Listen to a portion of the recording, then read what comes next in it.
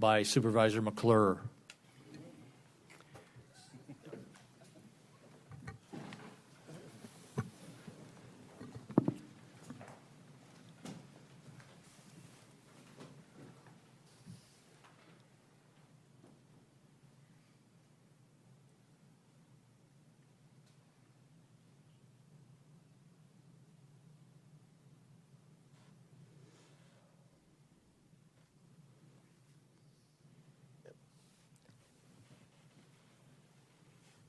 Thank you. Join me in the pledge. I pledge allegiance to the flag of the United States of America and to the republic for which it stands, one nation under God, indivisible, with liberty and justice for all.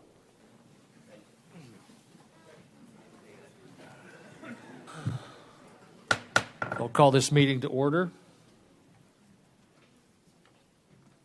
First up is call to the public.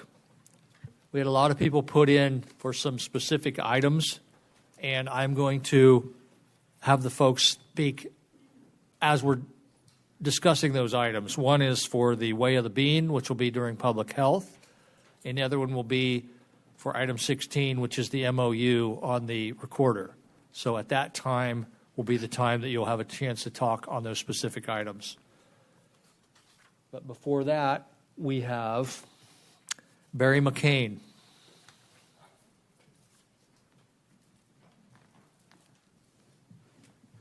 Good morning, Supervisor Surdy, Board of Supervisors, staff, and friends. My name is Barry McCain from the city of Maricopa. I've said before, we do not deny history. I've shown the many dirty political tactics employed by the Democratic leadership to prevent me from getting on the ballot. When I got on the ballot, multiple Democrat leaders were terminated from Phoenix to Tucson. I keep hearing a Democrat talk about how he's a teacher. Well, I want this Board of Supervisors to critically think about that statement. My grandmother taught in the city of Maricopa for 33 years. My mother taught in Maricopa County for 30 years. My son, who's got 2 MBAs, was called professor at GCU. My daughter, who is a principal in the city of Maricopa now. I've been accused of being a teacher, but only I do have 151 credits of college. Teachers do not tell teachers that they're teachers. They're too busy teaching. They're great communicators. They're patient. They have leadership qualities and are inclusive to others, but do not read from a prepared script. Navy SEALs taught me not to leave a man behind, and I'm not going to leave this Board of Supervisors behind because Democratic leaders have no answers or alternatives, secret meetings, unfounded accusations. I'm asking this Board of Supervisors not to concentrate on being right as much because we have the Constitution and it's called due process, so we don't have to worry about that. But I'm asking for this Board of Supervisors to do what's right for this county, citizens, and voters. We will all survive these trying times that we're coming to. Okay, Pete Sabin wants to talk about the Way of the Bean, but I think he has to leave, so we're going to let him go now, unless you want to wait. We have a full house. We have people in the overflow, too, so.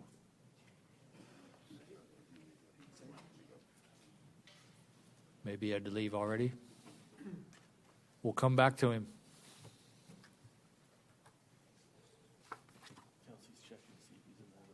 John Shepard. And he may be in the overflow as well.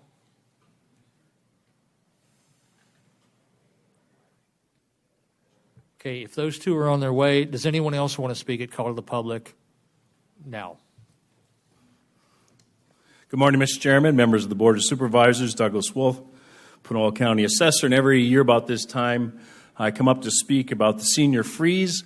The deadline is September 1st, and this is a personal property tax exemption for people who are in the lower strata of income in the county, and we want to encourage everybody to apply. Let everyone know who you are. Oh, I did say I was Pinal County Assessor. Okay, I'm sorry. I was. But I'll repeat again, I'm the Pinal County Assessor. Now we know for sure. Yes, exactly.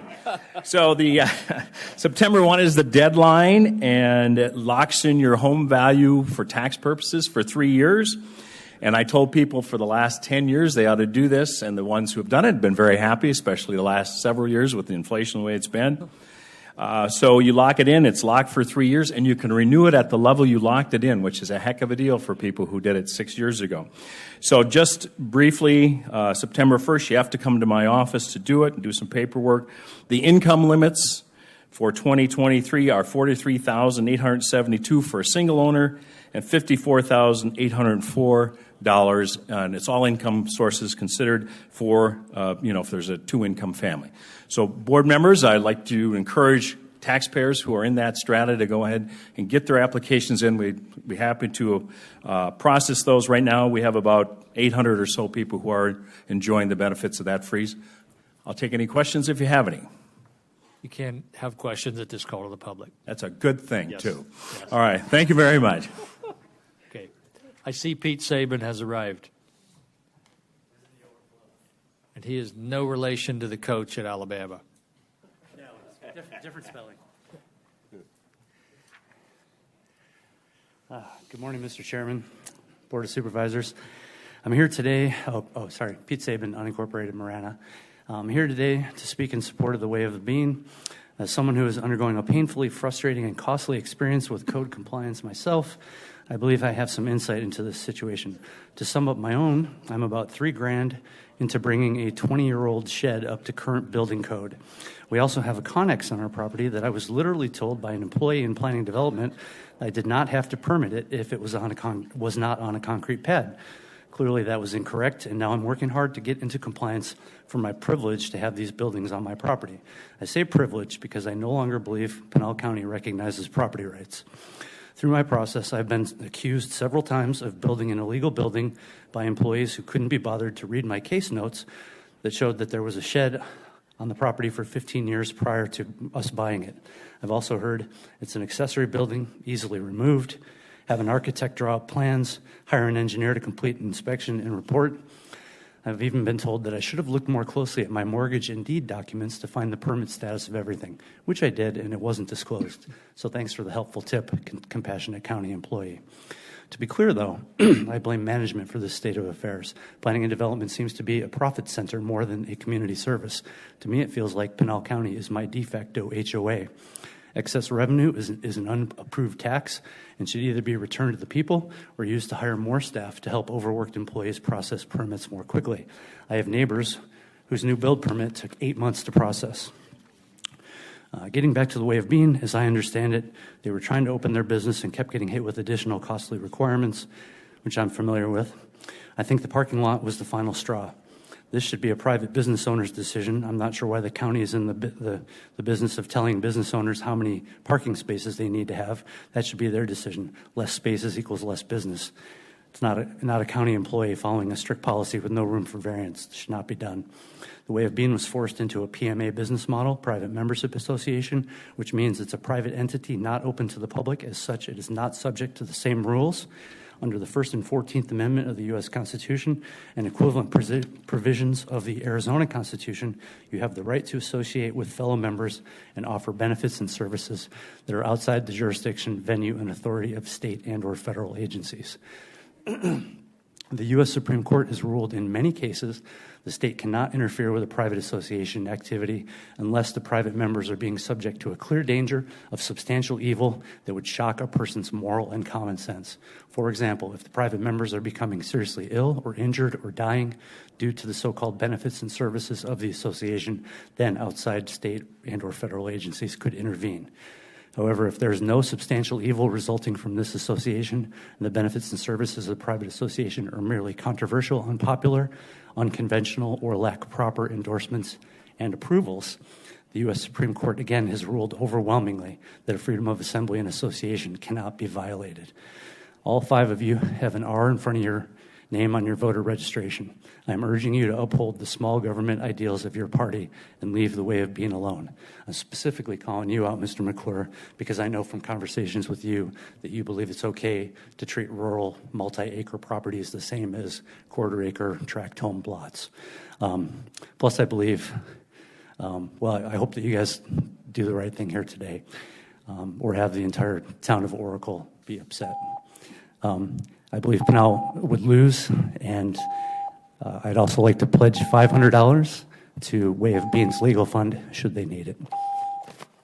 Thank you. Okay. All right. Drew, there's a lot of controversial things on today, and the applause, it actually backfires. So let's try to have no applause today so I don't have to gavel anybody. Did John Shepard come? Good morning, Chairman, Board. I just have a short comment generally on elections.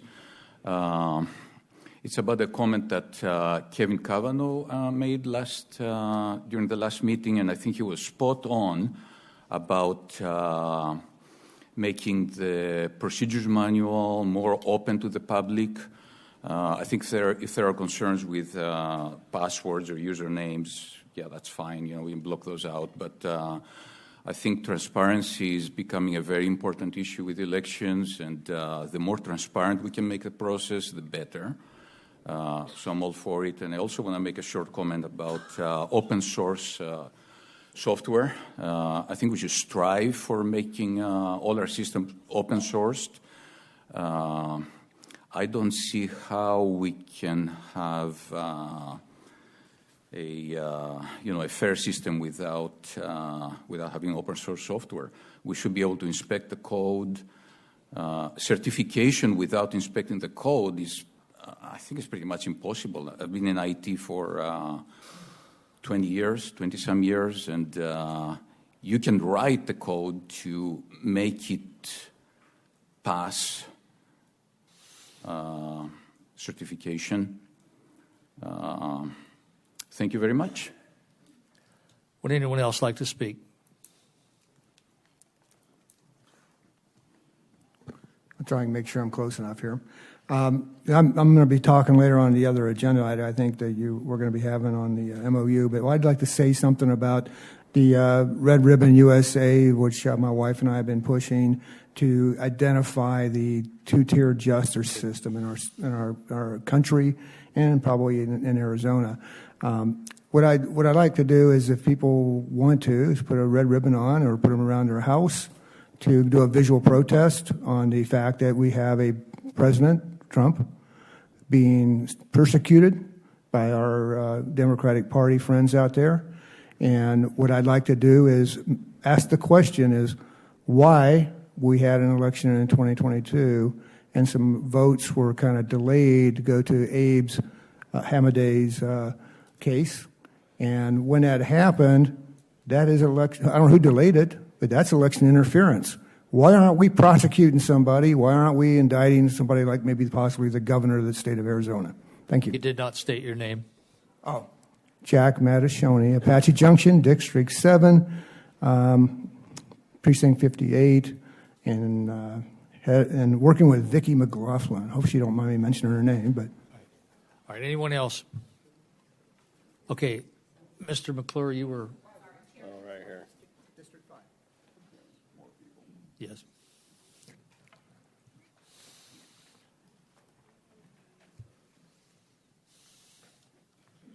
My name is Grace, and I'm a precinct committee man from the Maricopa.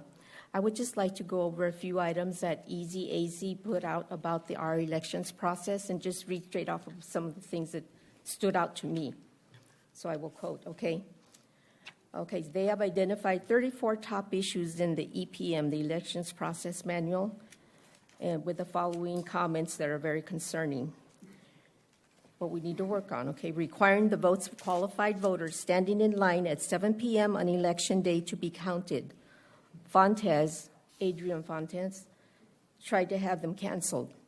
Preventing conflict of interest in the election canvass and certification process by enforcing current law, also known as The Secretary of State cannot canvass their own election. Preventing backdoor internet connection to EMS machines.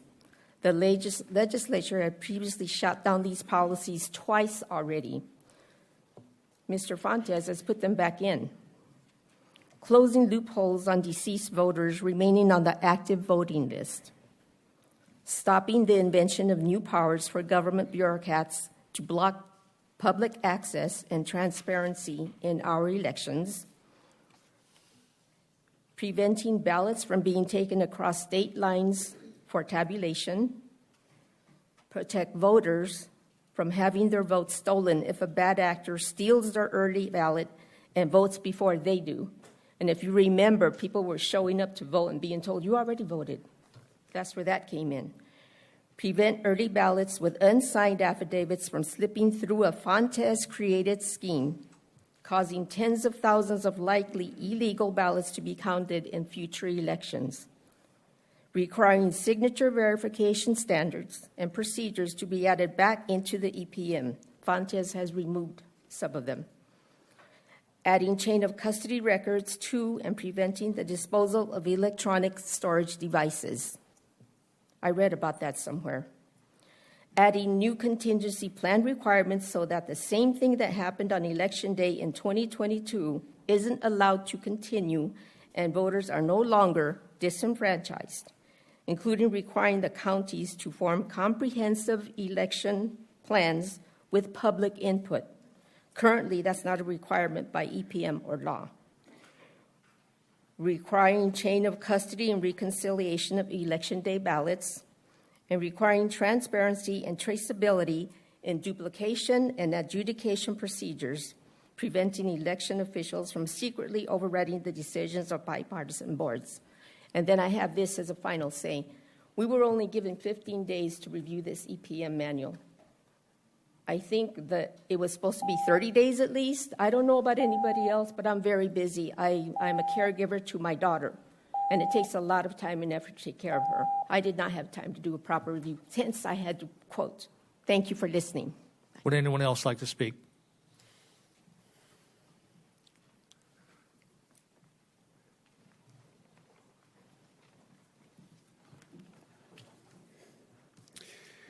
I'm Noel Reck, now a resident of Eloy.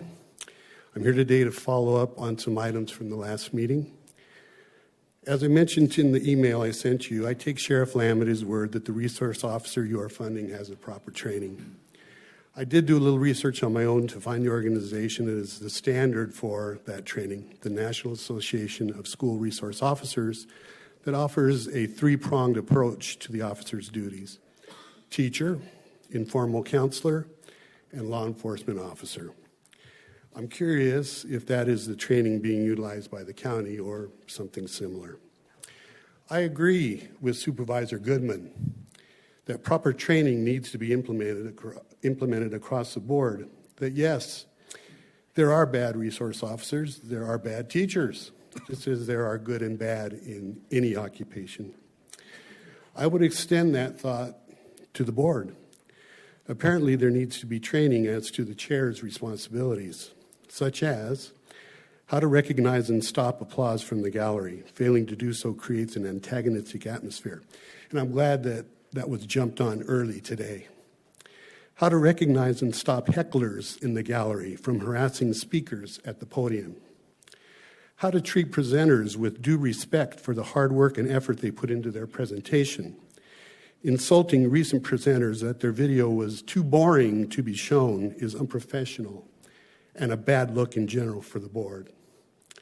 How to refrain from making partisan comments. The most recent example I can think of being a snide comment about Governor Hobbs and the tamale bill. Again, I agree proper training is essential in all occupations. Thank you. Anyone else?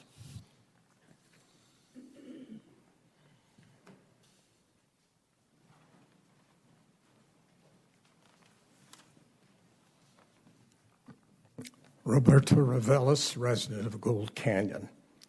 Mr. Chairman, I was hoping to limit myself to speaking on the all-important memorandum of understanding But I think when untruths are presented to the board from this podium, as has been the case this morning, they need to be rebutted. Every single court that has considered allegations of fraud in the past election have been rejected by the courts of Arizona. You have rejected the idea that there was fraud that changed the voting in Pinal County. I respect the outcomes of the election, and I feel obliged that when untruths are spoken about public policy and elections, they need to be rebutted. And in that spirit, I reject the untruthfulness, the lies that were just spoken about persecution. Prosecution for criminal acts are exactly that, prosecution, not persecution. Thank you, Mr. Chairman. Would anyone else like to speak? And now, Mr. McClure, do you want to respond?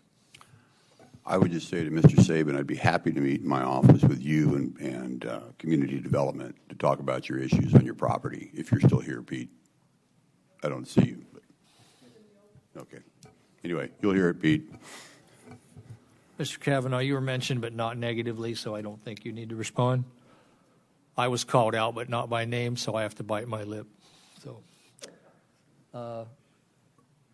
on to the county manager's report. Leo. Thank you, Mr. Chairman. I can go ahead and give that report. We also had presentations of certificates for employees' years of service. Would you like me to just go ahead and do both together at once? We should do them all, yeah. Yep. Okay, fantastic. We have 5 employees to honor today, and 3 of them have been with us for 30 years.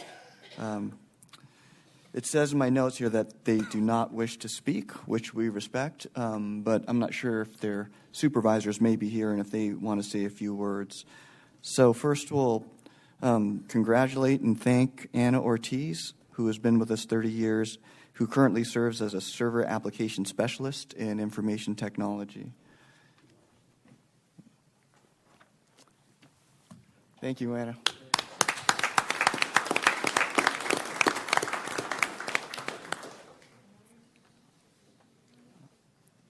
Next, we have Deborah Aguero, who serves in juvenile probation and is currently a surveillance officer, has been with us for 30 years, and I do see Denise here.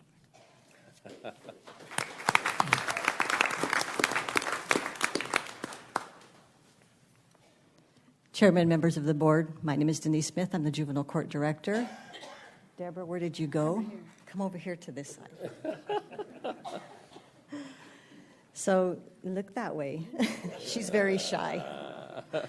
So Deborah, obviously, she's been with us for 30 years. Her first 2 years of employment with Pinal County was at the Juvenile Detention Center back on Adamsville Road.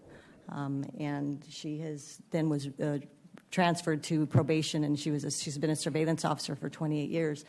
So a surveillance officer, the responsibility is for the individual, the employee to go out in the community and check on kids who were placed on court-ordered probation to make sure that they're doing what they're supposed to be doing. They're home if they're supposed to be home, school if they're supposed to be in school, and likewise. So, but Deborah really went beyond that. That wasn't Deborah. She went completely beyond that.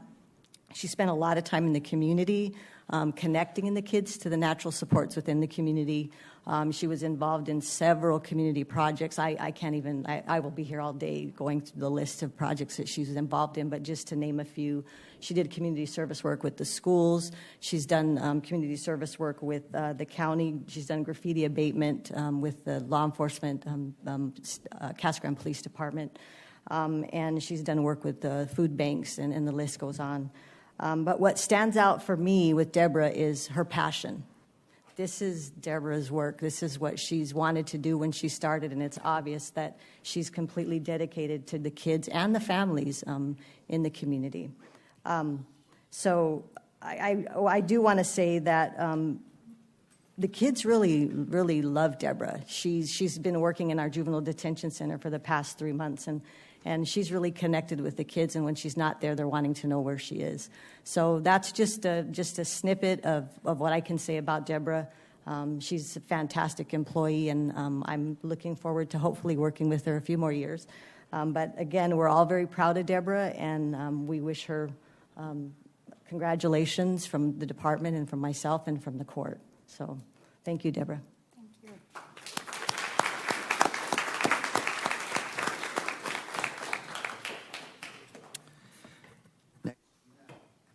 Next, we have Dickie Barnes, who has been with us for 30 years as well, who's a highway maintenance foreman assistant. I don't know if see Mr. Ortiz.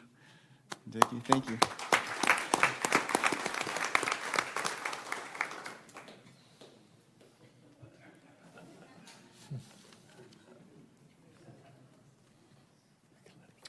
Well, I'll introduce myself. Joe Ortiz, Development Services Managing Director. I have to say a few words about Dickie. I'm sorry I'm going to embarrass you a little bit, Dickie, but you deserve it. So we stole Dickie back when the wheel was invented. He was working with Central Arizona Project, and sorry to date you there, Dickie, but he completed that project, and then we stole him. He came to us back in the era when, if many of you know, we had the huge flood that wiped out our approaches on Attaway Road Bridge, and it took a tough skill set to get that back in play. And thank goodness we stole him, because he has that skill set. He also took on another huge event for us, was our Coolidge Tire Fire, and that was a pretty scary time. But with his skill set, we were able to manage that. A couple other things for Dickie. He is part of our construction crew. He became our assistant foreman for that area, or for our construction crew, back in '99. So basically, within 6 years, he jumped the ranks and became our assistant foreman. He's been part of 500 miles of our ARDP program, which is our double chip seal program over Native. He was intermixed, and he's probably got his name card in some of those roads. Another thing about Dickie, he's, for most of you that don't know, we have a safety rodeo equipment event every year. And part of that event, there's some heavy competition, not only within Pinal County, but there's other counties that show up. There's other cities, jurisdictions that show up. But Dickie's always shined. He's got more than a handful, or at least a handful of Top Gun awards. That goes to our highest equipment operator overall, not just one piece of equipment, but several pieces of equipment. So he's belovedly known for all this skill set as the legend. So you can go to any of the crews, you can go to our office. All you got to mention is, where's the legend? They know who you're talking about. So with that, congratulations, Dickie. Appreciate it.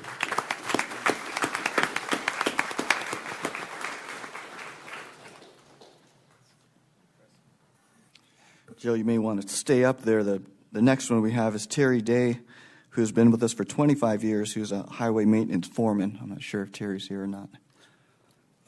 No, Terry wasn't able to make it. Only because he's sick.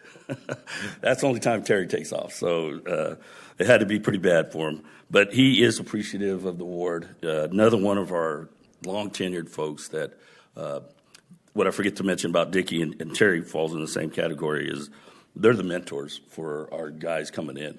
They are that person, that work ethic, that skill set, that strive, that self-motivation that they teach, and they teach by example. They show the way. And Terry's the same way. He's one of our foremen for the Casa Grande maintenance yard. He's been 12 years as that foreman in that yard. He's one of our few that went through our Road Scholar program 1 and 2 and completed both of those. So that tells you the kind of guy Terry is. And what's good about Terry too, he's like Dickie in a lot of ways. They don't do it for the accolades, but there's plenty of them that come through. The attaboys that we just get from that area, it's because of Terry. That's the part that makes us look good as the county, and very much appreciative. Thank you, Terry.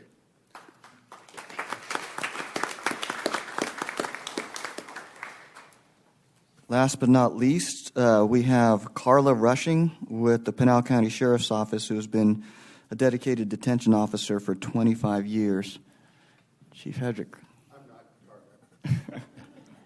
Carla.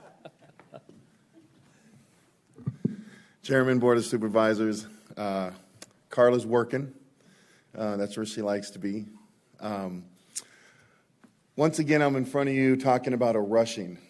The family rushing for Pinal County Sheriff's Office is a hollowed name because of the service that they rendered. And she has not dropped the ball as part of the lineage of that family. I could say she showed up every day to work, clean and press uniform, was never a call-off problem, and she did all those things.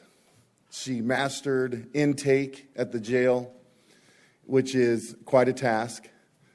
Does a great job mentoring.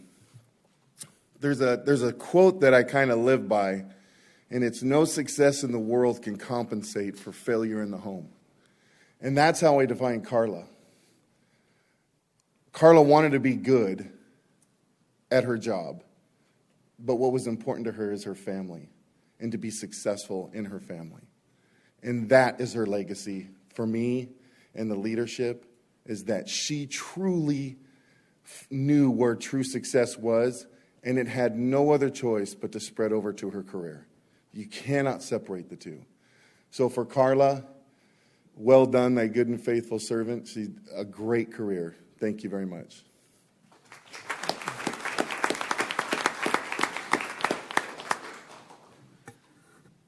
So, Mr. Chairman, that's our list if you want to take photos with. Yeah.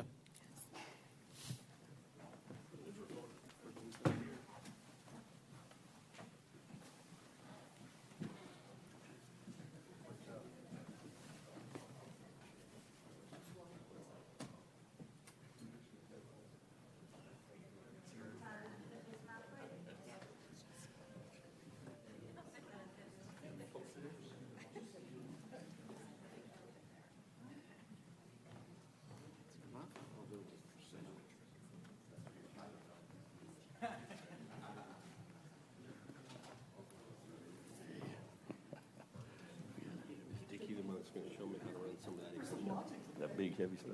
Yellow ring. I'm doing well, and yourself? Yes, he's expert. I actually had a shovel.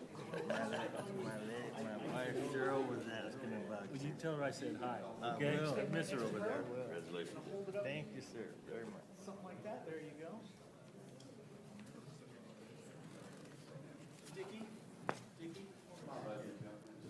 Mr. Legend. Joe, come on.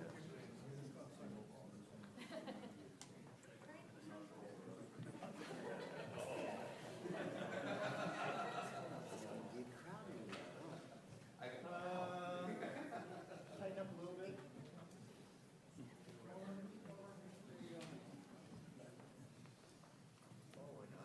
Sorry, bear with me. It's okay.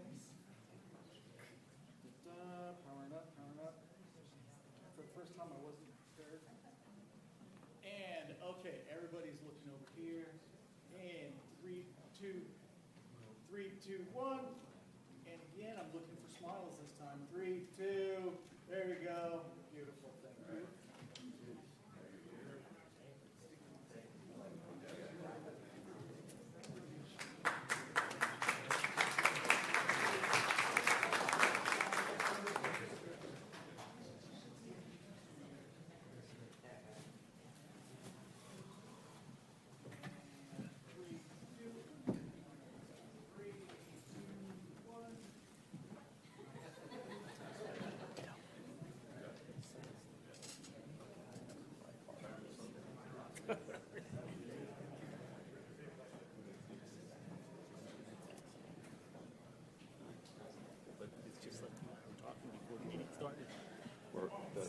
where we've had it down. Yeah. I mean, I don't care where it is.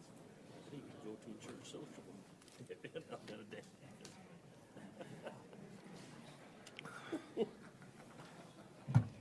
Mr. Liu, you're still up. Thank you, Mr. Chairman. And just want to give a couple of updates of some developments here that occurred in the last couple of days. We've talked about, as the board, our strategic plan and regional transportation planning has always been a priority for probably the last 8 years, at least on our plan or more. And on Monday, the Pinal Regional Transportation Authority voted to for staff to draw up some papers for an IGA for the county to take the lead on the development of this regional plan. It's something that we've been talking about that we want to develop with the community for them to embrace a plan that helps them get to where they want to go. So we'll be bringing that to you in that effort, and it'll be a multi-year effort. And we hope to work with the cities and towns and the community stakeholders to develop a revised and better plan as things have developed over time. The other thing is we met with the University of Arizona, and we met at the Biosphere, and one of the things that we want to explore is expanding a concept of the bike trail to go through Catalina Park up to the Biosphere, which will help with tourism and recreation and exercise, especially for the Saddlebrook folks out there that will have access to those bike trails. That connects to further bike trail loop of about 132 miles that they could explore. Another thing is, and I think this U of A will come with a kind of a formal presentation, but they are looking to do some significant expansion and investment in the county, in the city of Maricopa, with Ag Tech and Innovation Hub there with many acres of land that they owned. They'll be applying for a grant that we'll be supporting, and I think they'll come in a future date and really get into the details and present that to you. Thank you, Mr. Chairman. That's all I have. Okay.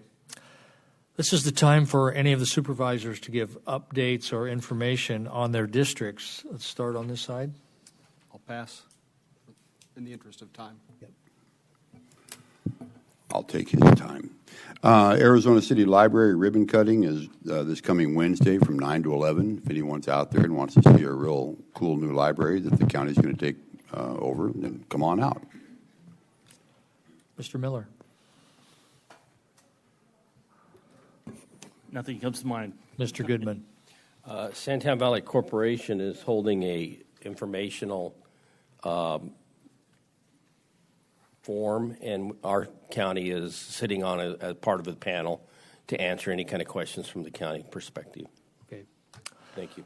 I have two in Gold Canyon Friday at 7 o'clock at the Best Western. It's going to be a Corporation Commission member there to talk about the Arizona Water wants to do a rate increase, and the folks will have a chance to be heard on that water rate increase. And another one is a very positive, uplifting one. The city of Apache Junction recently was able to take ownership of the rodeo grounds in the city, and they can now have private events and community events there. There will be the first concert ever, and it's going to be really amazing because we all remember 10 years ago the Yarnell fire, when the Yarnell Hotshots, when that terrible incident happened. And they had a concert up there, I believe, the next year up in Prescott, but the Valley really didn't attend it because it was up in Prescott. So this year, on October 19th, from 6 to 10, there's going to be a concert out there, and it's actually going to have Lita Ford from the Runaways is going to be the headliner. And it's going to be the proceeds are going to mostly go towards event safety for all of the first responders. So it's going to be an amazing event. It's going to be the first time the rodeo grounds will be used for this, and hopefully the whole valley shows up and helps the first responders and to remember the Yarnell Hotshots. So back to item number 5, Kent Volkmer on the Criminal Justice Coordinating Committee. Good morning, Chair, Board. Kent Volkmer, Pinal County Attorney. I'm going to throw the chair under the bus on this one. He asked me to come present on this topic, so it's certainly not me trying to toot my own horn or the criminal justice system. The Criminal Justice Coordinating Committee is made up of all of our important criminal justice partners in our community. So the defense bar is represented, the prosecution's office, the sheriff's office, the court, our PJ, Judge Giorgini's there, court admin, the presiding criminal judge, Rebecca Padilla at the clerk's office, probation's involved. Our current chair and vice chair both sit on the board. Leo is on the board as well. And really what we do is we tackle criminal justice issues in our community to try and provide the best possible service we can to our community members. There's a whole lot of things that are going on. I just want to kind of provide a real high level, some of the things that we've done and a couple of our successes. One of the, challenges that we've identified is a lot of us do a lot of data collection. So I collect a ton of numbers. You hear me spew them all the time. I know the court collects a ton of numbers. I know the sheriff's office collects a ton of data. So does the defense bar. But none of our systems actually speak to each other. And sometimes we're not counting things exactly the same. So we're trying to figure out, is there a way that we can all come together and be able to pool the resources, share that information so there's actual communication. And when we're talking about cases being filed and those things, that we're actually talking about the same thing. One of our huge successes is about a year ago, we met and decided, do we want to continue doing specialty courts? So those specialty courts are your treatment courts. Think veterans court, think drug treatment court, think mental health court. Those cases where we've identified people that need more than standard probation, and if we just give them standard probation, they probably aren't going to be successful, but certainly putting them in prison does nothing to help our community. So what we do is we focus those resources. About a year ago, we came together and said, you know what? We're going to do this right. Instead of just limping along, instead of everybody sort of half trying, we're going to go together. So the last year, we've really buckled down. We have a brand new manual that we've completed or right in the final processes of completing, but we're also seeing our attendance increase, and we're seeing those that complete our program are actually less likely to recidivate, and we're having great results. So it's been a very successful thing, and it's great for our community. We've also working, and there's actually a number of, I think there's 3 of them on today, on your consent agenda items where it's about court processes subcommittee. Everybody complains that the court system takes too long. It's 18 months, 2 years sometimes to get to trial. So you've got defendants who are saying, look, I want my trial to take place. You've got victims saying, I want resolution in this matter, and everybody's kind of on hold.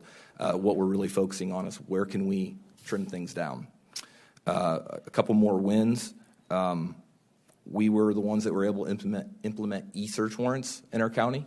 So I want you to think about this just for a moment. If you are a sheriff's deputy or maybe you're a Maricopa, City of Maricopa police officer, and you have to get a search warrant during 8 to 5 business hours, you have to stop what you're doing. You have to drive 45 minutes to an hour, depending on how fast you're driving, maybe an hour and 10 minutes to get to the courthouse. You have to wait for 15, 20, 30 minutes till the judge is available. Then you have to present the case to the judge. They sign your search warrant. You have to drive all the way back. So you've just lost 3+ hours of boots on the ground time. You have to do that again to come back and file your return. So what we've actually done is implemented a program where they can apply for an e-search warrant. We use phones and digital data, so digital tools, I guess, so they don't have to drive all the way there. It's estimated that saves the taxpayers almost $50,000 a month in just boots on the ground time for every officer coming over and across. Right now, PCSO is in the process of finalizing their video court. Again, think how far some of our justice courts are removed. If you have one person in justice court, we have to take 2 PCSO detention officers, and they have to transport them, again, sometimes an hour and 15, an hour and 20 minutes. They have to wait for court to see the judge for sometimes 2 or 3 minutes to come all the way back. PCSO and the team is actually working together to make sure that those visits can appear by video, so they're not wasting those time. Again, it's expected to save the taxpayer thousands of dollars. Again, we're working on case processing, but probably the thing I think the chair wants me to most address is this group is designed to say, what are our future problems as well? And one of the future problems that we're identifying is we currently have more judges and magistrates in our courthouse than we do courtrooms. If we continue to grow at 3%, we're going to outgrow our courthouse. So the option is, do we build another courthouse there? Do we expand the courthouse? Do we build one in Casa Grande or Santana or somewhere else? What are the various options? One of the particular areas that we've identified that would make sense would be to potentially take juvenile cases out of that courtroom, or excuse me, that courthouse. So best practices are, if a juvenile enters the criminal justice system, we don't want them intermingling with gang members, with people suspected of homicide. And the way our court system's set up is you really can't keep them apart. There's no way to sort of say, well, you stay down here and you stay down there, because the courthouse is sort of open. So the idea is to potentially look at developing a new youth justice center and courthouse that would be designed for all of the JD cases, so think DCS cases, for all of the JV criminal cases, for all of the guardianship conservator cases. And we believe that would be a more cost-effective way to address that issue, and we're currently working on that. I just know the first time that the chair heard that, he was like, whoa, you guys are just asking for more money, and it's not as simple as us just asking for more money. We are looking ahead, saying, what are those issues? There's a subgroup that's meeting, I think actually in the next couple of weeks, we're sitting down to start saying, what would this look like? And there will be information coming to the board. But really, this is just so the board is aware of this, because I know the first time when Chair McClure sat, when he was the chair, and then when current Chair Surdy sat in our committee, they're like, well, this is really good information that the public never gets to know about. My fellow board members never get to hear about this. It's great to know that there are the professionals coming together. In my opinion, that's one of the best things about Pinal County. We can sit down, we can take all the pretenses off, we can have a lunch, and we can have very frank conversations. We can express our concerns, express our frustrations, express our challenges, and then collectively work together to make this the best community that we can.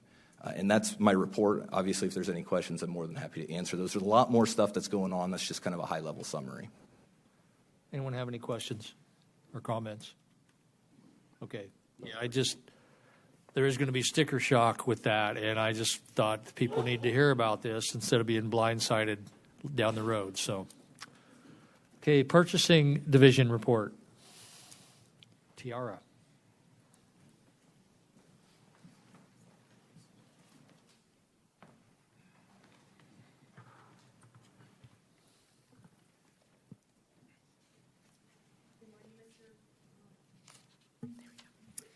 Good morning, Mr. Chairman, Vice Chairman, and members of the board. I'm Tiara Peterson, your purchasing manager for Pinal County, and this is your purchasing report for August 16th, 2023. First, the board is requested to approve the following contract amendment, IFB 241524 for Animal Care and Control Facility Expansion and Renovation.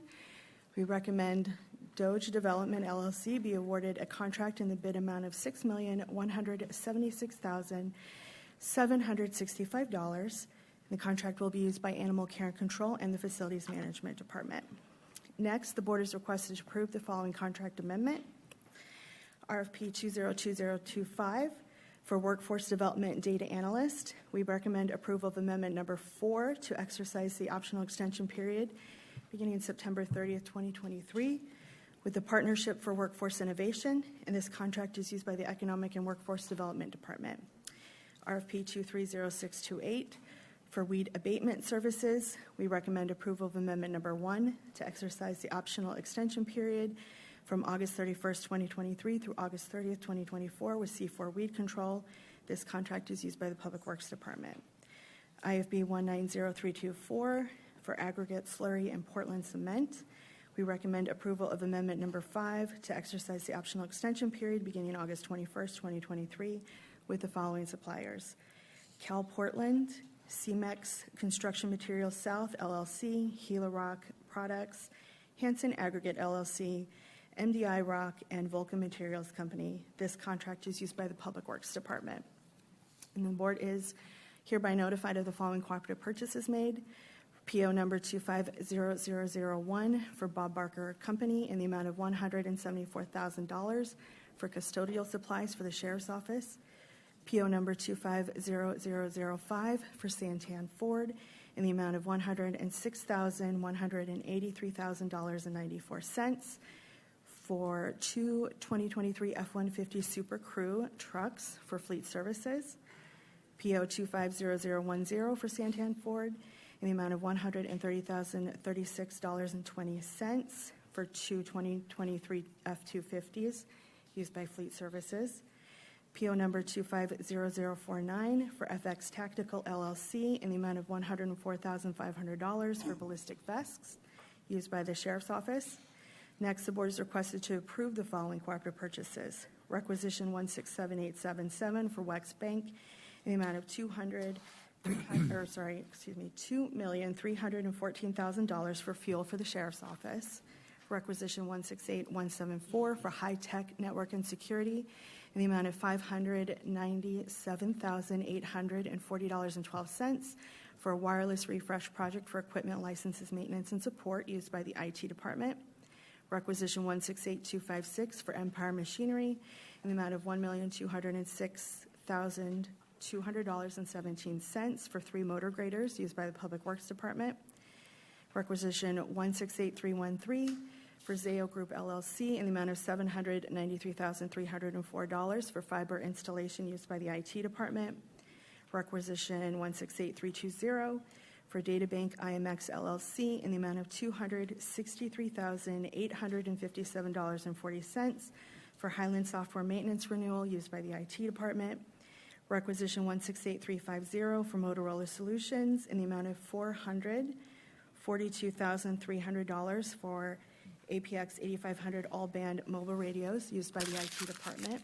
Requisition 268370 for Motorola Solutions in the amount of $5,626,409.30 for radios and services used by the IT department.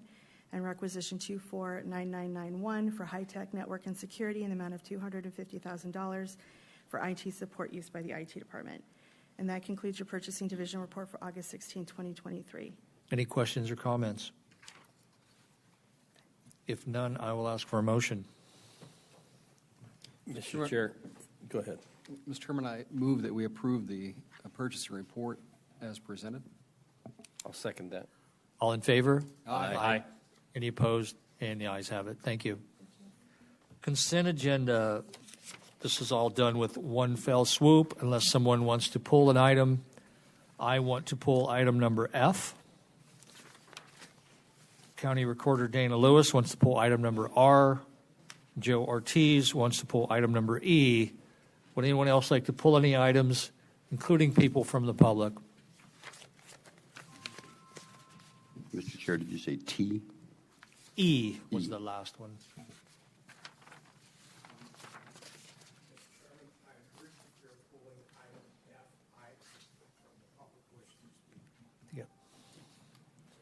Did we need to pull R?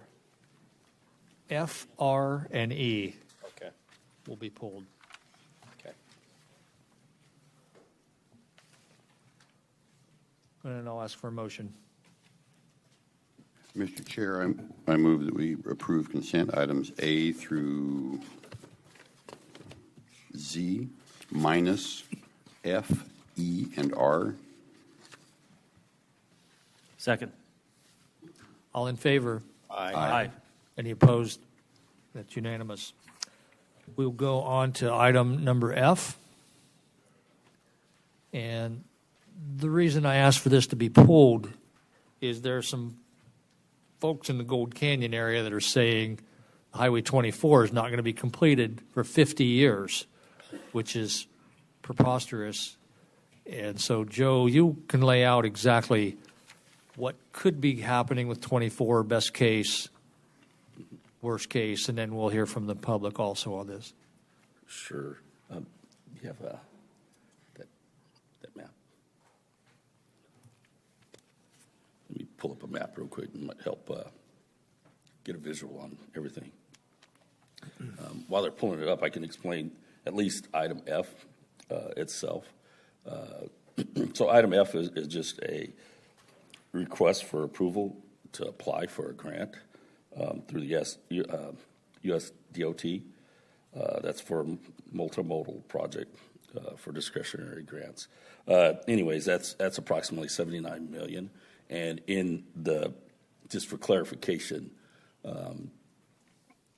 yes, in the grant application, it talks about State Route 24 from Ironwood going easterly to the CAP, which is this leg right here.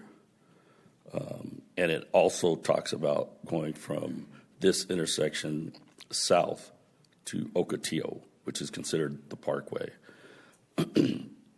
Yes, we do consider this one big project. That's kind of why it's worded the way it is. But from a technical standpoint, we do have funding for the intersection of Ironwood and State Route 24 through appropriations. That was approximately, I believe, $89 million. And previous from that, we also received another $15 million for right-of-way acquisition along 24, along this leg. The hope is that $15 million, I believe, is enough to take it from what we have currently and continue on easterly. And the plan is to take that dollar and take it as far east as we can for right-of-way acquisition on the 24. It's probably not going to get us to the finish line of the intersection of US 60, but the hope is to continually pick at this. It's on our radar, and the hope is continuously picking at this to acquire the right-of-way. This is all through state land, and we've had several conversations with state land. We have somewhat a substantial legal description defining the location, which is east-west here, continuing.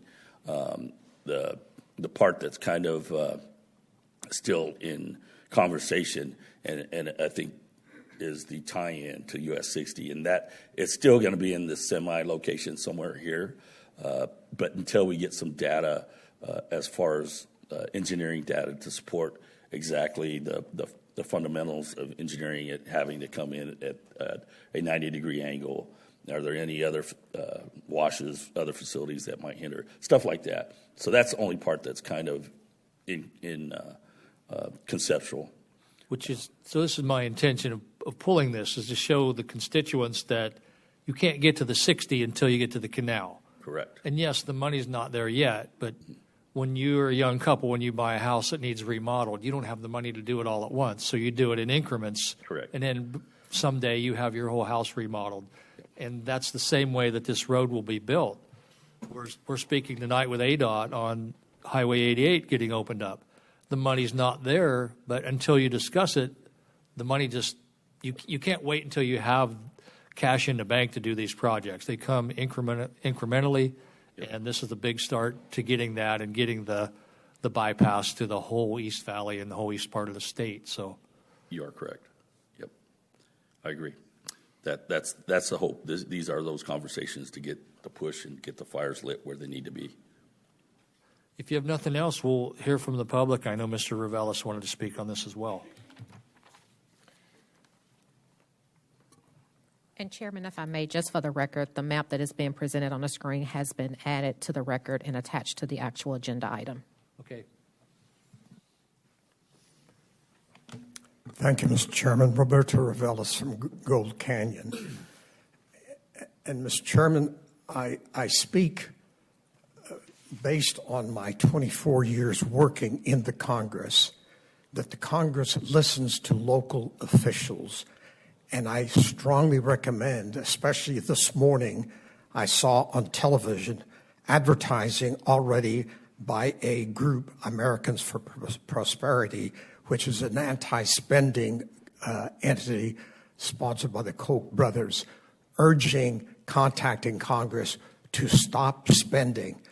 And I strongly recommend that you consider sending a letter to all of Arizona's members of Congress, especially since in the last go-around, all of the Republican members voted against funding for transportation projects of this sort. So I strongly recommend that you write and share with Arizona's delegation the importance of this grant application. Thank you, Mr. Chairman. Anyone else like to address this issue? Okay, if not, and if you have nothing else, Joe, then I'll ask for a vote or a motion. Mr. Chair, I would make a motion that we approve item number F as presented. Second. All in favor? Aye. Any opposed? Ayes have that. Item number R.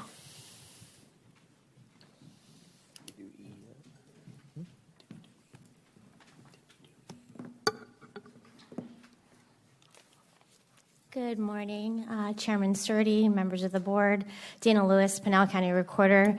I requested pulling item R from the consent agenda in regards to the item for the name Swanee Welsh was currently listed under under an appointment under District 3 that is actually a resignation. So it needs to be removed from the appointments and moved to the resignations under Supervisor District 3.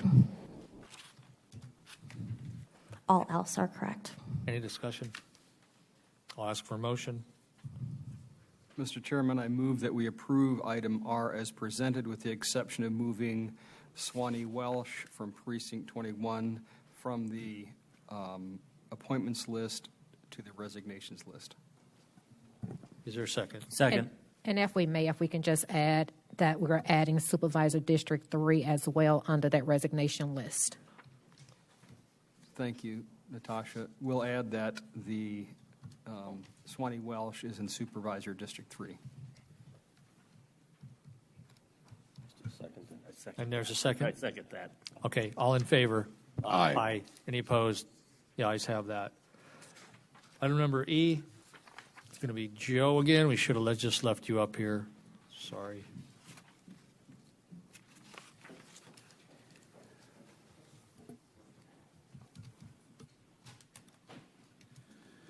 Good afternoon. Joe Ortiz, Pinal County Development Services Managing Director. Item E is requested to be pulled by staff. We did at the last minute find some language that was incorrect on the conveyance document. We will pull it and bring it back to you at a later date when we get that language corrected. Do we want to table it, or do we just want to remove it? Natasha? If we can just withdraw the item, especially since there are going to be some updates. Correct. Yeah. So withdraw, and then we'll re-enter the whole thing again. Yes. Okay, can we have a motion on that? Mr. Chairman, I'll make a motion to withdraw item E from the consent agenda. Second. All in favor? Aye. Aye. Any opposed? The ayes have it. Thank you, Joe. Thank you.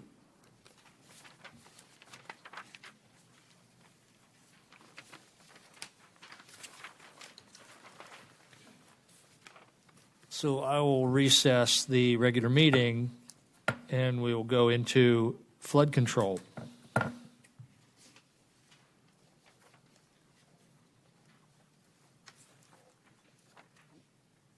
Which is basically a consent agenda. Do we have a motion on that consent agenda? Mr. Chairman, I'll make a motion to approve the consent agenda A and B on the Pinal County Flood Control District. Second. All in favor? Aye. Any opposed? And ayes have it. Out of flood and into public health, which is a consent agenda, and then we have the item number 2. So is there a motion on the consent agenda for public health? Mr. Chairman, I'll make a motion to consent, or to the Public Health Services, the consent agenda A and B. Is there a second? A second. All in favor? Aye. Any opposed? The ayes have it. Item number 2, discussion, approval, disapproval to authorize Pinal County Attorney to take necessary action on a cease and desist order. And it says here the presenter is Ann Fridge. Ann Froge, yes, she's in the overflow room, so she's probably making her way over here now. Okay. Here she comes.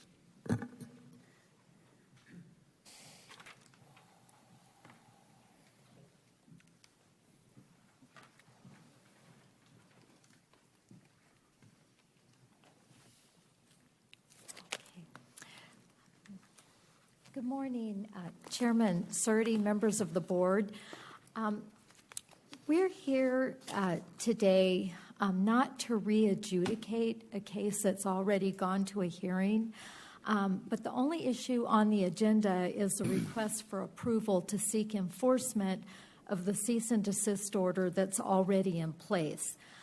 You all have been provided with the findings of fact, conclusions of law, and order from that hearing, which lays out the procedural history and the facts of this particular case. it was a full evidentiary hearing, and the cease and desist order was upheld as being reasonable. Although the owner of Way of Being, Ms. Olivares, requested that hearing and was given proper notice of the hearing and an opportunity to appear and defend her position in the case, she chose not to appear for that hearing.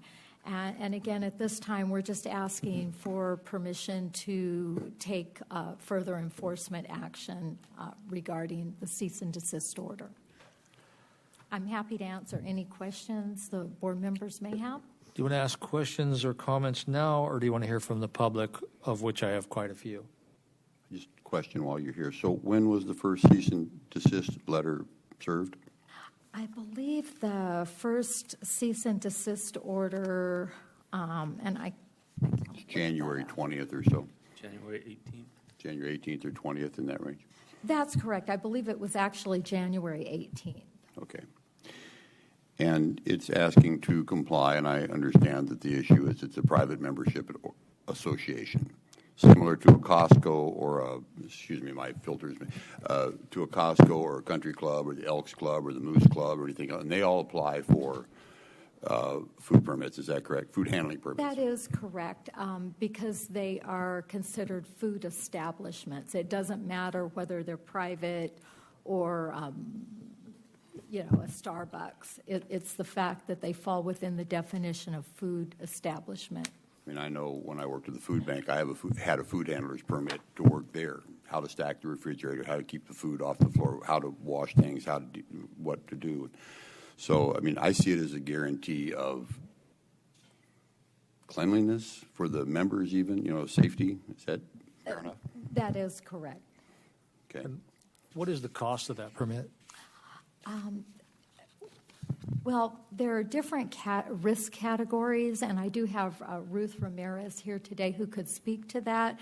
But as far as the cost goes, there's a category 1, 2, and 3, and I thought I had an email on that.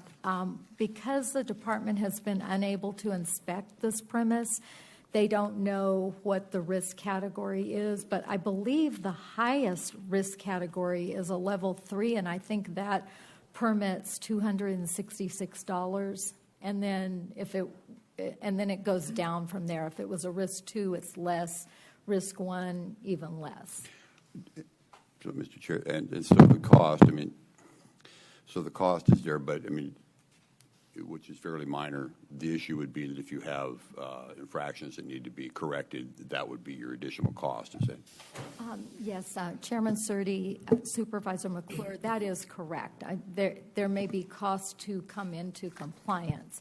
The actual permit cost is as stated. Okay. Any more questions? Steve. Thank you, Mr. Chairman. Just real quick. So to come in compliance, well, let's assume we can get an inspection or we get inside. Is there going to be a requirement that they use like a architect or an engineer? Will they be required to do blueprints and be certified by somebody as part of the compliance?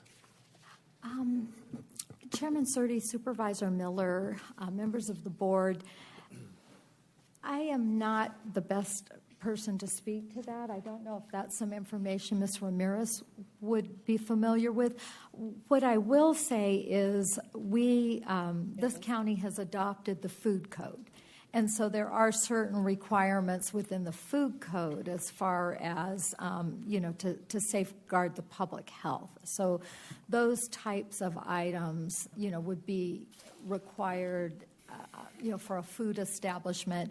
I do know there may be other things involved, with other agencies maybe within the county. I'm just going to use kind of an example. Don't know much about this operation, but the food code can, and I believe it does, overlap into the facility requirements, a.k.a. possibly 3-compartment sink or something to that. I mean, am I correct? Am I on base with a statement like that? Chairman Surdy, Supervisor Miller, I believe that is correct. Okay. There are some items in the food code that address sinks. I know that. Okay. So that, I guess, and if well, we can get into it a little bit deeper, but I'm just saying, if that's what the requirements are, is to bring in a set of plans, are they going to have to hire, like we heard from Mr. Saban, he hired an engineer on a shed. So are we going to fall into a similar situation with this facility? And that's, I'm just asking. Mr. Chairman, let me jump in here because I might be able to help you, Supervisor Miller. I think the easy legal answer to that is it depends. And the reason why I say it that way, because once you get inside and you find out what type of food they're preparing or handling, it may determine whether it needs this type of cold storage, and that cold storage may need to have a drain that has to drain someplace, or a specific type of hand washing facility, depending on what they're doing. Is it prepackaged? Is it made there? Those type of things come into play. And so until you get in there, you're not going to really know if there's any modifications that may or may not need to be done. So best answer is it's going to depend. Okay. That's I guess, good enough for now. I might have some other comments a little bit later, but thank you. Anyone else? Mr. Kavanaugh. Thank you, Mr. Chairman. If we remember when the food trucks came from New Mexico, I think, to serve food after the Dudleyville fire, our code enforcement or public health needed a blueprint of the trailer, and we waived, the county gave them an exemption or waived it or something like that, as I recall. Is that right? Am I remembering that right? I don't remember, to be honest. So yeah, I remember it was an issue. And I think in this case, I think a couple of things are melding together. One is the traffic study. The coffee shop, I think, paid $10,000 for a traffic study to determine if a turn lane was needed or something like that, and they needed more parking spaces. But that's not a public health issue. But I can see where an owner of a business, not having dealt with the government before and permitting, sort of just throws up their hands and goes, hey, you know, I paid all this money. It's time to start selling coffee and make some dough.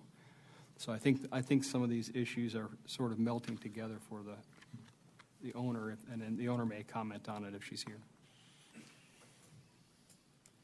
Anyone else? Okay, we will be able to ask more questions and comments after, but these are all folks that wanted to speak at Call to the Public, and we've diverted them to now. So remember, this is an emotional item, so please no applause when folks speak. First up, I have Justin Pellew or Justin Pelv.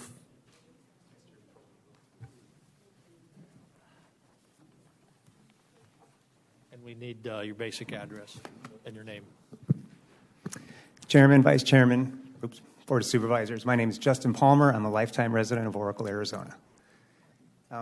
I was going to come up here and read some letters that you all already have, and I hope you've taken the time to read them. I would just, in the interest of time, like to point out that not this board, but the board was against the zip line 10 years ago. And then after some discussions and people showing up from Oracle, it was approved and has turned out to be a very profitable business. The same is true of the Patio Cafe. Many obstacles were put in front that they jumped through, most of which were not needed. It is also a very successful business that people in Oracle enjoy. I do think this was about the parking, Mr. Kavanaugh, and that everything has been conflated together. I would hope you would all choose at some point to realize that you just voted on a gigantic budget item, millions of dollars it sounded like. There's fentanyl, Pinal County's losing CAP water. I can't believe this is even on the agenda. This is not an issue. It's a non-issue, and I would hope you would just choose to let it go and let us be, because we seem to be able to run the town just fine without a whole lot of help from the county. Thank you. Christina Olivares.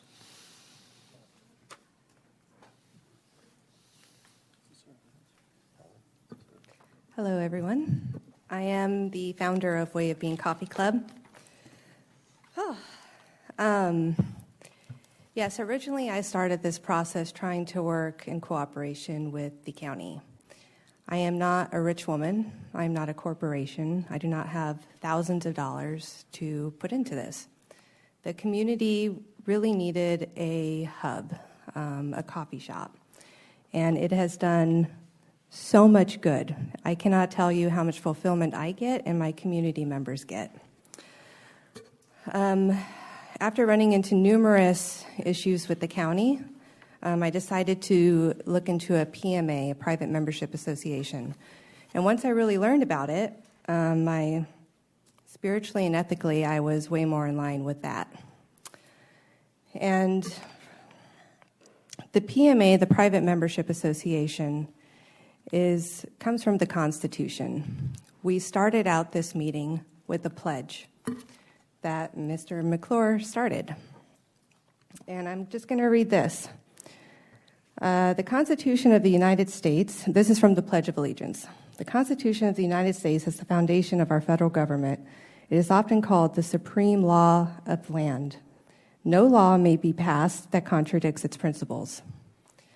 The First and 14th Amendment in the Constitution gives us the right of assembly and association, and also freedom of expression. I'm just going to read something here that's in Article 1 of the U.S. Constitution. There should be no concern of being subject to an injunction or criminal charges of practicing medicine or law or any other field without a license by law enforcement. When practicing your profession within a private health, private membership, or any other private association with only private members, not public patients or clients. Your relationship with your members is a private contractual relationship, and according to long-settled case law, the state cannot impair your right to contract. Your right to contract is unlimited. I looked at the facts and findings, and the original hearing, by the way, I did not request. And then this last hearing that happened, I was never informed. But I did look at the facts and findings, and most of it has to do with dealing with the public. I do not deal with the public. I deal with strictly members. Every single person that comes in there, and there is a sign on my door that talks about this as well. So anybody who comes in pays for a membership, or they are not, they would need to leave. So I do believe that it is my right to be able to operate this. And by the way, the whole 8.5 months that I have been open, there has not been a single complaint about anybody getting sick. Every single person in my kitchen has a food handler's card. We are adults, and we know common sense, and we know how to take care of people. And we do things very cleanly. Tasha, since this is the proprietor, can we let her go on, or can we possibly, I know this is not a public hearing, can we ever come up later, or just let her continue now? What would your advice be? Chairman, that is your decision as Okay. chairman. Yeah. Do you have some more important items to get out? Just that. Sorry, I lost my train of thought. We have been open for 8.5 months. There has not been a single complaint. If there were complaints about us getting people sick, harming people, how a PMA works is if you're not causing harm, it is legal. If I cause harm, then it becomes a different case. It's just interesting how smoothly everything has been running and how happy the community is. I have 8 people employed there. I have teenagers come in.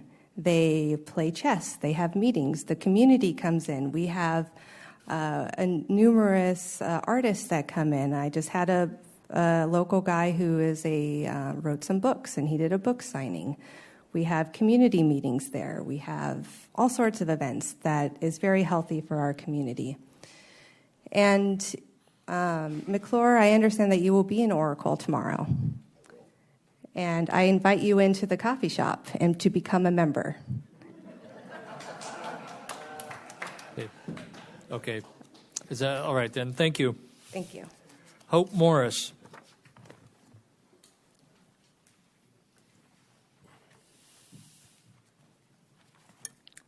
Good morning, Chairman and other members of the board. I am the owner of I'm Hope Morris, the owner of El Rancho Robles Historic Guest Ranch, and I am here to urge you to dismiss taking any action against Way of the Bean Coffee Club. I fully support the right to be a private membership club, as well as my right to be a member of this club, as well as other private clubs that I'm a member of, such as a country club and a golf club.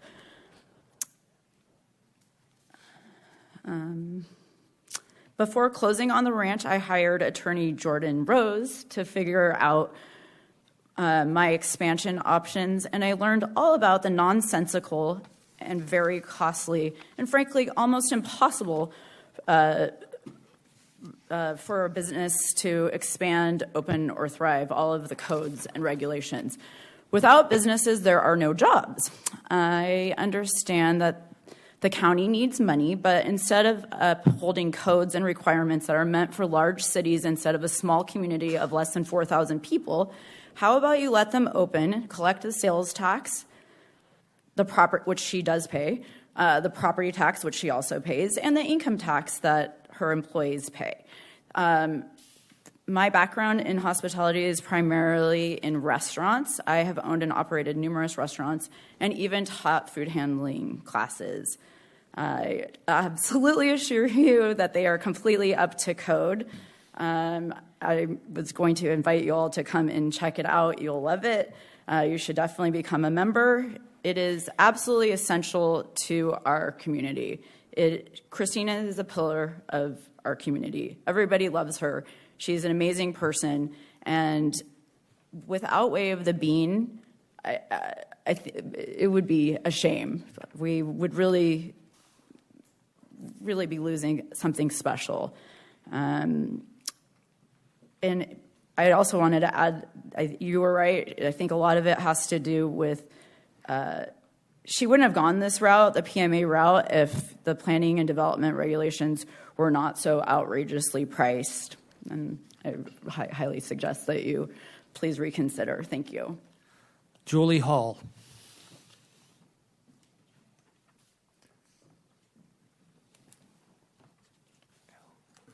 Thank you, Mr. Chairman, members of the board.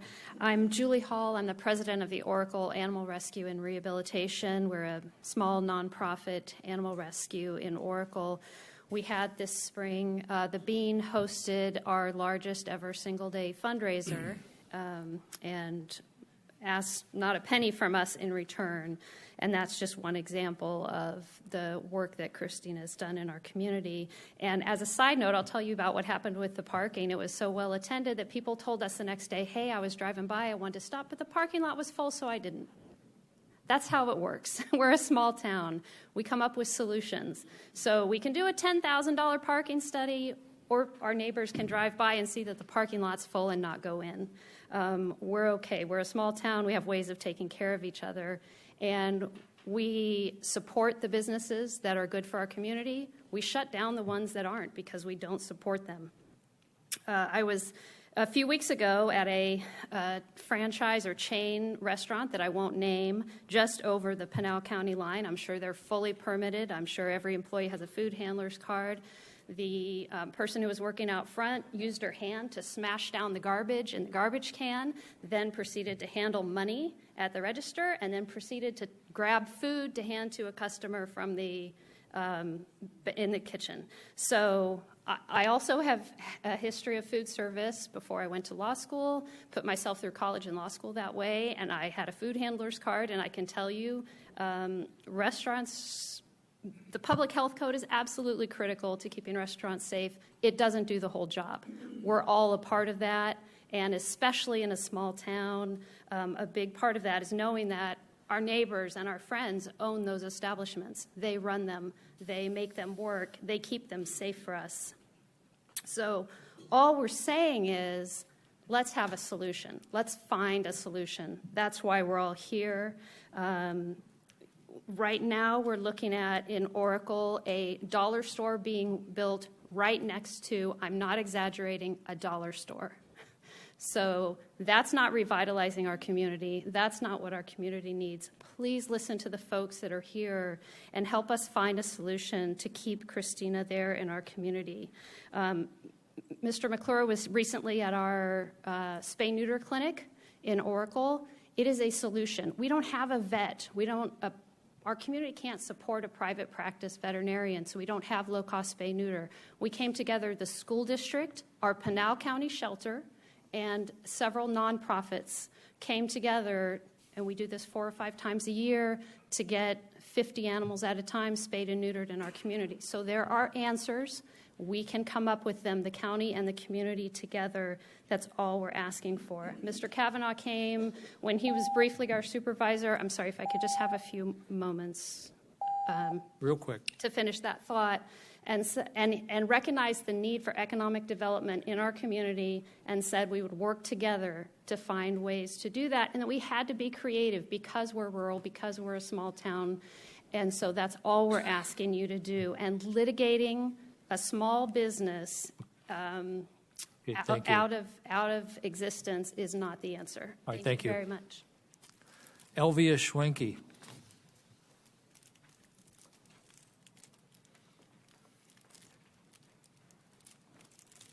Good morning, Chair. Good morning, Chair and Board of Supervisors. My name is Elvia Schwenke, and I'm a longtime resident of Oracle and a paying member of Way of Being Coffee Club. I find myself in the greatest need to come forth to express my concerns and share with the Board of Supervisors a bit about life in Oracle. We are truly a very diversified, united, small community. We live a simple, easygoing life by choice. If you lose a loved one, become ill, need some help in some other life crisis, you are never alone. We have our churches, nonprofits, neighbors that are there to help and do so. Because we are a small community, not many opportunities come our way to better our community. Way of Being is a breath of fresh air for us. It has provided a welcoming, safe, clean place to gather, meet with friends and neighbors, practice yoga, take art classes, listen to local musicians, play chess. It also provides a monthly changing art gallery for local artists. Where there was once a vacated, boarded-up building, an eyesore, and a health hazard, now sits a beautiful coffee club, which our community is extremely proud of. I stand before you with grave concern, but hopeful that after reviewing the case law concerning personal membership associations, the Board of Supervisors will stand on a more informed ground. Much to my surprise, after researching PMAs, I discovered some examples.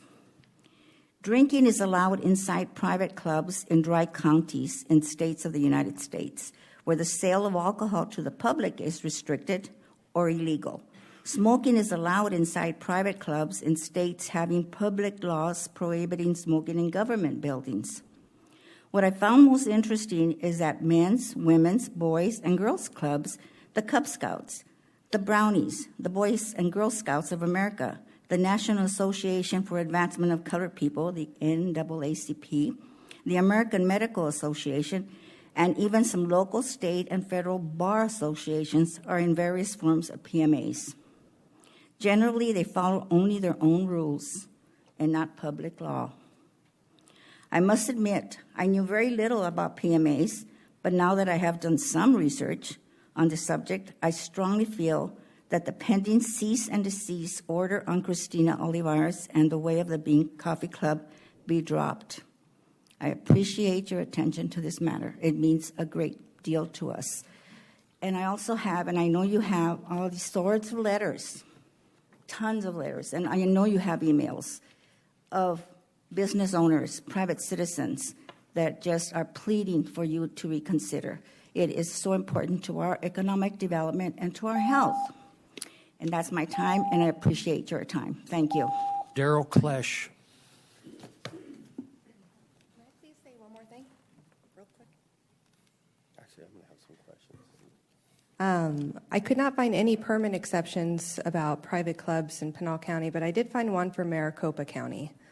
And I have no idea if this will hold any weight. We're going to discuss after everyone speaks. Maybe we can call you up then. That'd be great. Thank you.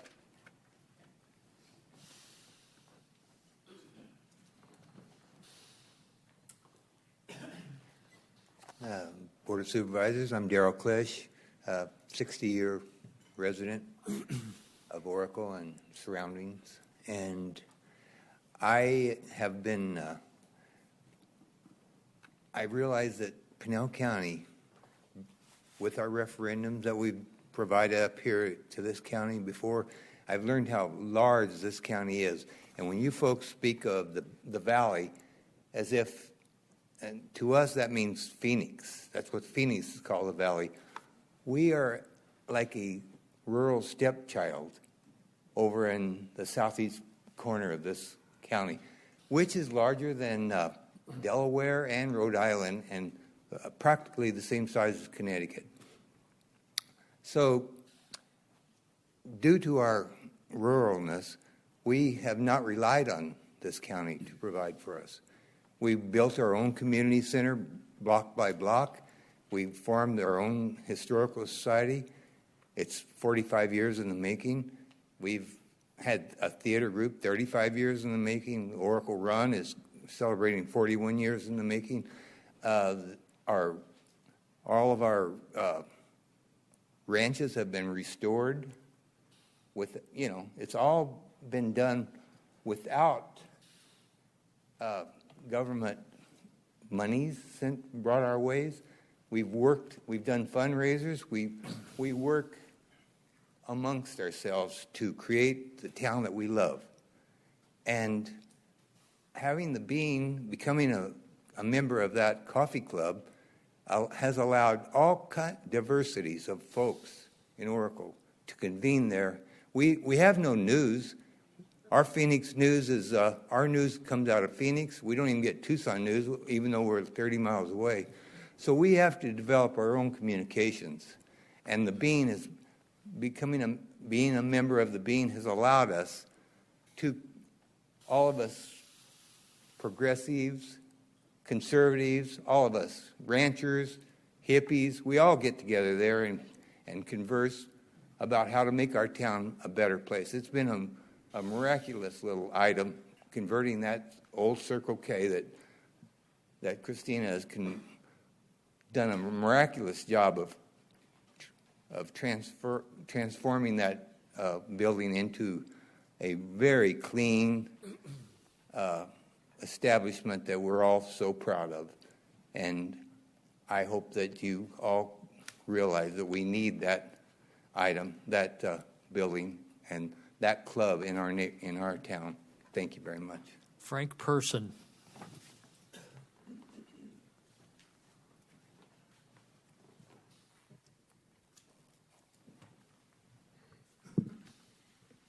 My name is Frank Pearson. My wife and I moved to Oracle in 1979, so that makes us, 45-year residents. And we've been deeply involved in multiple community efforts over many, many years, including several that have been mentioned here.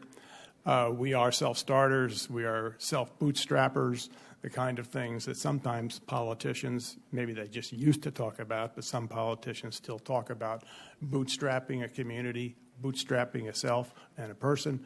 Well, that's what Oracle is all about, and there's ample evidence that that's true. Now, along comes Cristina Olivares doing something that none of us thought was possible and wanted, which was to build an enterprise that would bring people together in an appropriate, safe environment and do it well. And she pulled it off. Amazing. What happens? She's hassled relentlessly by you, all of you indirectly, and makes her life miserable and threatens the enterprise and makes a lot of us rather unhappy, and a few of us are up here. So I would say cease and desist. Yeah, you cease and desist. Flip the script, friends. Flip the script. I thought this was all about freedom. I thought it was government isn't the solution, it's the problem. Remember Ronnie Reagan? No, I forgot about him. Get with it. We want the freedom to develop an enterprise in a mode that this entrepreneur wants. That's what we want. That's what we're asking each one of you for. Now let's talk about revitalization of American Avenue. Very important. Supervisor McClure is coming out late tomorrow afternoon. The best thing that's happened on American Avenue, I will tell you this right now, is this Way of the Bean Coffee Club. Why? Because it was not only ugly and stupid as an abandoned property, it was something else. It was dangerous because they had people behind there dealing drugs. The parking lot was a mess. Nobody paid attention to it. And along comes Christina, and she fixes it. And now you're hassling her for making Oracle much safer, much more beautiful, much more welcoming to all kind of people. Now, just talking to the assessor, he lives in Saddlebrook. You know him? Wolf. He says, I want to write up at this meeting because I'm really interested in what these folks do for this enterprise, this free enterprise. And we want to know what you're going to do for this free enterprise. So that's kind of the sum and substance of it. It's a great spot. We really like Christina and what she's doing. We back her all across the rich, poor, blah, blah, blah, blah, blah. But you get my point, right? Yes. I don't need to go on. Thank you. Thank you. Aye. Thank you. Daniel Hibner.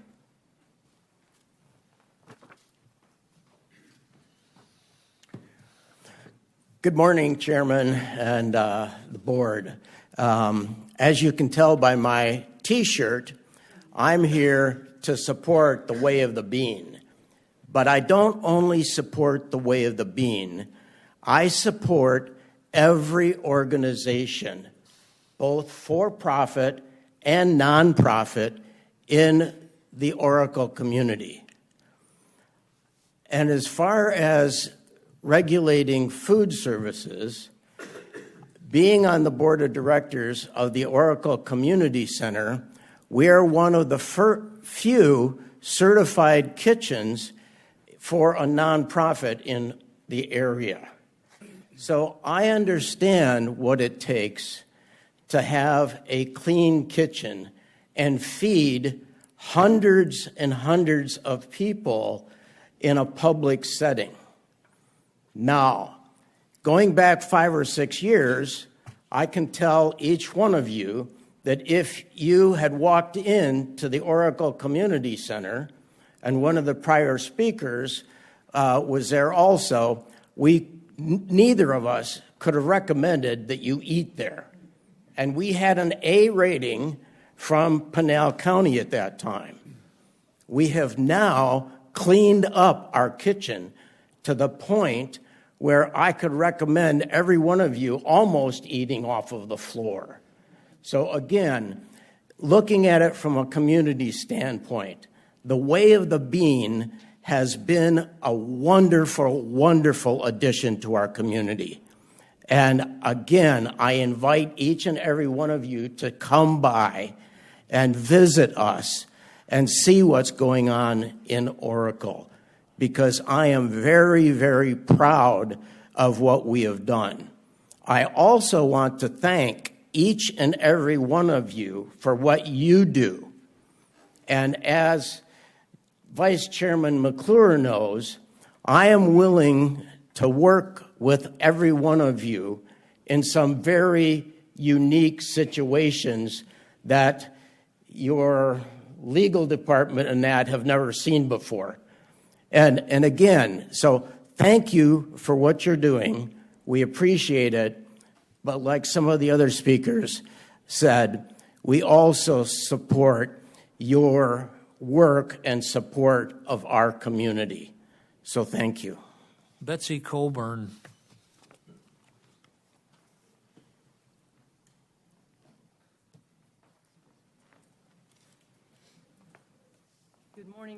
Good morning, Chairman and Board.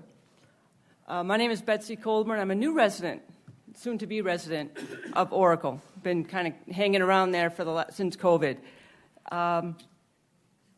Before the Way of Being came around, there wasn't really any place to hang out. There wasn't a place for kids to go, really, that you knew was a safe place to go. Even as an adult, I could go to the bar, or I could go to the Way of Being and read a book. I'd much rather be at the Way of Being, meet new friends, have a good cup of coffee, cup of tea, and meet some new people. I've listened to music from multiple bands there. I've seen artwork from multiple local artists. There's a cool little book on a table that says, "Tell me a secret," that people write in to share community that you can read. And the secret is Oracle. It's just a unique community where people help each other, they support each other, and if it weren't for the parking lot thing, I'm sure there would have been, and the traffic and all these big city rules that just don't fit for small towns. And I'm sure that you guys will find a way to make this work so that a small town can fit into the valley of Pinal County. Thank you. Bailey McNeil.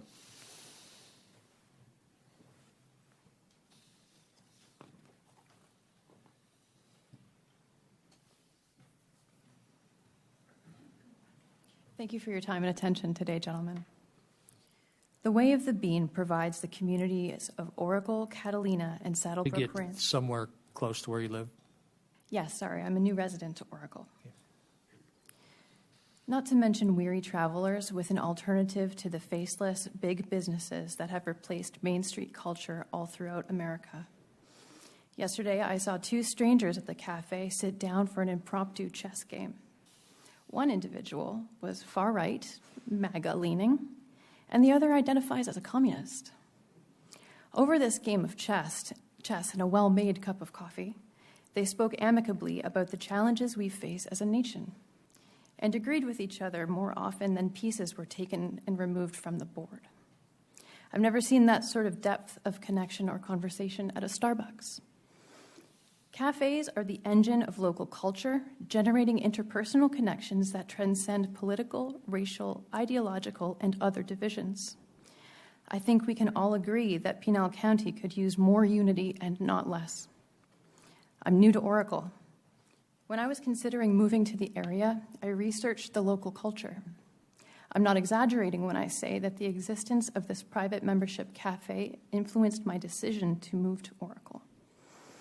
It showed me that this area has a spirit of community and inclusion that I could become a part of and grow with.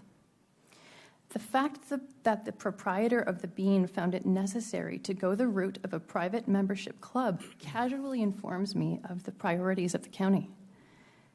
I ask the board today to consider not only the future of the cafe, but the future of Oracle without the cafe. Please take a page out of the apparent ethos of Oracle and work with us. The case for a private membership club is clear and seems to have precedent. So a vote from you in favor of enforcing the cease and desist will be a clear indication of your priorities as our representatives. Thank you for your time. James Bergstrom.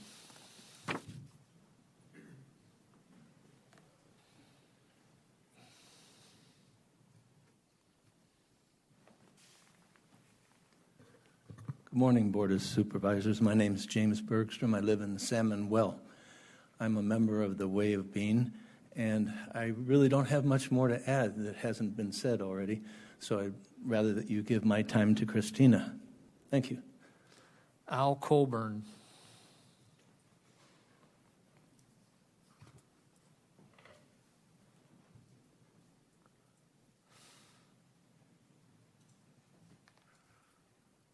Good morning. Thank you, Chairman, Vice Chairman, the entire board, for an opportunity to speak. So I'm new to Oracle. I've been there for 3 years, and I want to speak a little bit about community. This coffee club has really enhanced the community in ways that's kind of hard to put into words. It's a gathering place. People come for coffee and a scone. People come at lunch for a sandwich, but people stay there and talk.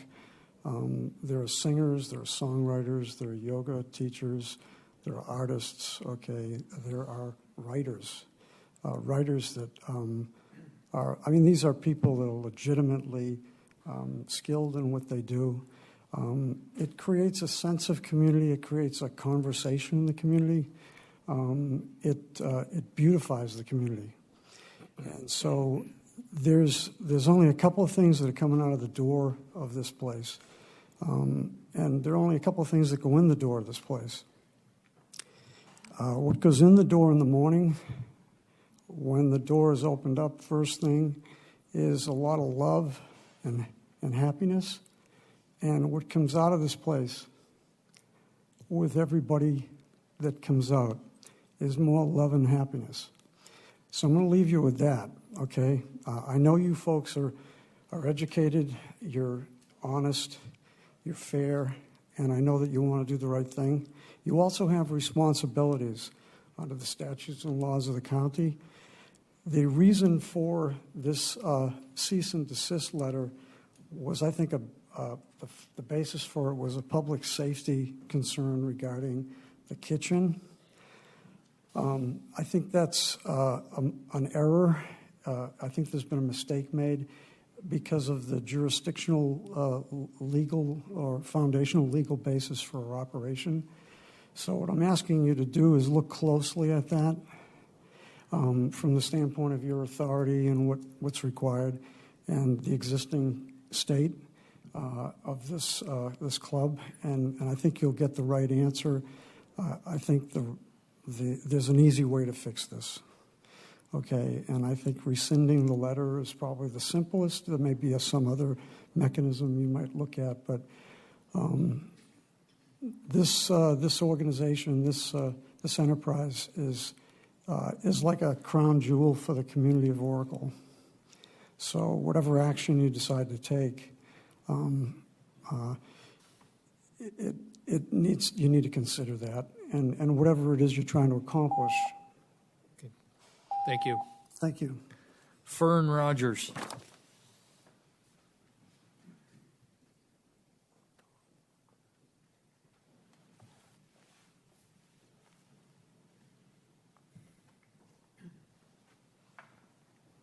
Thank you. I'm Fern Rogers, and I live in San Manuel. I'm here to support the Way of the Bean Coffee Club in Oracle. For me and for others who I have talked with, the coffee club has been and continues to have a positive effect on the local community and the surrounding area by providing a beautiful, friendly gathering place with a good cup of coffee. Ralph White.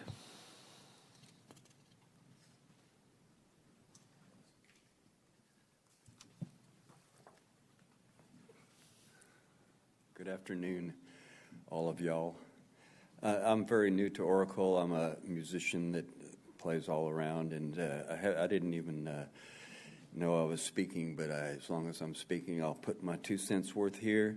And since, first of all, that was just a very, very corporate Kmart before it came, or Circle K before it became a community place where people can visit, and I have been very proud and happy to be there, to be a member of it. This whole event, I just was aware of it just a few days ago, and I came down here to put my 2 cents worth in, and thank you very much. Chris Hall.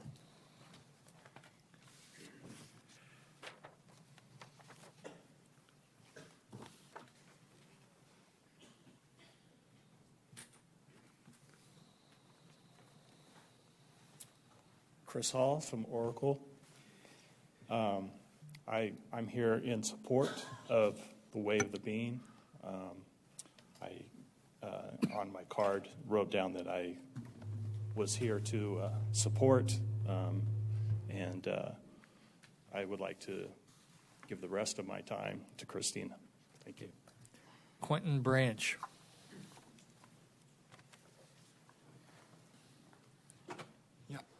Quentin Branch. I'm a 20-year resident of Oracle.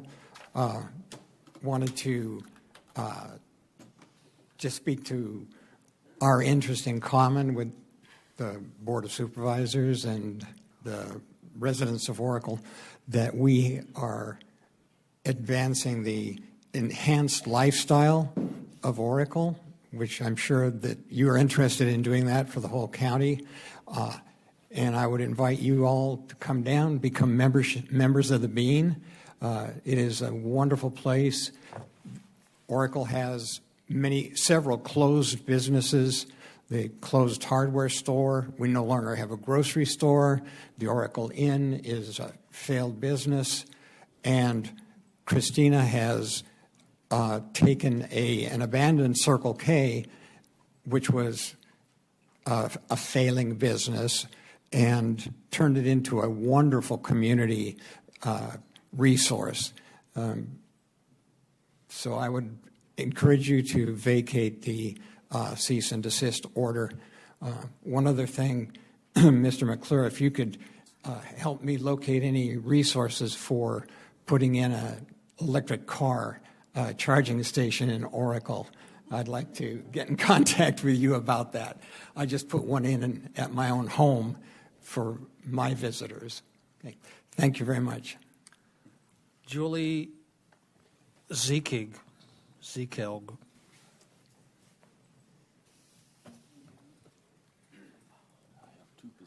Hi, my name is Julie Sekli, or if you speak Hungarian, it's Jeka Juli. You're not very much surprised. I was very much surprised when I learned that our meeting place was going to be closed down or something. I couldn't believe it. This is the best thing that's happened to Oracle since we've been here for 25 years, something like that. And there was Christina's work is the best that we've seen since we've been here. And I wonder if all of you have been there. I don't recall having seen you there. I invite you all to come. Please do. Nobody wants to? Okay. Corey Daniel.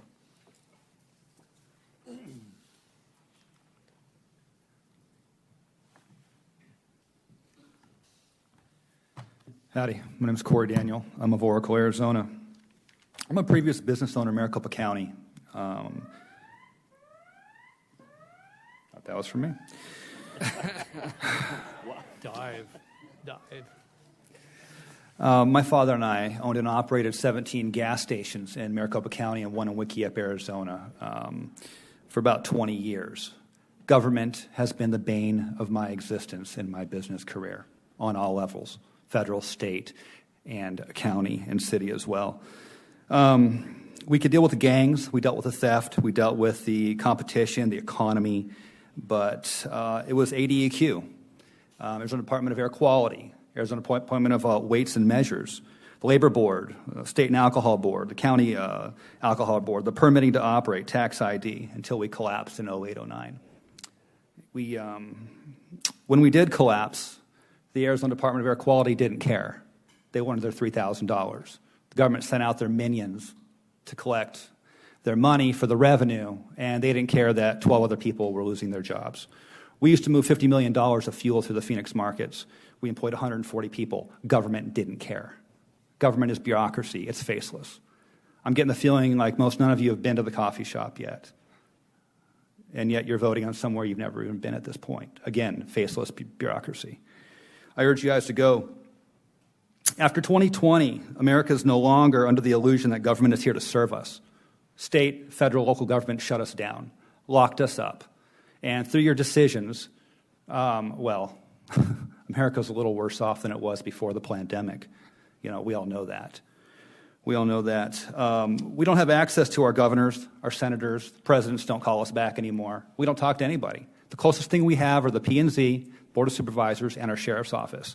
And the more and more we come to these meetings, we realize that we're just here for you guys to tell us how to live. We're tired of it. Everyone's tired of it.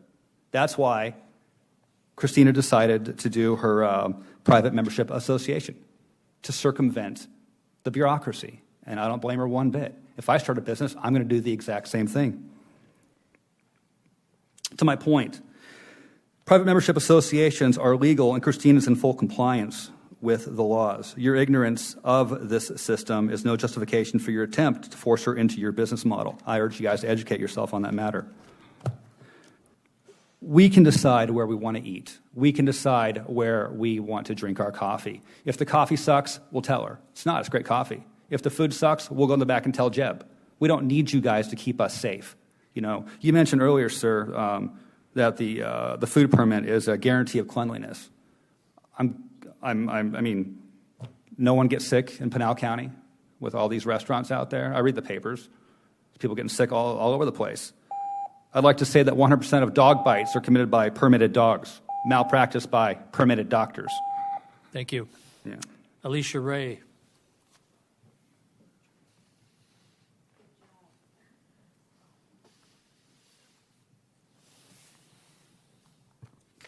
Good morning to you all. I'd like to start with reiterating some of the things that are important in our community. Christina's shop has given a beautiful space for the local artists to display their art. Part of the art community was shut down heavily during COVID, and some of those art members, because they weren't vaccinated, were removed from the art community. I love to see, as an artist and a painter, I love to see the new art coming into there every month, what comes in, and I'm planning to put in my own show there. As a burgeoning little business with Corey, we have a small organic tea company. Our tea is served at Christina's establishment. We put a lot of love and care into our tea. We source all our ingredients, we dry all our own fruits, so we can guarantee that the people who drink our tea are getting the very best that they can. No chemicals, nothing. And Christina has given us a place not only to have our tea served, but we offer a tea party there. And we serve delicious pairings with the tea. It's wonderful. And we have people come from Saddlebrook, we have people come from San Manuel, and we have people come from our own town there in Oracle. And when we did our first tea party, we got so much wonderful feedback that it was something they never had, it was something they never experienced, and they were really excited to come and have pinkies out with their tea and treats. And that was really exciting to us. What I find disappointing is that here we have men in government who have access to the people in our community, and you are ignoring the very simple way a PMA is organized. Ultimately, a PMA is protected under the supreme law of the land to have a private gathering.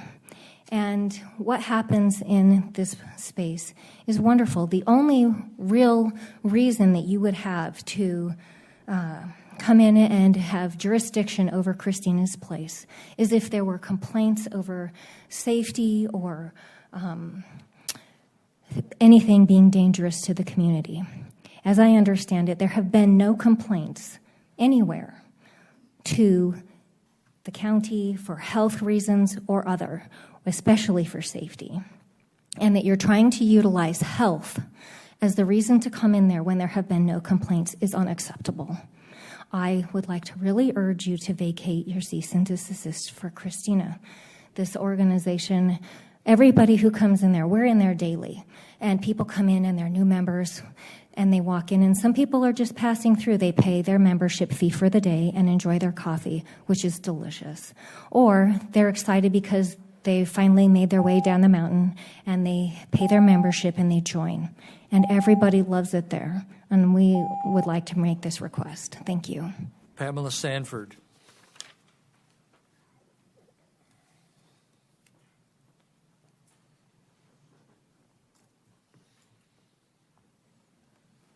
Thank you, Board. Thank you. I had put down that I didn't want to speak. For obvious reasons, there are so many who have said exactly how we feel. I've been a community member of Oracle for 40 years. I've worked there. My husband and I raised a family there. I was involved early on in the Oracle Community Center as a board member. We have done everything in our community with the ideal that we are a community, we're a place to raise our children, a place for our seniors. we're not just a town. We are, and not even just a community, we're a family. And I urge you to please readdress and look at what you have, the cease and desist. And I'd like to turn it back, my time now, to Christina. Thank you. Hector Lovemore.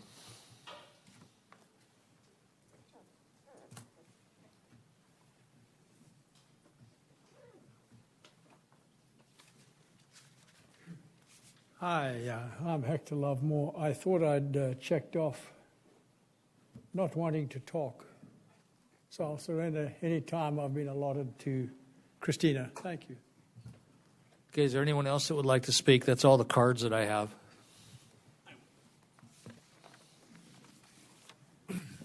I wasn't going to, but you can't hardly resist after being inspired. So can we hear who you are? Boots Hawks from Casa Grande. And I invite Christina to come up and cross the Casa Grande and start a Way of the Bean up there. I want to tell you what, this is what we need in this country. A place where all people could come together. You know, I get tired. I sit there and I listen to a couple people come up and bash conservatives, Republicans. You know, when are we going to stop doing this stuff? When are we going to come together as a community and work as a community and back off a little bit from attacking small businesses trying to start up? These individuals that came up today show me that we have hope, even if it's in a small area like Oracle. And I'm going to drive down there, and I'm going to become a member. And I think every one of you should consider that also. That is the way of this country. Small government, more controlled by the people, not by bureaucrats. Thank you. Anyone else? Jack Mattashoni, Apache Junction, and I just want to say that I support what Boots just said, and also I'm going to go down and have a cup of coffee and become a member. Thank you. Anyone else?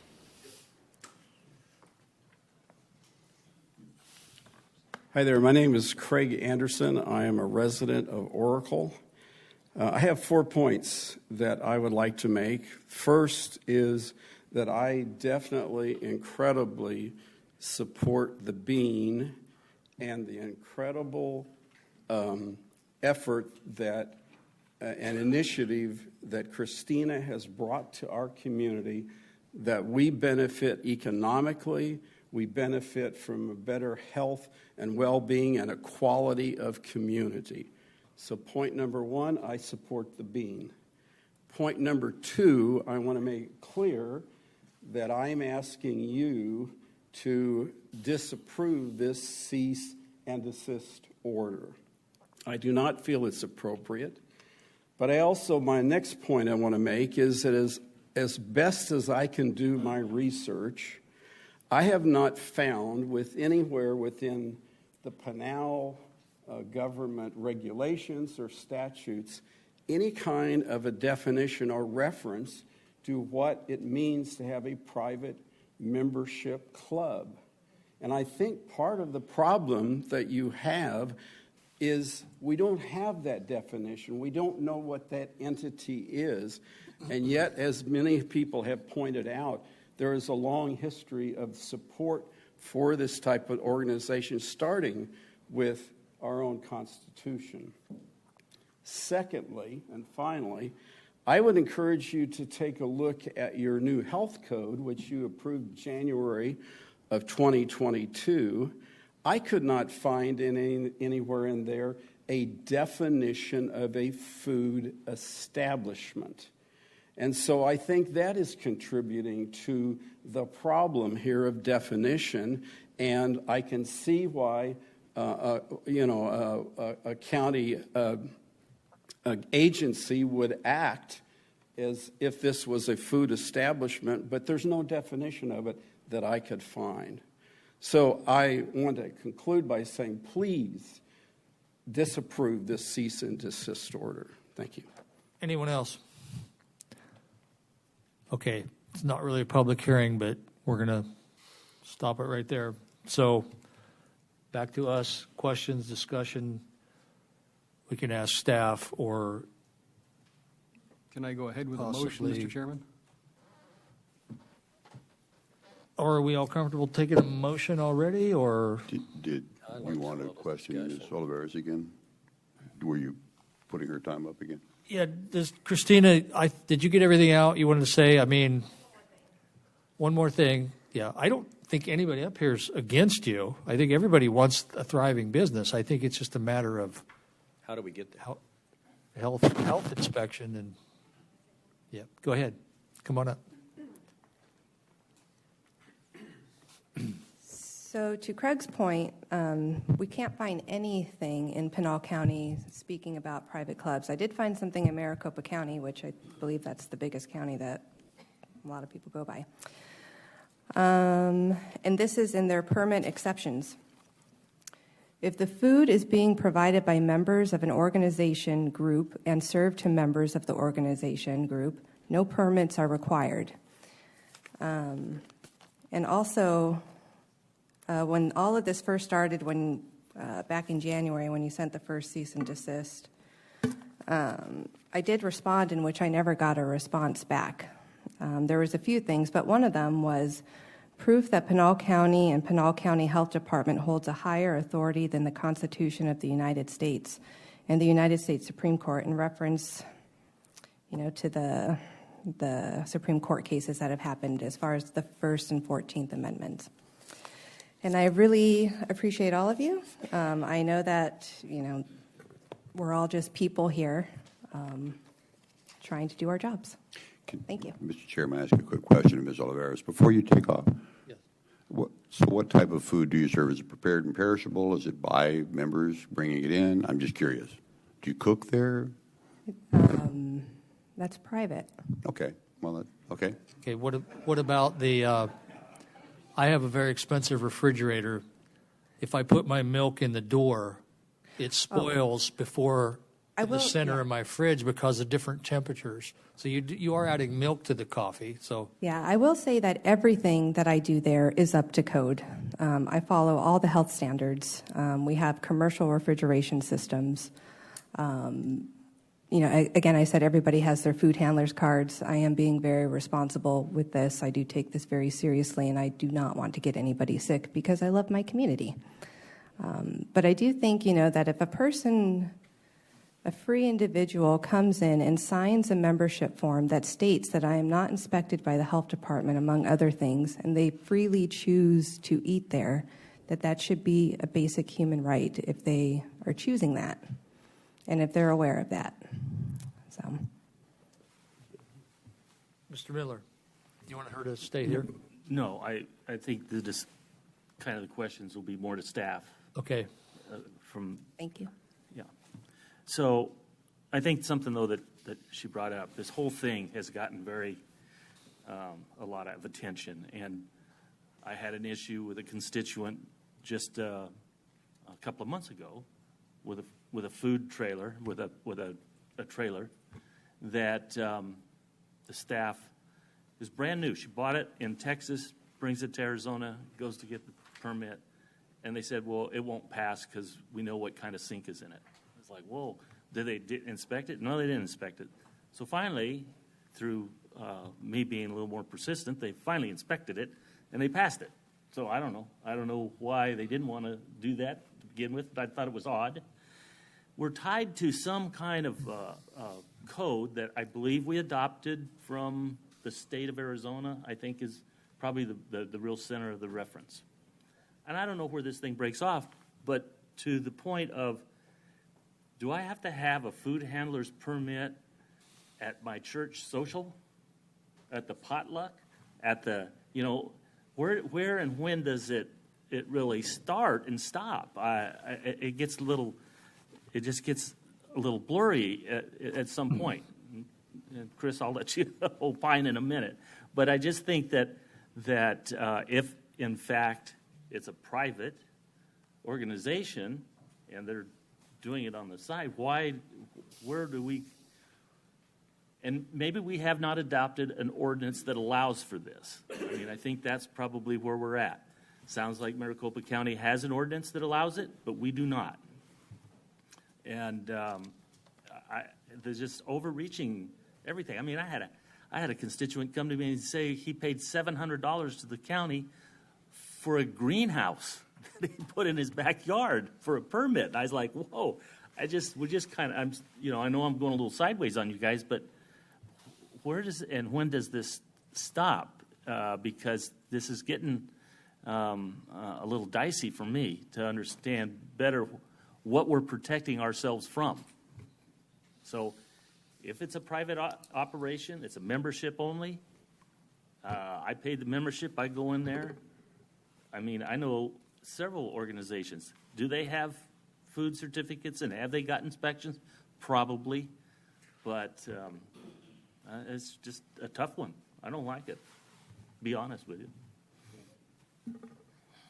Are you going to answer? I have some questions for you as well. Mr. Chairman, Supervisor Miller, the questions you ask are probably best addressed for legal advice in an executive session because you are running a whole gamut of different things that you are throwing out that we would need to go into.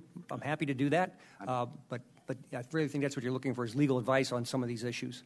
I want to throw some more to you. I know a lot of codes over the years have come from fires and being one exit.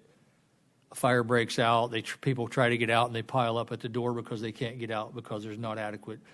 Is this included in the cease and desist, or is it only about food handling?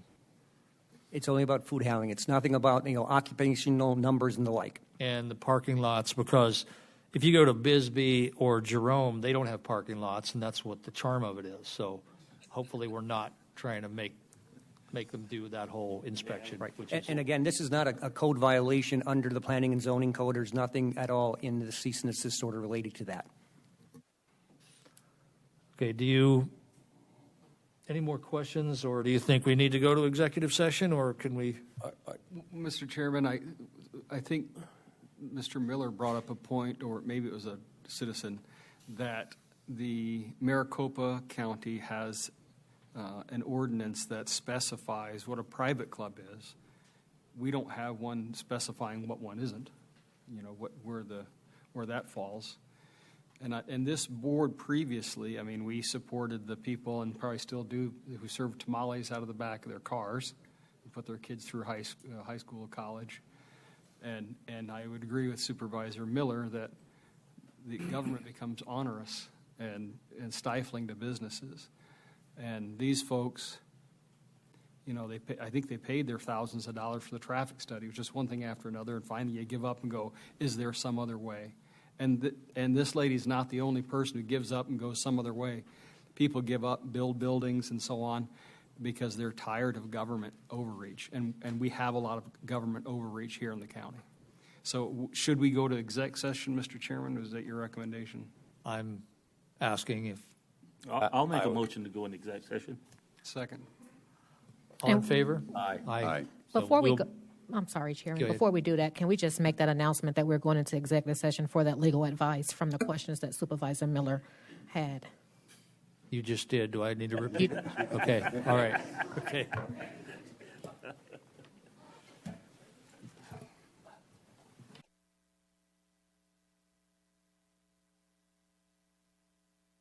So we'll be back in order here to the public health issue.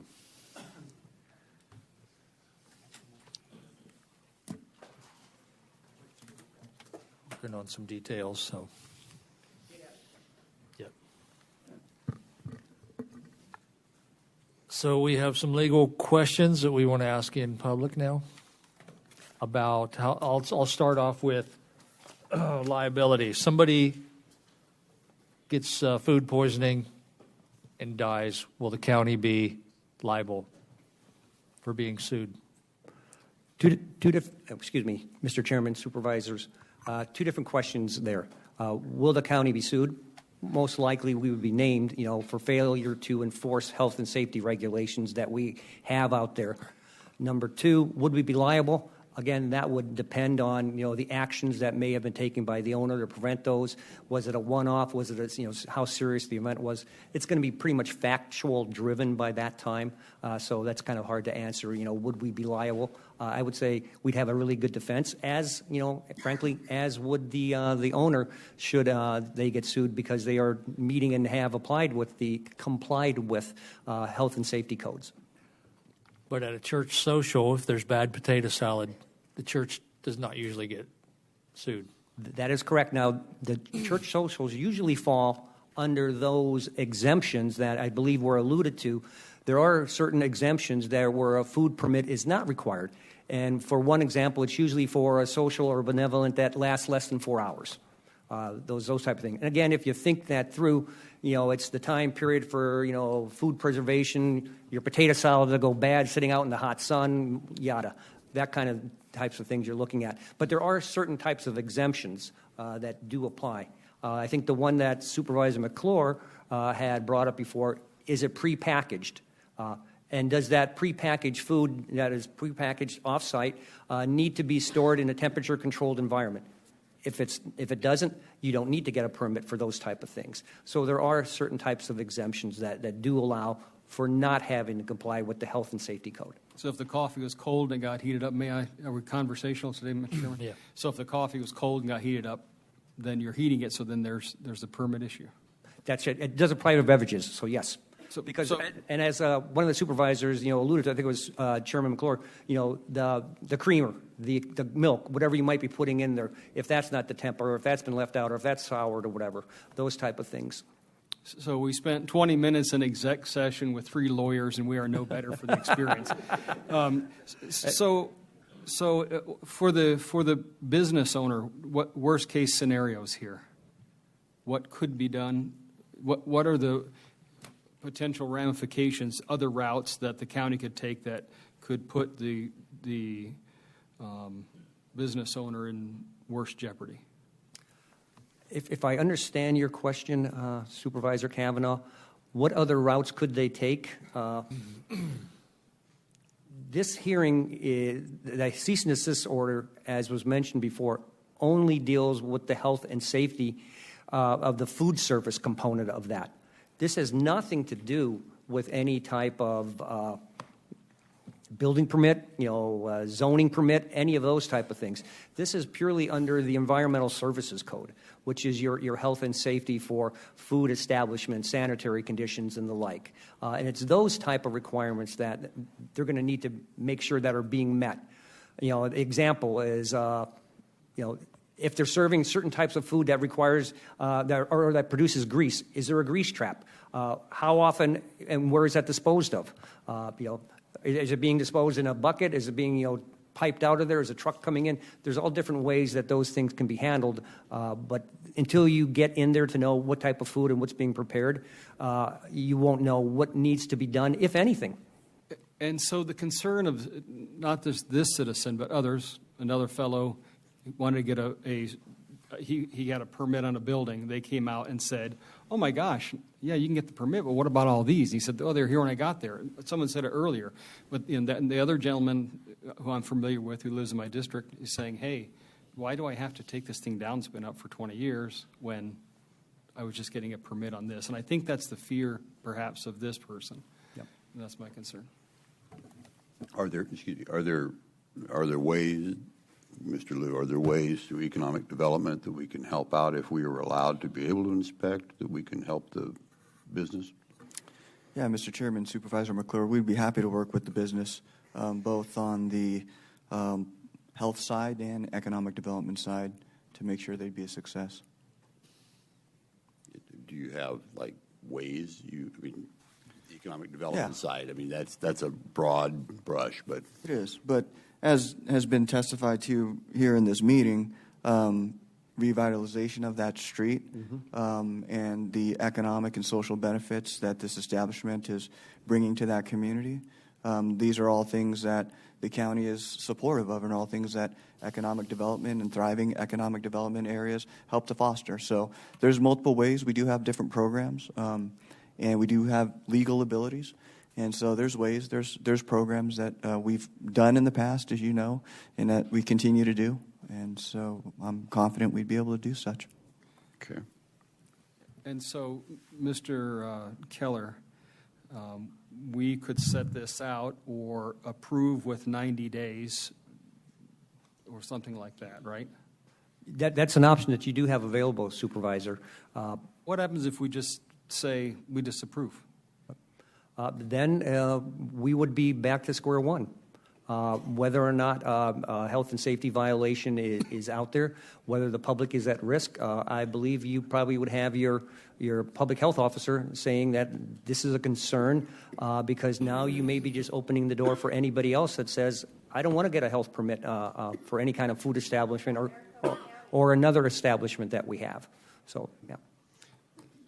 Oh, okay, so back to that. So now we're at a private membership association. So the argument's been made that this is that. Can you give us the constitutional issues there? Do you have a...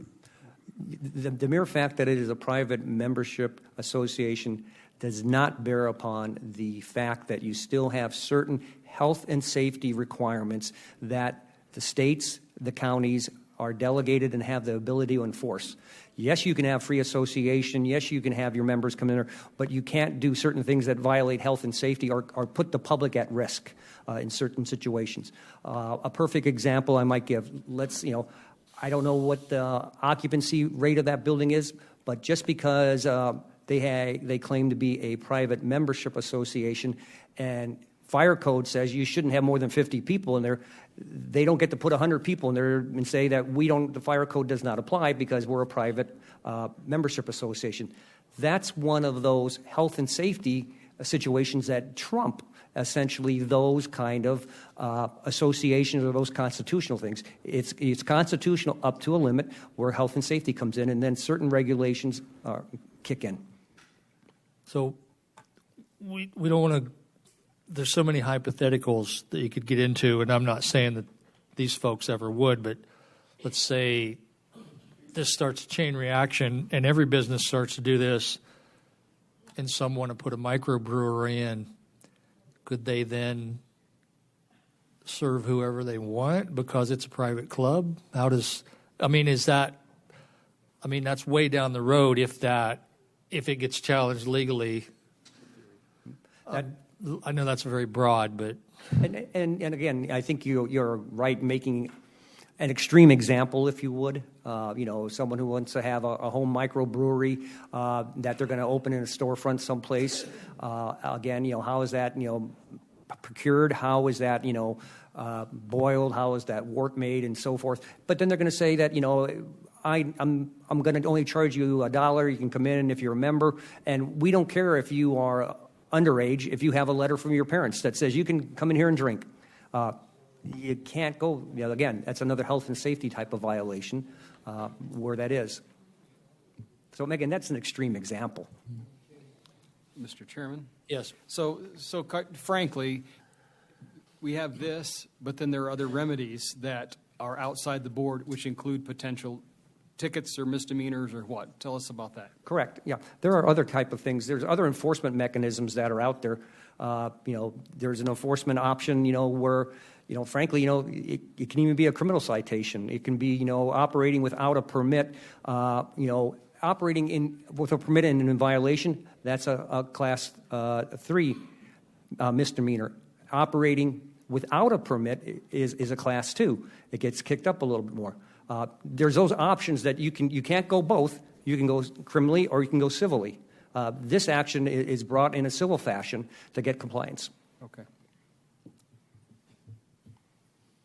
Anyone else? Steve. Thank you, Mr. Chairman. Through all this discussion, I don't know that I have any real questions for staff or the council. But as I've pondered on this thing for the last week, there is not one business that could ever start in the United States of America that would not have to have some kind of an approval from a government agency. I don't care what it is. I can't think of any business that you could start that wouldn't require at least some type of a approval of some type, whatever it might be, zoning, health, whatever. So we're at this point in this country, and it's unfortunate, I guess, in some ways. But we as a board are here to, and I know that this might not sound really good, but we're here to protect you in some way, shape, or form through these types of regulations. What I would hope for in this thing is to hold off on this cease and desist and reach out for some cooperation so we can determine really where we're at with this company. I want to see that. I want to see it stay. I want to see it stay in business. I fear that it opens Pandora's box with, somebody spots something and then there's something else, which is what happened with the parking. This is kind of scary that all of this action that has taken place with this cease and desist, nobody knew anything about the parking. Again, we don't communicate well in government, so I just fear that there'll be something else. But if we can work with them, see if we can't find a way to keep them open without being overburdened on them, we just, that's what I want to give direction to staff to do. And I'm willing to do, some kind of like 90 days or something to where we can negotiate something out that allows this business to stay open. Mr. Chair, and if I could add to a little bit there, I'd like to, in the course of that 90 days, look at some of what's happening over in Maricopa County. I know that was brought up, that be part of the review and look at and come back with, possibly we need to be making some adjustments in some of our things when it comes to the health department, when it comes to businesses like that. But at least give us some kind of a basis. It was alluded to that Maricopa County has something. Let's at least look at it and evaluate it and see how that may or may not fit within our county. But it's a two-way street. We've got to have the help back from you guys. And to that point, that's one of the challenges we all face. I live in an area which is highly populated and it's unincorporated. And one of the biggest challenges we have in that particular community is trying to unify people. We don't have a coffee shop. We do. We got a Starbucks. We've got exactly. I don't even go to a coffee shop. You invited me. I don't even know what I'd do there. It'd be like me walking into a bar. And it sounds like you have a cover charge anyway, so it'd be no different than walking into a bar, right? And so, these are some things that, and to your point, Supervisor McClure, there's a two-way street because I'd like to find out how we can get to, I don't think anybody on this board is in the position or in the desire to actually say cease and desist, especially when you hear from your community like you did and like they've come to that. And I look at this gentleman in the black hat, and it looked like my cousin Royland Brimhall walking up here to talk. And I'm thinking, what the heck is he going to a coffee shop for? And so with that being said, I just, to your point is let's figure out how we can make this thing continue it. And I'd love to see some kind of idea like this be created in all the other communities that we have. Somebody else came up here and talked about how two people sat down you couldn't get any farther on the spectrum. That'd be like Mr. Ravelis and this gentleman in the red sitting down to play checkers or chess with one another and having a peaceful, good conversation. And to your point, we've kind of gotten out of that. And we need to get back to that with our community. So anyway, that's where I'm at on this. And so I agree with the 90-day and having to look at what needs to be. So thank you. We need to get that into a motion that makes sense then. Wasn't that it? What is that? Yes. I have some notes here from the attorney and a couple options. The first, I'm just going to go with a simple one first, and if we don't get a second, we'll go on to the next one. So the first motion on number 2 would be to disapprove the authorization of Pinal County attorney to take any action. But then you can't even agree to 90 days if you do that motion, correct? Because it's saying just drop everything. So that's the first one. No. So there's no second? No. Okay. Then the second motion, if I may, Mr. Chairman, would be to approve and to authorize Pinal County attorney to take all necessary action to enforce the cease and desist order as upheld by the health officer against Way of Being Coffee owned by Christina Needs my help. Christina Oliveras up to and including filing a complaint in Superior Court if the owner has failed to come into compliance within 90 days and direct staff to work with the owner during the 90-day period. The business owner was found in violation of Pinal County Environmental Health Code for failing to obtain a permit to operate a food establishment located at 335 West American Avenue, Oracle, and Supervisor District 4. My question on that motion would be, if that doesn't happen, what happens on day 91? Mr. Chairman, supervisors, on day 91, we would have the ability, and you would have approved us to go to court and file that cease and desist order and get an injunction or take any all appropriate legal actions to enforce it. Yep.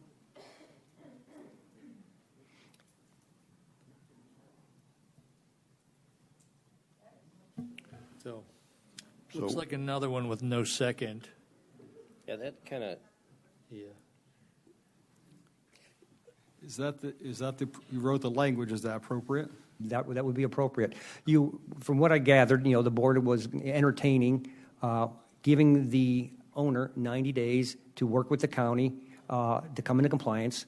And so during that 90 days, the county attorney's office would be instructed not to file anything, not to go to court. But if that compliance and working with the county isn't moving forward or hasn't been completed by that time, then we would have the authority to go ahead and do that. Now, again, frankly, if as you know in other code hearings, if progress is being made to those ends, those dates can always be extended, with this board's approval. So with that, can you help us craft something that would include, because the bottom line is they've got to work together. I mean, if they're taking a hard stand, this is the way it's going to be. I mean, we're pretty much at an impasse, in my opinion, at this point. So there's really no need without some type of compromise or something to look at it to where there's some type of a compromise in order to move forward.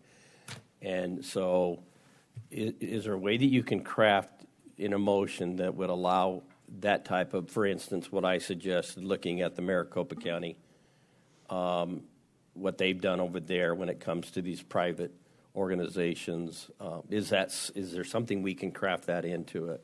Well, we can do that at the same time. You just need to instruct staff to pursue possible updates to the Environmental Services Code. Okay. Now, with the caveat, I need to say, because a lot of times for those code updates, there is a notice and a hearing process that we need to go ahead and file, and giving X number of time for people in the public to come up and comment on that, and to publish in the paper and so forth. And depending on how severe it might be, whether 90 days is sufficient, I don't know. Yeah. I mean, I haven't looked at the Maricopa County Code for that component, and frankly, we haven't talked to the environmental health officers on what their view of that is, or what unique situations are they seeing. Would that work in our county? So we'd want to be able to have an opportunity to explore that with staff and the people that are out there in the field having to enforce it. Is 90 days long enough? He says he doesn't know. Right. Could we craft it in a manner that says that that while looking at the code update, or however we're doing this, that we craft an extension to that point so that we can go through the code and do the public hearing and do all those type of things that you mentioned? You could. Maybe a better method might be to ask for this item to come back at that 90 days for an update to see whether a code revision is in the works and how long that may take, and whether the owner has been, willing to work with the county to come into compliance. Mr. Chairman? Yes. That's a interesting statement because they may be in compliance. They may be. Yeah. But we don't know. And to Ronald Reagan, I got to get, we got to compromise. We got to come up with something here. If the line is drawn in the sand and you're not going to allow the county to inspect, our hands are pretty well tied. I mean, it'll just start the process over again and over again. Not allowing us to see what it is that you have bothers me, because I think if you are in compliance, if everything is to the code, why not let us see it? I mean, are you willing to do that? I can answer that question. Okay. Mr. Can you come to the podium? Can she come to the podium and answer that question? Yes. The first question is, you have nothing in your codes about private establishments. That's true. So, but that wouldn't change. Now, if I may, Mr. Chairman? But there is the Maricopa County, which talks about that. But it still requires inspections. It doesn't. It does not need a permit. It does require inspections. Where did you see that? Because it says that no permit is needed. There's a difference. Yes, there is a significant difference between not needing to get a permit, but you still are going to be a food establishment. And there are limited exceptions in Maricopa when you don't need to get a permit on certain types of events, certain types of food you're selling, and so forth. So those are exemptions. And that is not a wholesale exemption just because you are a private membership association. The Elks Lodge is a private. They have to get a food inspection. I understand that, but they're private. They're semi-private. They're also public. I'm willing to, I want my coffee shop to thrive and to continue for my community. My concern is if I open myself up to the part of the county for the health department, I'm no longer a private membership association. I am then public. Why not? According to law, because I'm working with the county, it becomes public. No, I don't think that's how the law reads. With private memberships, it does. So you're saying private memberships do not require any kind of permit. So I can have a private membership for, I don't know, child molestation, I guess, and then no. And unless you're causing substantial harm or evil, that is how it reads in the Constitution, which I'm not. The state or the United States Constitution? United States Constitution. But it's health and safety. That's what was the term you used? We have an obligation to protect public safety, health, and welfare. Yeah, thank you. So we have that obligation. I understand. I guess I don't understand why you think that allowing the county to inspect all of a sudden erases your private membership, because that's what you're saying. That's from all the studying I've done on private membership associations. That's what would happen is then I would then become the public, and then it opens me up to all of that. All private memberships do not require inspections. Does it read that way in the statute? In the statute, it says that, you don't need any of that. As long as if you're member-based and you're not dealing with the public, if you're dealing with the public, then yes, you need inspections. But if you're not, if you're completely 100% member-based, you're dealing with members, not the public. Also, the health inspector, Thomas, I forget what his last name is, I also have audio recording of him slandering my business to another small business in Oracle. And that gives me great concern. Okay, And so it concerns me to open up my place to that because I don't know, I have not had the best experience with the county. And then it also opens me up to... Can I ask a question then? Yes. How many departments have you dealt with the county? I have dealt with multiple departments. I dealt with the traffic or the engineering department. I dealt with... So when I started out this process, I got the architect. I spent thousands of dollars getting all of this whole process done. I can't remember exactly who I talked to in the county. It was a while ago. And I just kept running into issue after issue, mainly with the parking. So they wanted to put in, I don't even know if I should go into this right now because we're not talking about that, but do you want me to? Well, I need to find out if you're not ever going to let the county in, I think we're at an impasse, and that will determine what kind of motion comes out of here. I'm willing to explore it because I want my shop too, and I want to stop being hassled. Okay. So, I mean, do you need an ombudsman? Do we get somebody that kind of monitors this thing all the way through, either from staff or from somebody from the public? I don't know. I want your company to thrive. I want your business to thrive. Thank you. I want it to stay in place. Thank you. Me too. I do need cooperation. We can't move forward if we don't have cooperation. I got to have some cooperation at this point in time. I understand. So I think we can explore that, definitely. What does that mean? That means to explore how that will work. Okay, so if we suspend this for 90 days, just if we did, how much time do you need for exploring? I'm not sure. It depends on what comes back. So if I have to end up paying thousands of dollars more for different permits, for different architectural structures, for all sorts of different things. Can I ask another question then? Yes. You said you hired an architect. Has an architect put any lines on a piece of paper for you? Yes, I have all the plans done. Everything is built to code.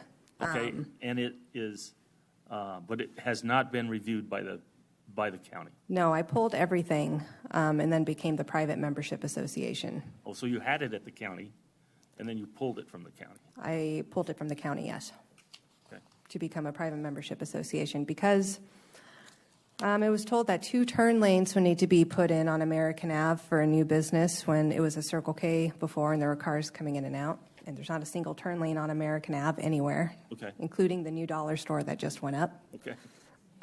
Numerous things.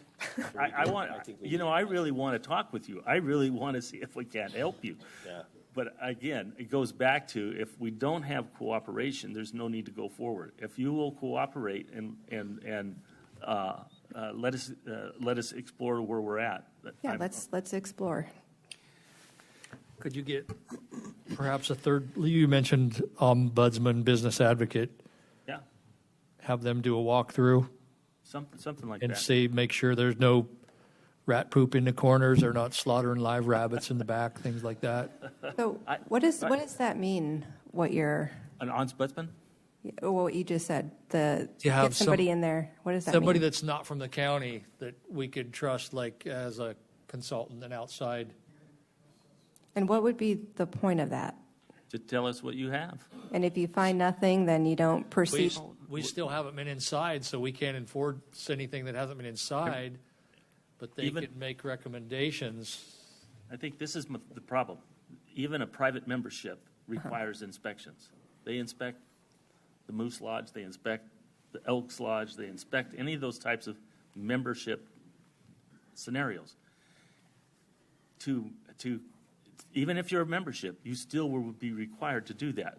And I think, unless you have an attorney that could argue that point differently, I think that you'll have to do that in the future, no matter what, if you want to keep the business open. Yeah, well, I think that's where we're at. I think we should work with the 90 days, and that will give me time to talk to my attorney. I want to work. I'm cooperative here. I want you to know that. Okay, good. I just need to also protect my business and to see what liabilities I'm under if I open myself up. And we need to see what liabilities we're under. Right. Okay. So, the Maricopa County, it'd be interesting to see what liabilities they're under if it's a member serving a member, which is exactly what I'm doing. Okay. Well, we're willing to look at it. Thank you. Ms. Oliveris, just a real quick question. Is there a back room to that, or is that cooler behind your bar got a cooler next to it? I'm looking at pictures on your website. Is there so I have a commercial refrigerator. Yes, you do. I have 2 commercial refrigerators up front in the bar with me. I have a commercial walk-in in the back. Commercial walk-in, that's what that picture, okay. Yeah. Thank you. And Mr. Chair, a comment that I'd like to make is that we're not Maricopa County, number one, and so we don't have any kind of private organizations that could be doing this. We don't have any kind of on our books right now. No. And we don't even know what it even states in Maricopa County as far as the inspections that Supervisor Miller has been bringing up. And so that would be really interesting to see how they actually run it over there, that we are actually exploring and looking at and seeing what that's going to do. You know what I mean? But I know that's been brought up several times, but the bottom line is we're not Maricopa County. What's that? Okay.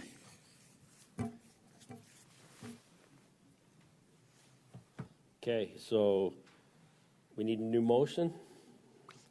Mr. Chairman, Supervisors, I believe that Supervisor Kavanaugh's motion as the second draft gives you everything that you are asking for, that 90-day period to continue to work with the owner and have staff assist wherever they can to make sure that they can get into compliance. But, I mean, those are the type of things that we need to get in there and take a look at. The perfect example, Supervisor McClure, if there is a walk-in cooler there, how is the produce or how is the meat or how is anything being stored? Is it being, in certain kind of things so that it's not leaking? Those are the type of, just health and safety, food handling things that just need to be looked at. Yeah, it could all be fine. And Mr. Chairman, if we ignore this and we ignore this civil route, it's not up to us whether the health department goes another route, right? That is correct. I believe the health department has their own authority to ask the county attorney to bring an action under the criminal code. So by doing this, we are preventing, for the moment, any of that sort of action, right? You have the option of one or the other, the way I'm looking at the statutes, so it's one or the other. Can I ask you a question? I was told by when this is not with Christina's place, but another spot, something else that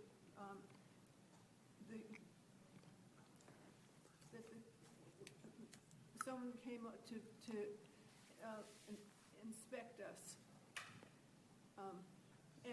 Mr. Chairman, point of order. Yes. Yeah. Mr. Chairman, we're outside the public comment. Yeah, we've already had public comment, so.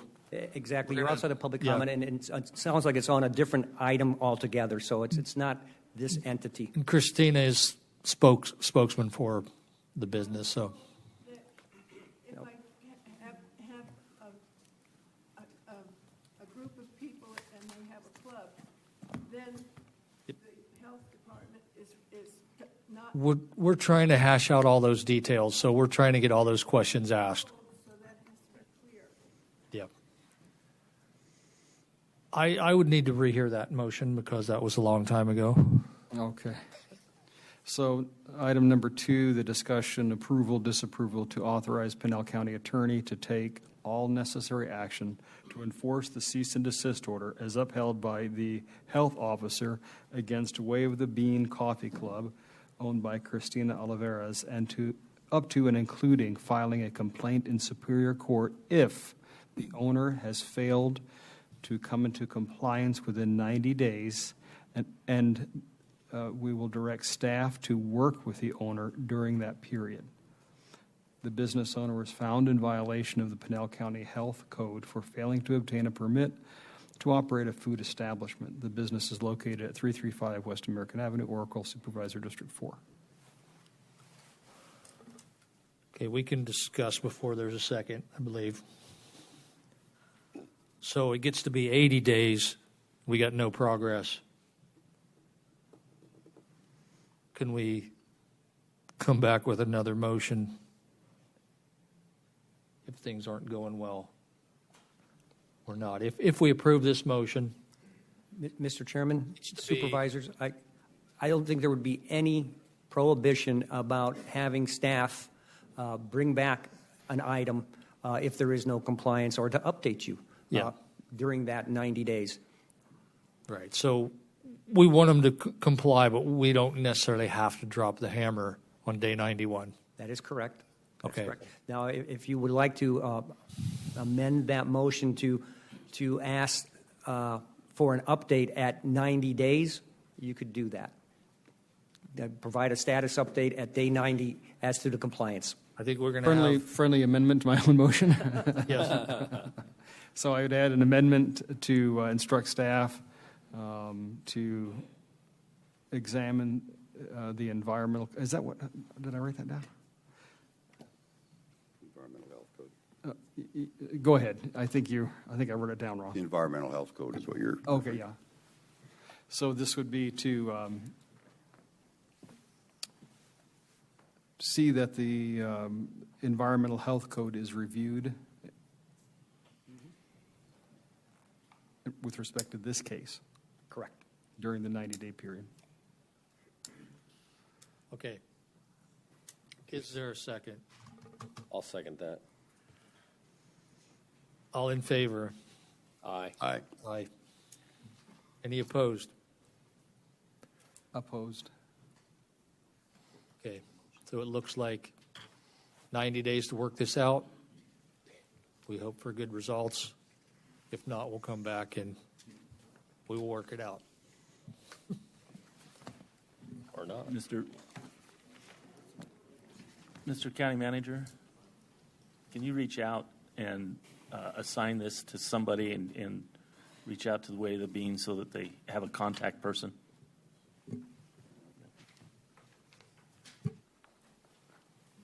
Okay, we will leave public health, go back into our regular session with item number 10. Public hearing and discussion, approval, disapproval of ordinance number 2023-PZ038-22. Gilbert.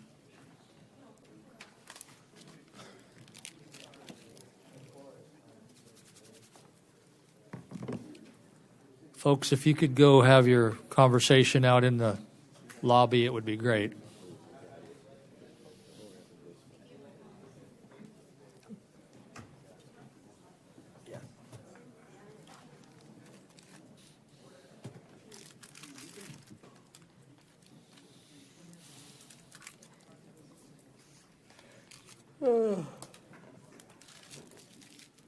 Gilbert, I believe you're up.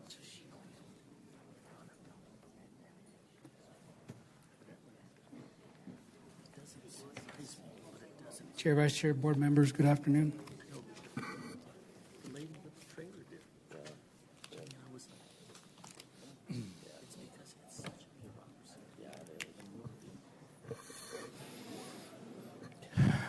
Board members, you ready? Yes. So this case is Palos Verdes rezone. It's PZ 03822. So before we get started, this case came before you for a decision, and it was continued to today's date. And as you mentioned, we'll have the public hearing after staff and applicants' presentations. Same as before. I'm going to go through this one fairly quickly, unless you want me to focus on other details. I'd be happy to. But this is a rezone for about 160 acres from general rural to MHP 435 manufactured home zoning Gilbert, district. that microphone, if you put it away from you a little bit, yes, would be better. How's that? that better? Yeah, you haven't talked yet. Okay. Yes. Okay.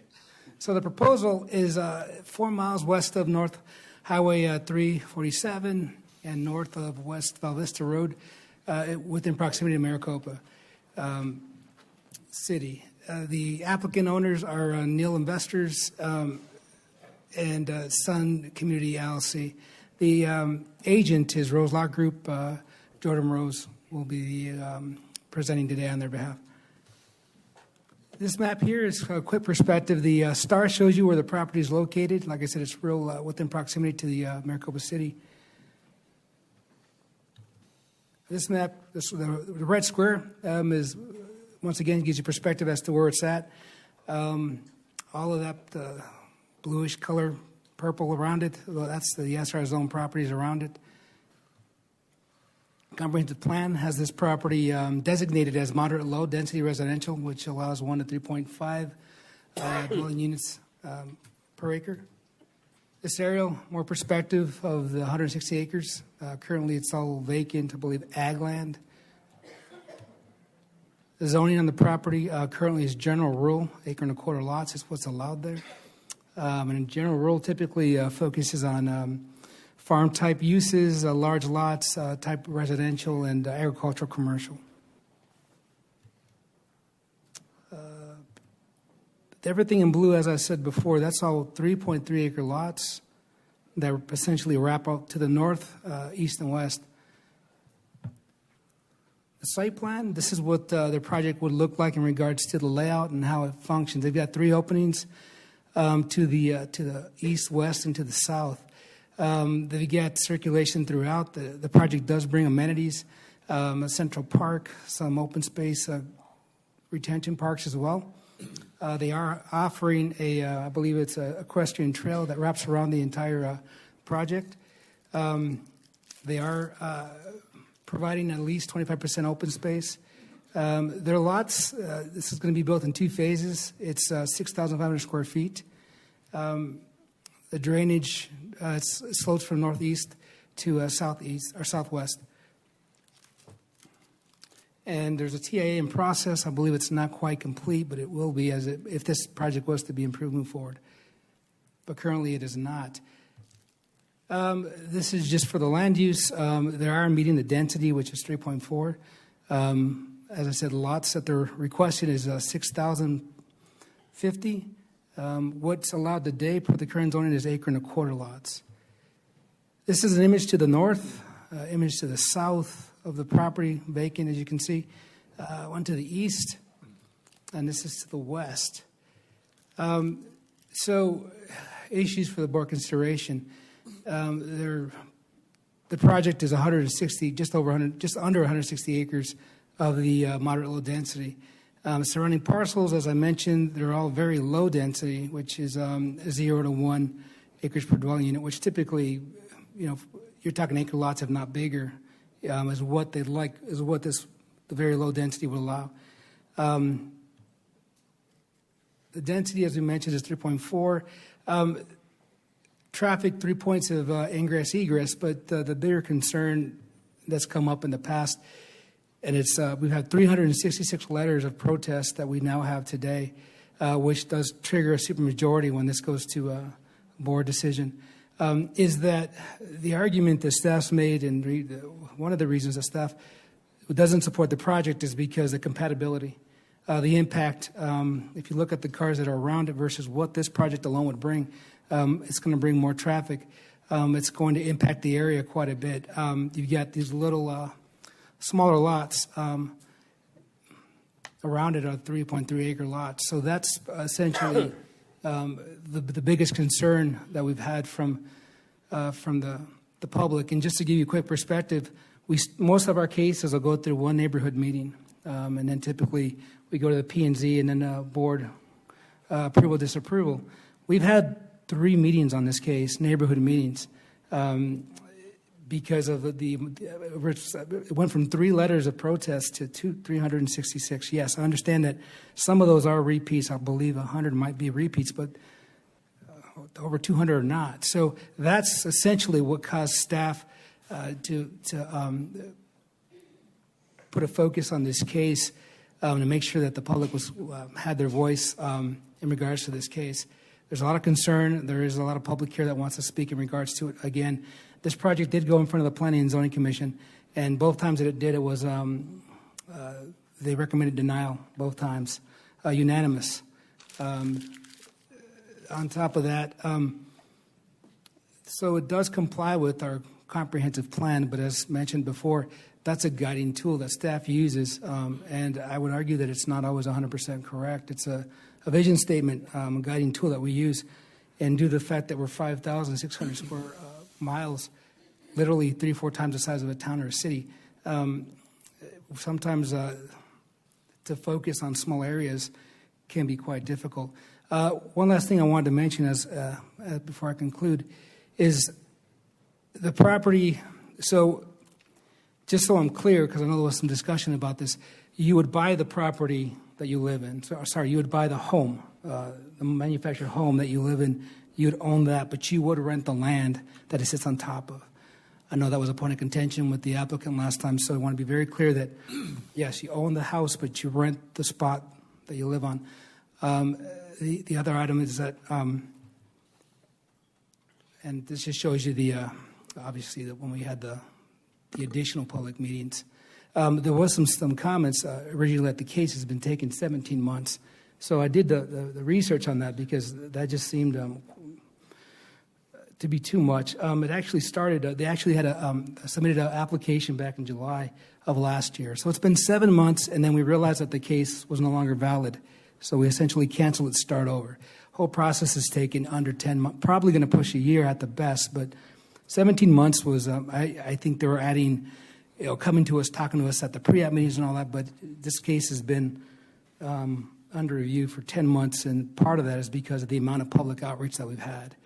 So I just want to be fair to staff that we didn't delay this case, we didn't forget about this case, but when you have this much public interest, they can take a little longer.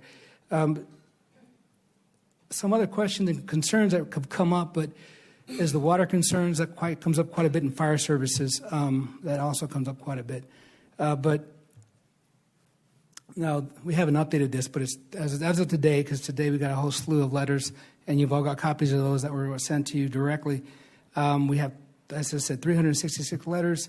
Staff still recommends denial.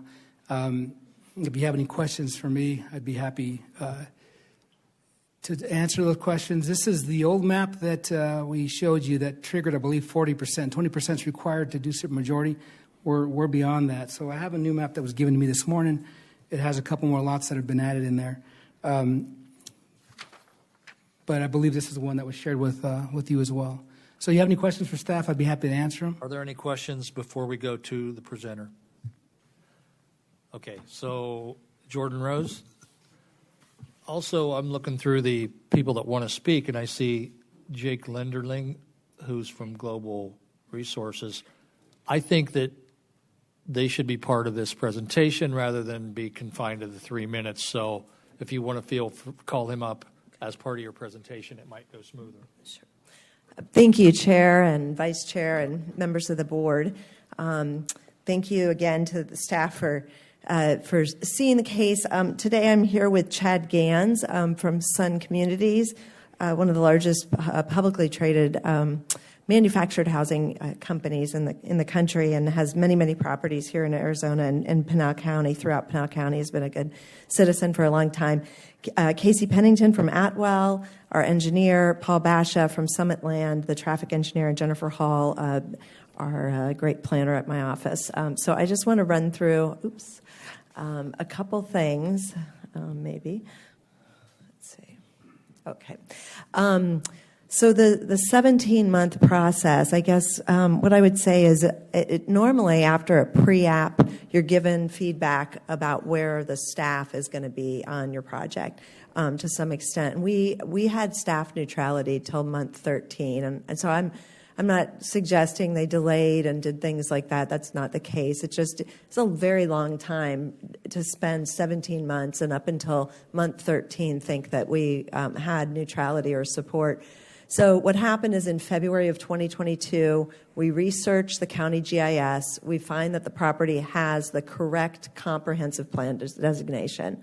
And that is not in question. Nobody says that was ever wrong. The comprehensive plan for 14 years has been this moderate low density that we're going to comply with if it's rezoned. We don't comply with if it's not rezoned. But anyhow, the GIS shows that it needs to be rezoned from CR3 to MHP.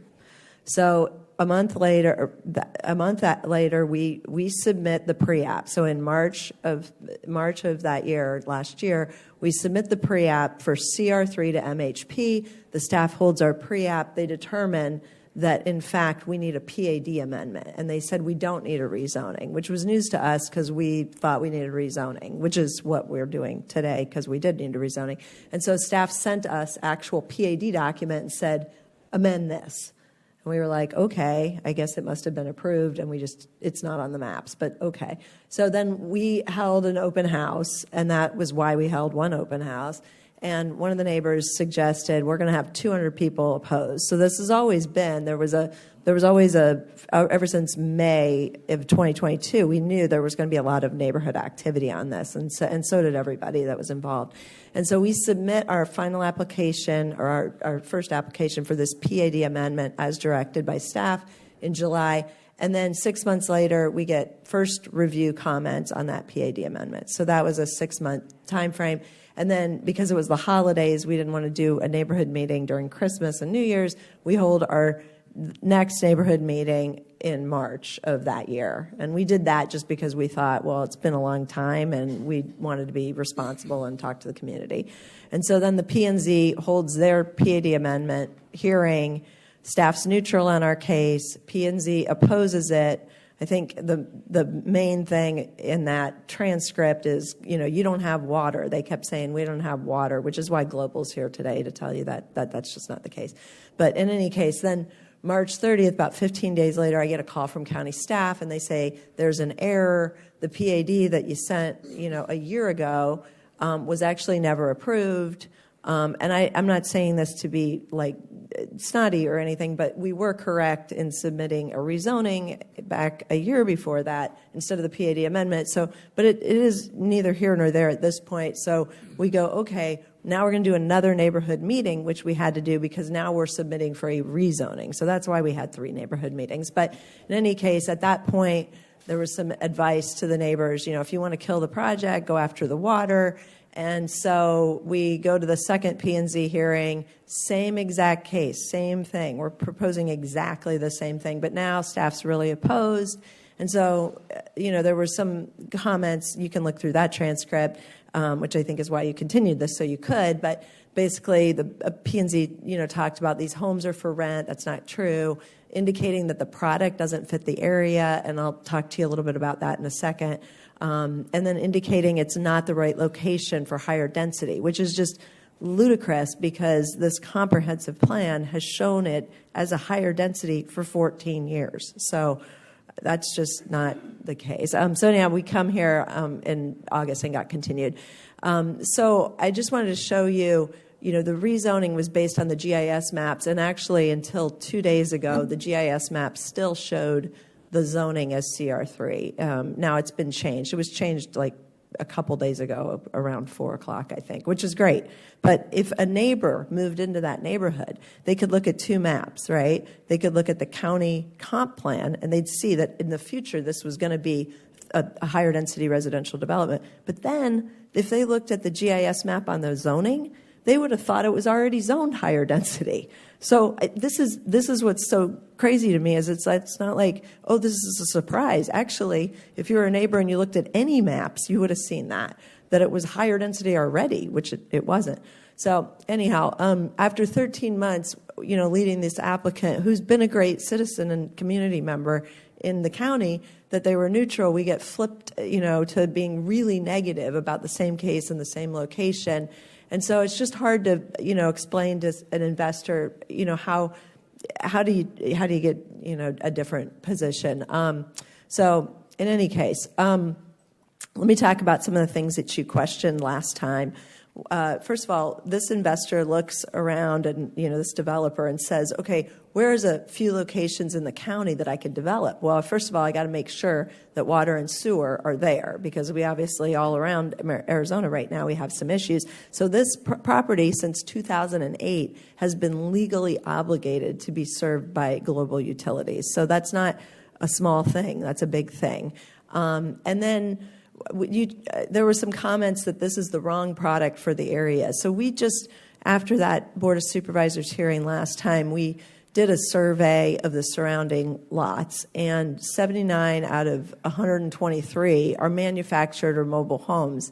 We're not building mobile homes, we're building manufactured homes, but I just wanted to make sure that neighbors understood we're not trying to build anything that's not similar to the area. And I broke that down with, some to the north, 66% to the north, 72% to the east, and 54% to the west. And I just did that because we just wanted to show that it's not, this product it's a great product for various people, and it's in fact a great product that some people that live there are already living in.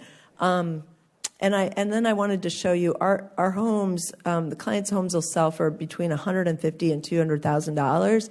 And I know that there's always a concern when a property moves in is, is it going to negatively affect our property values? So this is the fair market value of what's in the area. So I would, have to say that these homes will be compatible, if not a little bit higher price. So hopefully it will be a positive impact. There was a lot of discussion about, is this the right location?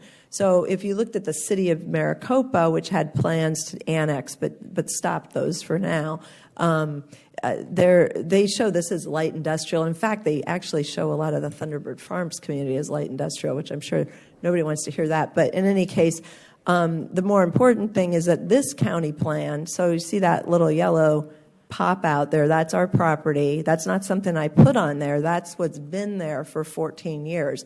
So, and it's not incompatible with the area, because look, that whole yellow area is connected to this. And that's because, the I-11 is like a third of a mile, planned a third of a mile from where this property sits.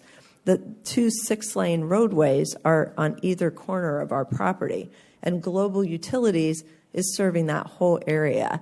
So let me show you. Some people said, the comp plan, it's just this big thing, and there was not really any communication. Well, on your comp plan, I was involved with that. I know you guys were all involved with that. But page 12, nearly 2,000 people participated in 46 events held throughout the process, and over 100 people participated in work groups that I think y'all appointed and task forces throughout the process. That's in your comp plan. So it is a big deal. It's a robust conversation. And actually it happened twice, and both times the county decided to designate this like that. So the other thing is, if you look at the comp plan in this area, it's in what's called the West Pinal growth area. And the purpose of that area, and I'm just quoting, is the purpose is to define areas where developments will be encouraged over the next decade. And this is one of those areas. The growth is anticipated due to major transportation assets, employment areas, and significant job base. So that's what's supposed to happen here, and I'll show you why. Look at all these. These are approved already, okay? These are approved. I'm going to do like a little close-up here, but over 11,000 homes are approved. In fact, Hidden Valley Ranch has 3,600 units. That's right adjacent to the Thunderbird Farms community. There's a road that separates them. That's it. We've got much more buffer, but 7 times the amount of residents. And then you can look at this. It shows our site. And I'm just showing all the unit counts that these are approved. These aren't proposed. These are approved. So just south of us, there's 11,000 units. And so to say that this is in the middle of nothing is just not the case. So I wanted to talk to you a little bit about other master plan communities that are approved and consistent with the comp plan. So all these had a comp plan that looked just like ours, and then you approved consistent, treating them similarly to what your comprehensive plan said. You approved these 3.5 units per acre developments. Ours is actually 3.4, but in any case, the reason here is, look at that. That's the I-11. Okay, that's right next to our property, and those 2 green roads are 6-lane parkways. So this is a really important property. You can ask your traffic engineer or our traffic engineer, but the current roads have the capacity to handle the traffic.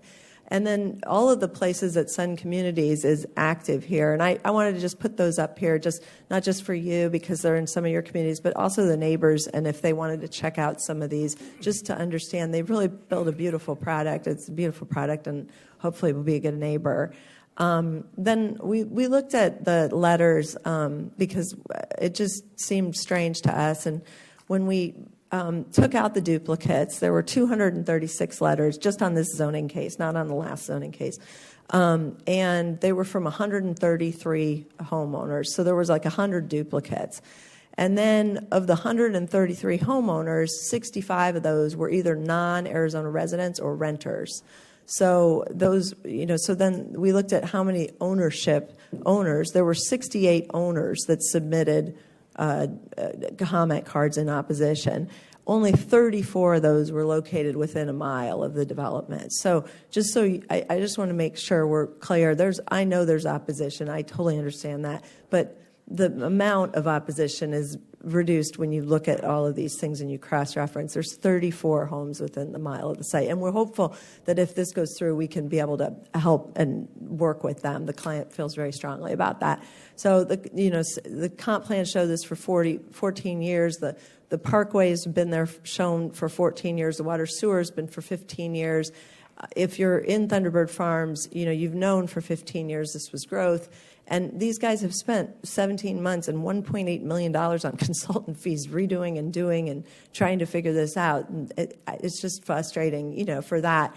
And the comp plan legally allows rural next to moderate low density, okay? That is something that you do all over the place. And I'm just going to run through. I could have run through 150 of these, but I'm not, and don't worry, Chairman and Board, I'm not going to go through them all, but I'm going to just show you that, it's in your comp plan. You want to follow the law. The law says the plan must be flexible enough to adjust to changing conditions, okay? And most of these are just separated by a street without any kind of buffer. But here's one, and so we're just asking, treat us similarly in how the law, treats these others. Here's one on Warren, right, again, moderate next to very low density. In fact, commercial next to very low density. And it's just across the street. Remember, we've got a trail, we've got a 100-foot buffer, we got a perimeter trail, we got a wall. These are just across the street. Here's one in near Maricopa. Again, right alongside rural. We're just asking to be treated the same. Here's one at Papoose, near Maricopa, near Rodeo Drive and Casa Grande. Here's one that, commercial right next to, you're probably familiar with this, on the 287. Here's one in Val Vista, again, rural next to moderate low density. And again, we're not proposing high density, we're proposing moderate low density. We're not proposing commercial. Here's one at Overfield. Here's one in Cottonwood, and this one's really intense. There's some medium density. Here's one in Casa Grande, near Randolph, and the transition buffer. Here's another one at Selma Highway in Tweedy. Here's one at Cornman. I could keep going on. Here's one at Robeson Ranch. Here's one at Hanna and Eloy. This is even more intense, near the Eloy Airport, near Hauser in Arizona City. And another one near Arizona City that's a real contrast. You can see it's even high density next to the very low density. And now here's one in Arizona City and another one near Arizona City. TP. The guy I had do this probably just got a little carried away here, but we could keep going in Saddlebrook and Oracle and Mammoth and another one in Mammoth. Okay, so I just kind of conclude with some quotes from the comp plan. It's supposed to be followed, not ignored. And the only way to follow this comp plan and be consistent with what you've done in the past and with the comp plan legally, I think, is to rezone this. So the language of the comp plan, here's some. The comp plan says the development of viable properties for affordable and home ownership through alternative housing, like manufactured housing. And I know there's been a big push by the county to try to find, different housing products, and here we have that. Incorporating buffers. We like I said, we have more than what most of these have. We have a 100-foot setback buffer and then a perimeter trail. And the county comp plan talks about that screening and buffering. when you and it even acknowledges higher density next to low density. These are quotes all over your comp plan. And then your comp plan suggests that you've got to provide the water and infrastructure, and we've got Global here, like you said, Chairman, who can talk to that. Your comp plan, again, your law says that you have to show the transportation systems to be addressed, and then you need to integrate trails and open space. And we exceed the open space requirements for most master plan communities. So then your comp plan focuses on new products. They talk about smaller homes. Actually, our lots are bigger than those lots to the south of the master plan communities, which were 48-foot wide lots, 45-foot wide lots. Ours are about 10 or 12 or 15 feet bigger. And then your comp plan says some experts assert that there's not enough of this product. Maintaining affordability for a wide range of levels for economic sustainability in the county is in your comp plan, and asking for these types of products so that you can attract new employers is important. So to conclude for now, the comp plan has no mistakes. There's not been any mistakes through the last 14 years. Anyone moving in that area should know, and I don't mean they would know, but I think they should know, because there's no map. There's not one map in the county that shows that this would remain like low density. In fact, if you looked at the maps, you'd go, wow, why hasn't it developed as high density or higher density yet? Because it was marked on both of your maps as higher density. In fact, they'd think it was already approved. In fact, for a higher density than what we're proposing. And that's been for 14 years. So consistent with 15 years of careful planning with the water and sewer, consistent with 15 years of approvals, I don't think denying the request is in accordance with the plan. There's 12,000 units in the area. There's 2 6-lane parkways, and the I-11 connection is literally really very close to the site. So that's my presentation, and I hope if you have questions, I can answer them after the public testimony or now. And I really appreciate all the time that you've spent on this project for us, and I hope that the neighbors who are here, we've developed somewhat of a good relationship. And I know that they may disagree with what we're doing, but we would love to be able to talk to them further if this goes through, and be good neighbors. Can we hear from water now? Oh, yeah. Thank you, Chairman.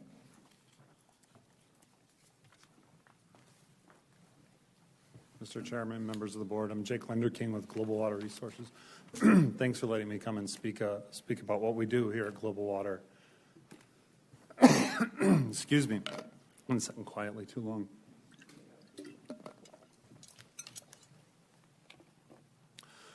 So I just wanted to spend a few moments talking about who we are and what we do. I reiterate a little bit about what I said last time, and then open things up for questions. We're an investor-owned water utility in and around Maricopa.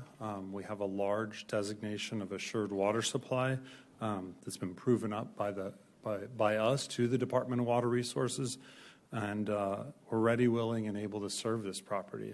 How are we? It's because of that large designation of assured water supply. It's because we have a CCN, or a Certificate of Convenience and Necessity, with the Arizona Corporation Commission for that area. And before that, we had a developer agreement. These things both go back to 2008. I've been planning for serving this area. We are able to have that large designation of assured water supply and provide water service throughout the area because of our philosophy we call total water management. It's bringing ourselves together as not just a water utility, but a water, wastewater, and recycled water utility, thinking about all three of these things at the same time. In fact, our award-winning utility there, called Santa Cruz Water Company, has the second lowest gallons per capita per day rate of any designated water utility in the greater Phoenix and Pinal active management area. Again, we do that because of our approach to water that we call total water management, using those 3 different water sources or 3 different utilities comprehensively. One of the big facts I like to point out about water use per acre in that area in Santa Cruz, in and around Maricopa, that's water gets used at 1.25, just about 1.25 acre feet per acre in the areas we serve. And then also we get to generate an additional about 0.6 or about just a little less than half of that comes back as wastewater, and we turn that into recycled water, and then bring that back to the community for beneficial use in that community, for amenities, parks, other things. So I just wanted to reiterate that we are ready, willing, and able to serve. In fact, we're obligated to serve by our CCN, and see if you had any questions. Thank you. So you're not there yet. So if somebody needed water on the first lot of this project tomorrow, you still have to lay the lines to get there. But you're saying you have the capability to get there by the time this project gets going. Is that correct? Mr. Chairman, that's correct. This is one step in a bigger process, such as getting the initial developer agreement, the CCN. Of course, the developer has the things they need to do with the land like this. Ultimately, we'll have what's called a line extension agreement. I'll speak to exactly that line. There'll be engineering around it, and we'll install it. And we'll be working hand in hand with the developer to install the line and bring water service to the property. Okay. Anyone else before we go to the public hearing? Okay, we may call you and Jordan back then if we need questions. So. Okay, thank you. All right, first up, we will have, this is a public hearing, Sherry Massey. Is the overflow room emptied out? We'll go confirm, Chairman, to make sure. Okay. Well, I did not want to be first. Greetings, Chairman Surtee, Supervisors. I'm Sherry Massey. I live in rural Maricopa. I am hoping you all have reviewed my letter because it was lengthy, and in 3 minutes, I'm not going to be able to even touch on some of the issues that concern me. So I'm going to go through and pick out a few points. I think you need to listen to your employees, the people that you have hired to advise you. Senior Planner Gilbert Olgen described the denials again today, would recommend a denial on this project. His final statement to me last time was really, really impactful. He said that the impact of this development would be too great for the community. Super Kavanaugh, I love that you ask questions, and I really, really appreciate that. You ask your engineer, Chris Wanamaker, where we were at on the development of these 6-way parkways, expressways. His answer was profound. It was, there are no, construction plans currently in place, no funding, and no rights of way. Even if these were to be in place at this current time. You talked in the last session about health and safety being a concern. These expressways are going to dump on a 2-lane road, 238, then on 347, which Proposition 409, I believe, was turned down. Lengthy time before that's expanded. 347 was designated as one of the most dangerous highways in the state.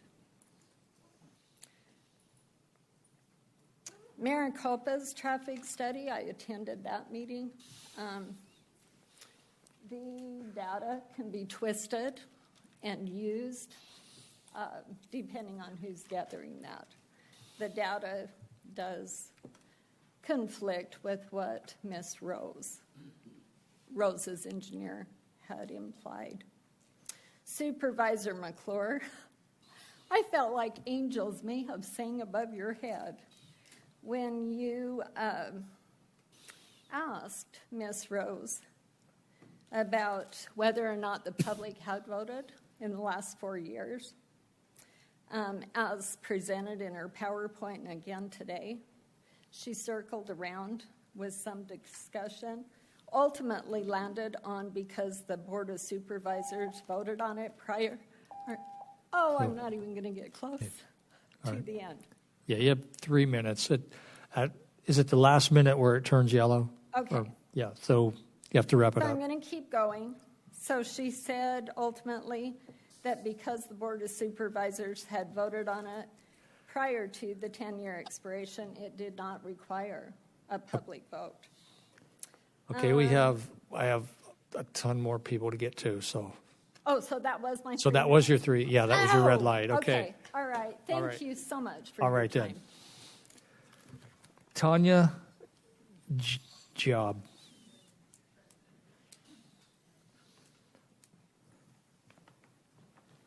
Good afternoon. It's Tanya Greb, and I live in Thunderbird Central, just maybe a mile from the development. I sent in my letter of opposition, but I've been asked to read somebody else's letter, so bear with me here. This letter is from Christine and Vincent Fregomoni on Smart Road in Hidden Valley. Christine yields her 3 minutes to me, her representative, to read this. She writes, I am writing this email to implore you to deny the application for PZ 038-22.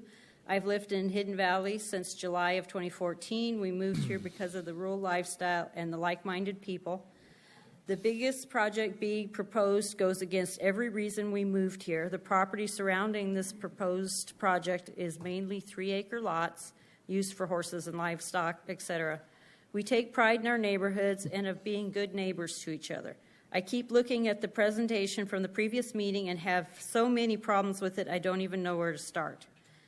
Number one, there is no actual plans to construct the roads they are speaking about. There's no funding, and these are still long-range projects.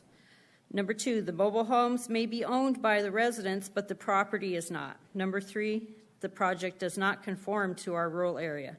Number four, the general plan is meant as a guideline only and is not set in stone.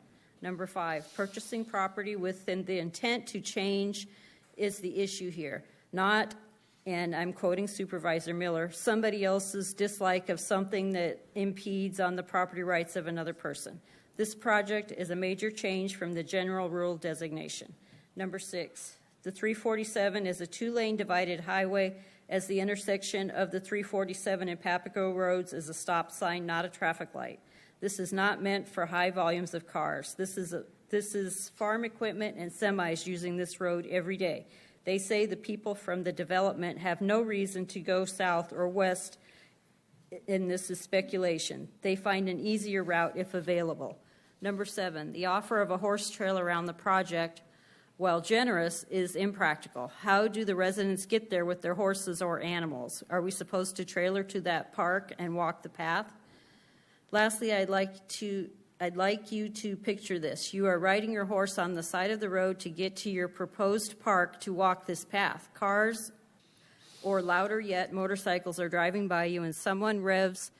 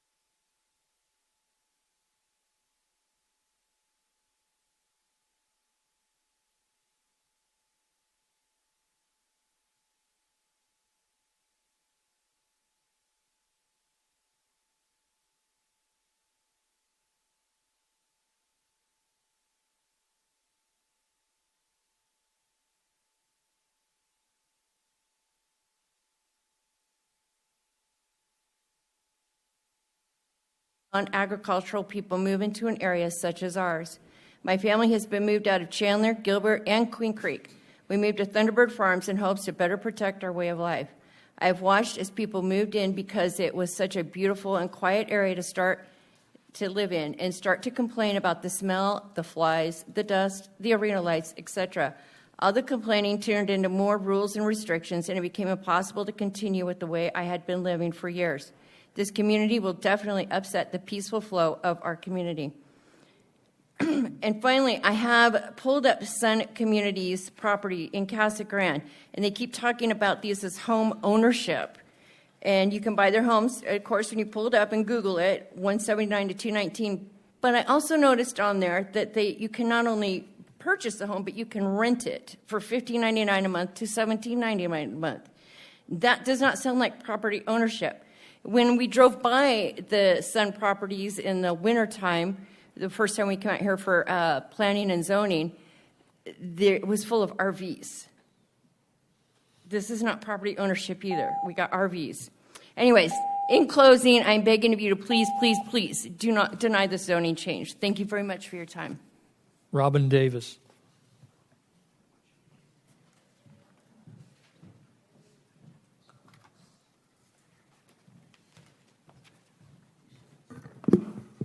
Good afternoon, Chairman and Supervisors. I am Robin Davis. I live in Hidden Valley, on Warren Road in Hidden Valley. I had all this written, and once again, I just want to throw it out the window because of all the inaccuracies of Ms. Rose's presentation. It all sounds fine and good on paper, but what about us, the residents? What about the fact that we're being impeded on and they're encroaching on our stuff? She said that if this property was not developed, it would be a slum. What? I really take offense to this because it's not a slum. We don't think we live in a slum. And it's very unfortunate to hear her say this. No amount of her fancy lawyer spin to say, I'm sorry, or I misspoke will undo the damage that has already been done. And then she keeps mentioning these 6-lane parkways. They're great on a flat piece of paper, but if you have driven out there, you know that it's not probable. As Kendra mentioned with the wells, you can't fit a 6-lane parkway in here. Ralston, Val Vista, and Interstate 11, no funding, no plans. It will do nothing to deter the traffic that this development will bring to the area. It won't even touch it because all of us are probably going to be long dead and gone before any of these roadways are put into place. I love the open desert. I want to tell you why I moved to Hidden Valley, because I love the open desert. I'm a former off-road racer, always loved the desert, always will, and I always knew I would retire in the desert. So here I am. The desert has a great way of life, and the quality of life in Arizona is really good. I like that it's quiet out there, that we're not stacked on top of each other. We have room for all the livestock and horses and everything. Winters are good here. Night skies are dazzling. It's a great way of living. Living out there is not for everyone. We are the Old West, and that is fine by us. It's obviously Miss Rose does not live in the country, and she doesn't know what we want or how we want to live. I love where I live. I don't want to move again. My husband and I finally have the time to work on our place and fix it up. I'd hate to see the developers come in and divide it up into crowded subdivisions. I don't care what they've got planned for 14 years. I've been there 7 years, and I know what the people out there want now. People come and go, plans change. This is not what we want in our area. If we wanted to live in the city, we'd have bought in the city. But now the city is trying to come out to us, to where we live, and they're trying to make us change our way of life to theirs. We don't want their bocce ball. We don't want their swimming pools or their walking pathways and the pathetic attempt to give us, they say, open space and horse pathways. We have all that already. We have plenty of open space and plenty of places to ride our horses. Anyways, we have a great community. I urge you to deny this application just as planning and zoning did 2 times before that. Thank you. Lucille Akers.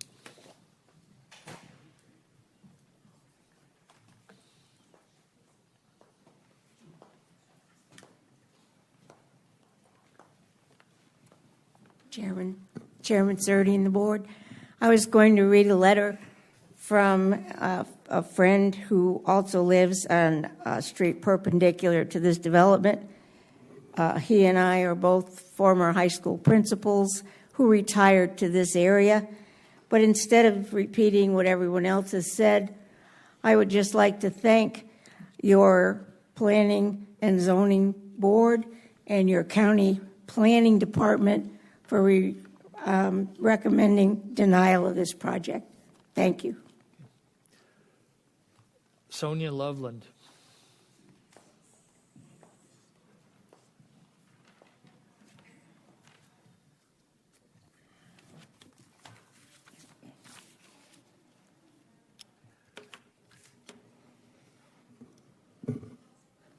Chairman Surdy, a member of the board.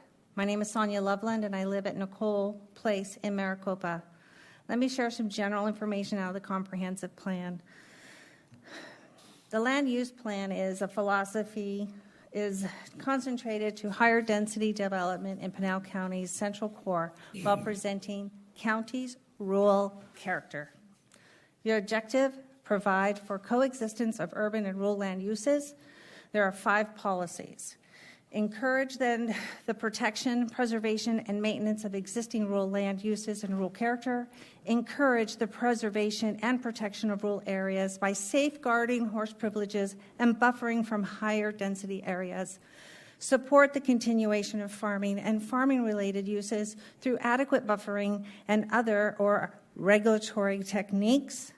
And encourage adequate buffering between intensive urban and rural land uses.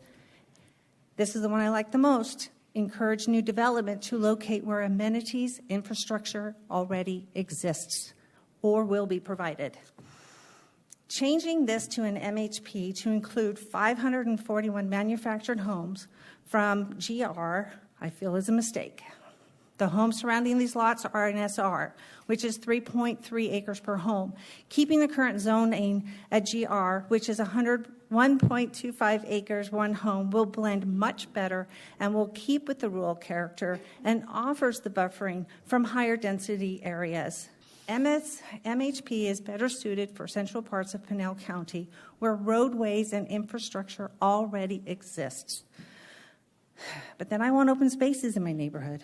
Is this really adequate buffering? Intensive urban rural land uses? I don't believe so. The developer says they'll provide this equestrian trail around their development. I can tell you this kind of scares me a little bit. Horses are flight animals. If there is a noise from that other side of that wall, that horse could bolt in the opposite direction to get away from that noise and possibly onto incoming traffic. Since we're in a rural area, getting a vet and medical attention could take a while. As to the streets, Rose Law Group likes to let you think that their residents are going to stay on their main roads. No one can assure us this will be the case. When people are in a hurry, they will find other routes to get to 347 or to 238. And this could mean more traffic on our neighborhood side streets. And what about maintaining those roads? While you get some impact money for your transportation kitty, I don't think it will be enough to help with upkeep. Commissioner Kolb stated that in the P&Z meeting, and I shared those minutes with you on my letter and my pictures I sent to you. I ask you not to approve the zoning change. This is not in the best interest of Pinal County or the people that live in this area. Keep this area rural in nature. Mary Eileen Flanagan.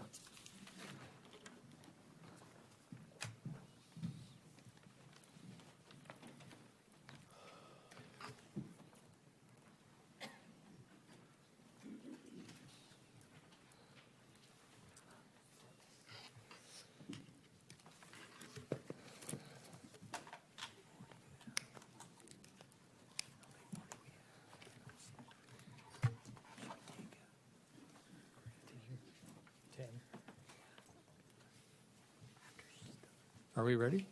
Oh, we're waiting for a handout.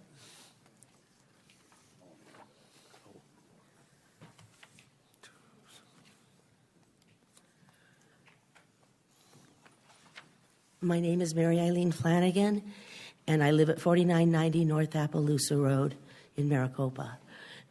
Mr. Chairman, Mr. Vice Chairman, members of the board, I apologize at how fast I'm going to have to whip through this, but there's a lot to cover. And what I really want you to see is that the 2 6-lane roads are just really not going to be covered by impact fees, and they're not going to happen anytime soon. So when they're talked about as though they're already existing, they're not at all. First of all, Ralston Road goes from Highway 84 to Highway 238, and I have shown you on Google Maps in the next 3 slides. And you just can't trust what the maps say. They show it going all the way through, right through the mountain, right over the canal. Well, not actually over the canal. Even Google Maps doesn't have it bridging the canal. It's pretty smooth from the site to Highway 238, except for the vehicle wash and a number of other problems, including the 2 train tracks right at the 238. The reality of Ralston Road from Highway 84 to 238 is that south of Century Road, which is a main east-west road, it is chip sealed. North of Century Road, it is mostly a wash. If you will look at the 7 pictures there, you will see that there's some places where it's been graded, but by and large, it is a wash, and it is a very large wash. North of Barnes Road, we have a mountain and the canal. And my neighbors have just built a brand new house. And then you go north of the canal, and there's no more road at all until Teal Road, even though it's on the map. North of the Teal Road is asphalt, and it's straight.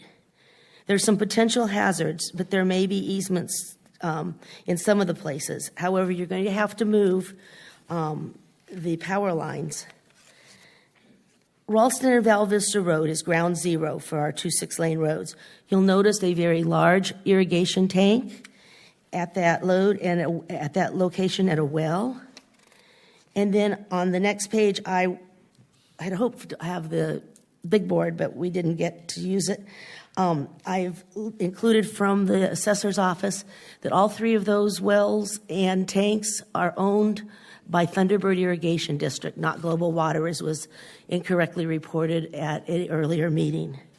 And I've included pictures of that and the escapes from the bottleneck. Those look like very nice roads to go down if Papa goes all papped up. I'm sorry, I've run out of time. Lori Fuller.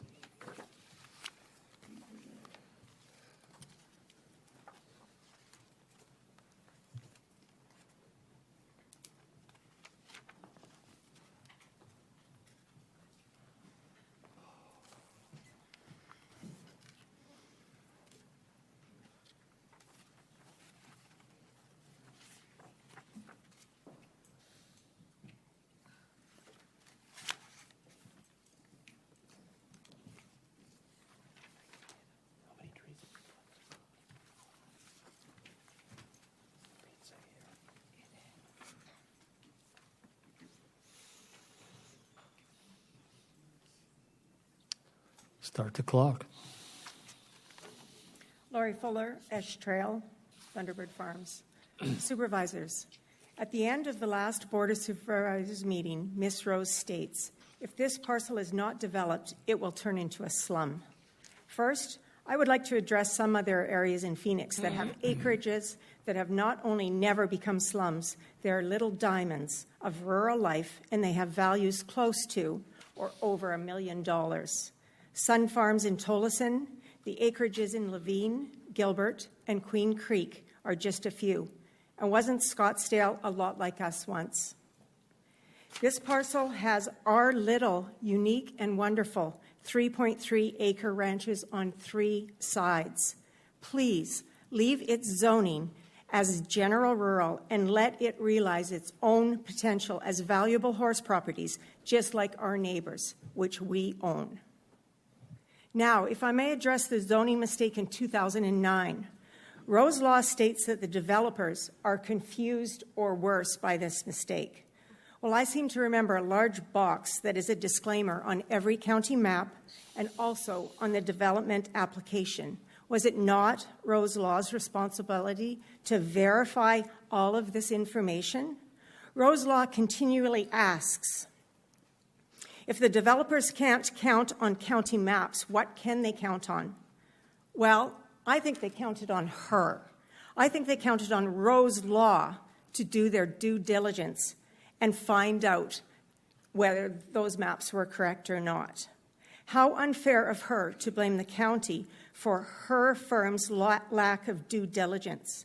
Surely the developers hired Rose Law because Rose Law has over 30 years of experience in Pinal County so that they could avoid that confusion.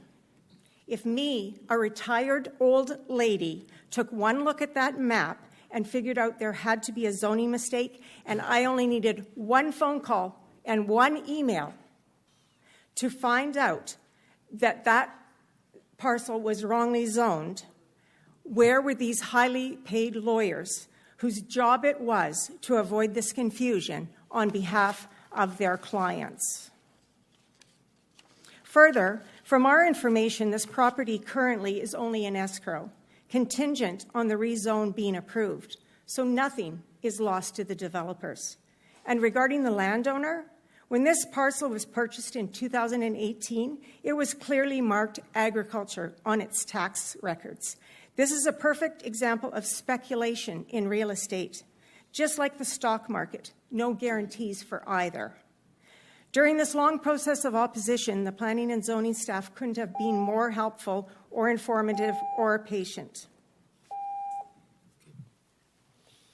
Please uphold the planning and zoning staff recommendation to deny and also uphold the 3-time unanimous denial of the planning and zoning commissioners. Thank you. Patrick Lacey.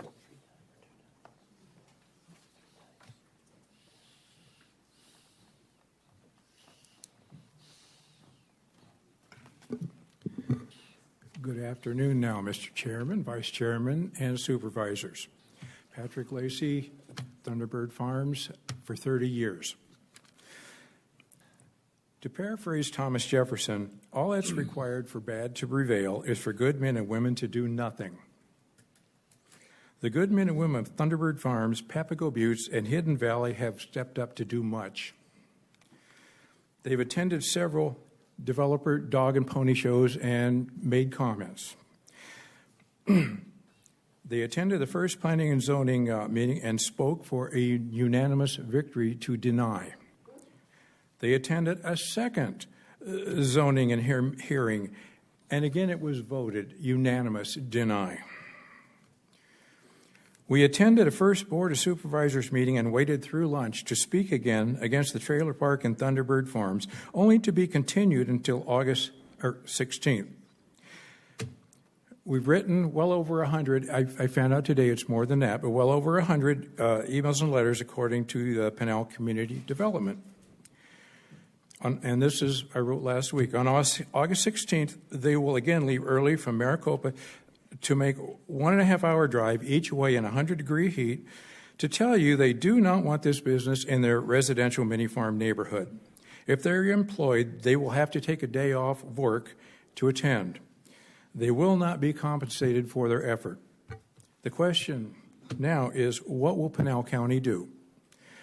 Will you fine for the citizen voters of Thunderbird Farms area and retain a rural flavor with a more suitable development plan for the property, or not? And I thank you, gentlemen, very much for your time, and I do hope you deny this. Bruce Janes.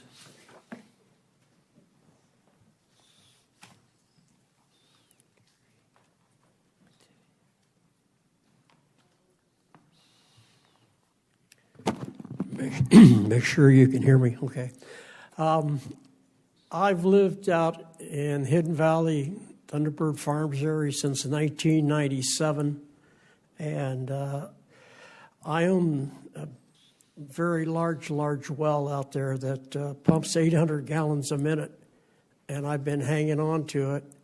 And with this kind of development that you're talking about, these people want to do, I don't see any future for any of us out there unless you're going to let us convert our 3.3 acres to, 12 houses per parcel number. I just don't see any future of this development but causing problems and havoc out there. I appreciate it. Thank you. Gary Mativier. That's what I said.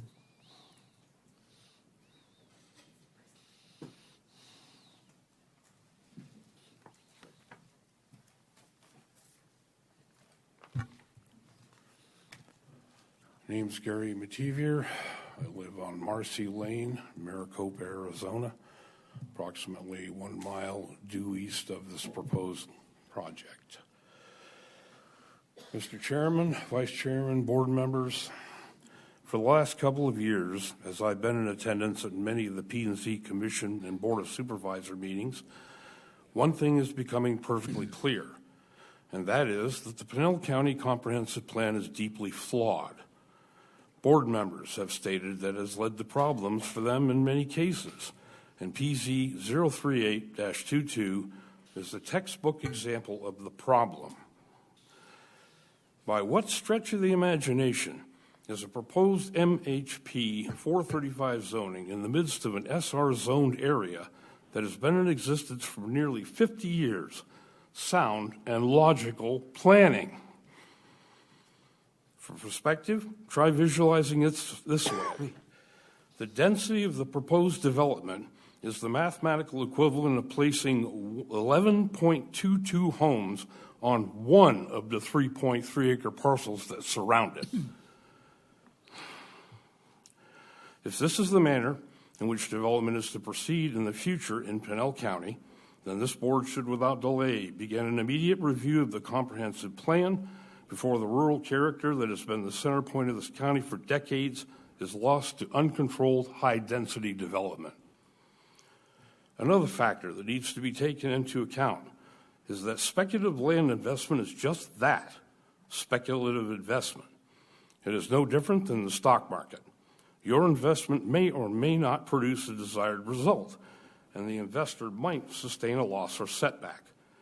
An approved development might be brought to a halt by a discovery of a protected species or an archaeological find. A recent example of this would be the entertainment district that was proposed for an area in Tempe that would house a new arena for the Phoenix Roadrunners.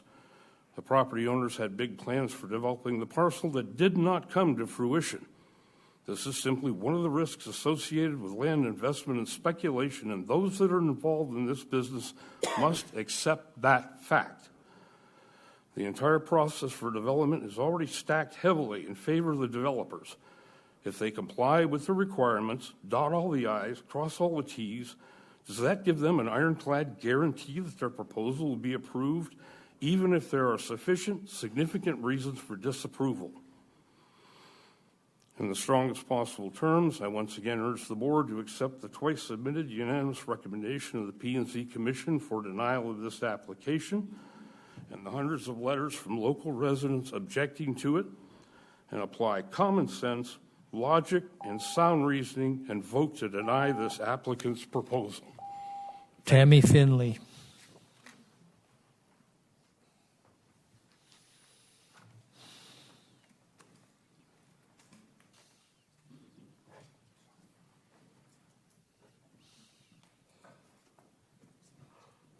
Chairman, members of the board, thank you. I'm representing my family, the Martzell family. We live right on the corner of Ralston and Val Vista.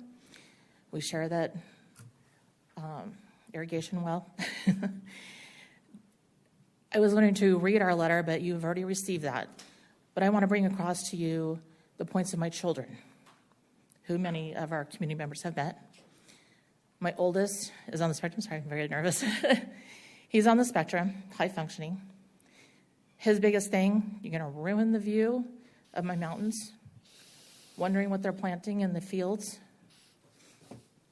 and losing the stars. He's already lost some of them, but losing the stars.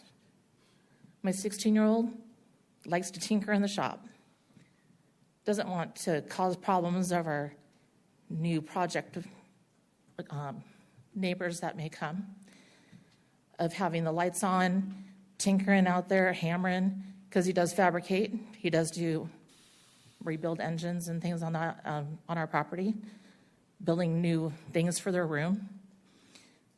They don't want to lose that. They grew up there. They don't want to see more people coming in. My mother-in-law bought this property close to 35 years ago, and I've been out there for 25 years, and I like it the way it is. I don't want to see crunched-in people in our area directly across the street where there is no room for a 6-lane highway that has no funding and no plans. Same thing with the I-11. No funding, no plans.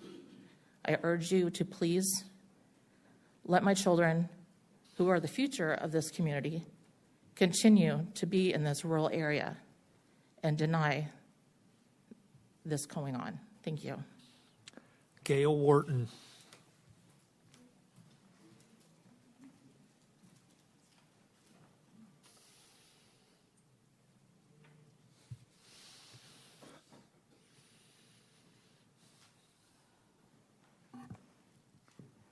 Thank you, Chairman of the Board and the Board as a whole. I'm not a public speaker. I'm not a polished person. I was a blue-collar worker. Now I'm retired. I've lived on Esh Trail for 28 years. And for 28 years, I've enjoyed the freedoms that a rural lifestyle offers. And in the face of looking at what might happen here in the future, makes me sick. I'm sorry. I'm not very polished. The thought that we're going to have a 6-lane highway where wells are at, and I know that's already been said, but it's just absurd. It doesn't even make sense, you know, to put mobile homes or travel trailers in a high-density area when you've got 3.3 acres all the way around with people. Most of the people out there have been out there for 10 years or more. We don't have a high turnover in our neighborhood because we love our rural lifestyle. So please, I'm begging you, gentlemen, to please deny the zoning request. And I also just want to say, you know, these developers, if they're wanting to make money, which I'm pretty sure that's the bottom line, they could make a lot of money on 3.3 acres there with semi-custom to custom homes with horse properties. They could probably take home the same paycheck as if they put a bunch of, trailer trash in there, because that's what it's going to end up being. It's going to increase crime. I'm not going to feel safe anymore. It's just going to ruin our way of life. So I'm begging you to please deny this request for rezoning. Thank you so much. Deborah Chitwood.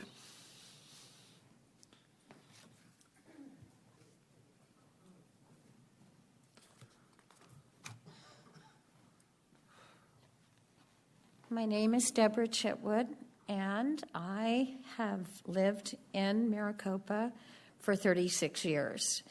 My husband and I moved from Glendale. We came out here to Maricopa to have a rural life, to raise our daughter, to be in a small community, to feel that you feel from a small community. I volunteered at the old library. I helped out, our school, and became very familiar with all the people. It's a sense of community in this rural area, and we want to keep it that way.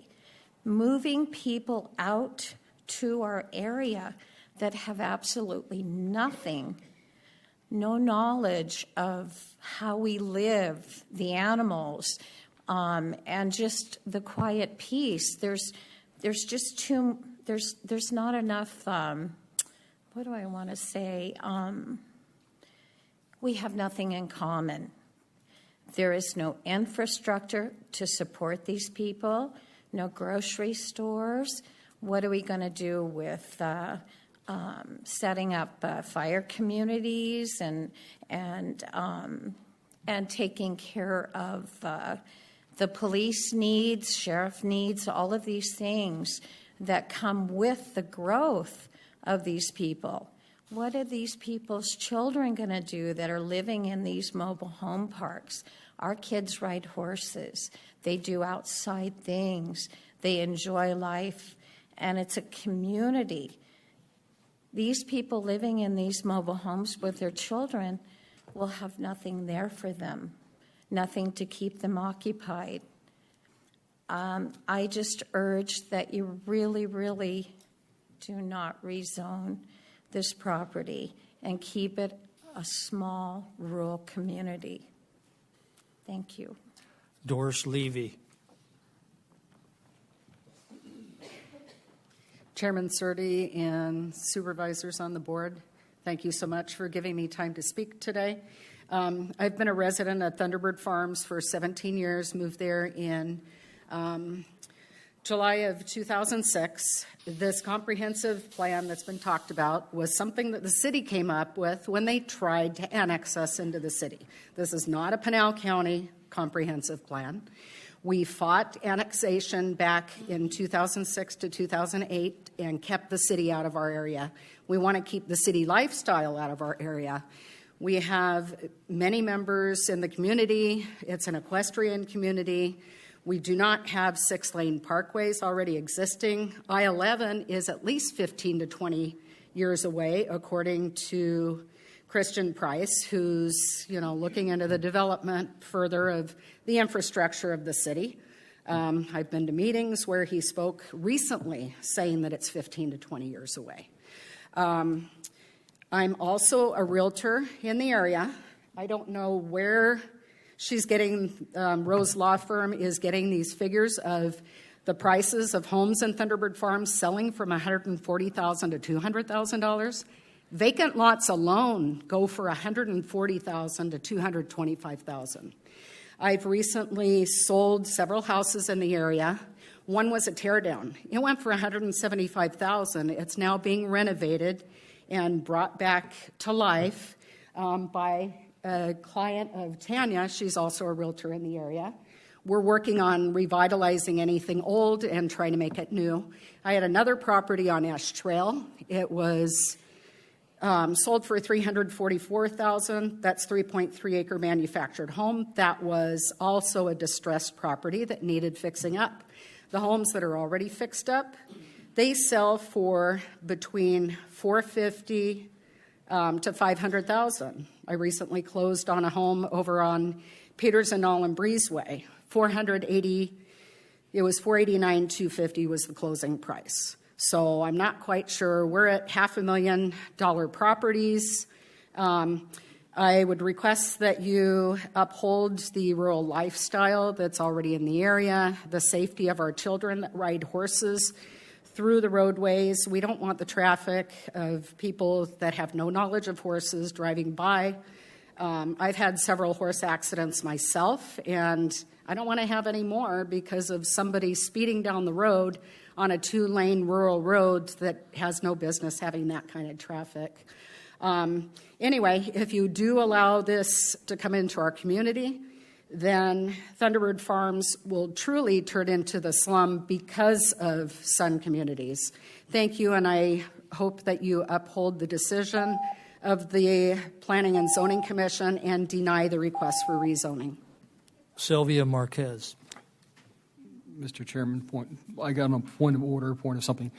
Earlier, I had the air conditioning turned way down because I'm not feeling well and I kind of had a fever, but I see some people now have sweaters on. So maybe we can turn it back up a little bit for the folks. I can put my jacket on, yeah, for this. Leo Lou, can you creep it up 1.5 degrees? Maybe 2. Yes. Sylvia. Good afternoon, Chairman and Board of Supervisors. My name is Sylvia Marquez. I live on Mayor Boulevard, and I'm here to represent all the younger community that is moving out there with their families, their young children, that went out there to find this beautiful oasis and this beautiful free part of Pinal County that is still 3.3 acre lots. We love it. My children love to run around in our own lot. I am here to say that the comprehensive plan is not a regulatory document and does not grant entitlements. It is a plan for the future growth of to assist and guide the Planning and Zoning Commission of the Board of Supervisors in pursuing coordinated, justice, and harmonious development of the unincorporated area of Pinal County. To finish Ms. Sherry Massey's letter, Supervisor McClure noted from a public letter citing that Pinal County Strategic Plan 3.1.2.1 encourages the protection, preservation, and maintenance of existing rural land, uses, and its character. He also comments that we have got to have something that stays that way. Did you see what she presented? Everything around that area is going to become little tiny suburbs. Why does that little heart of Thunderbird Farm have to change? That's the heart. Did you see that? It's the middle. It's the heart of this community that thrives on a pantry, on a church, on a fire station, on the people that are all here representing that area. I am new. I just came here 2 years ago. And guess what? I fled from LA County. My 10,000 square foot home got turned into a triplex. This is not where this belongs. And we understand everybody needs to eat, everybody needs to make money, myself included, with the business. But this is our home. This is beautiful. And we fled from the craziness of COVID and we found unity and we found freedom in this beautiful place. To those in position, we pray that you are courageous in your decision, that ultimately will be your legacy. Those in position of power have to be held at a higher standard, and we thank you for your time. Ken Lepper.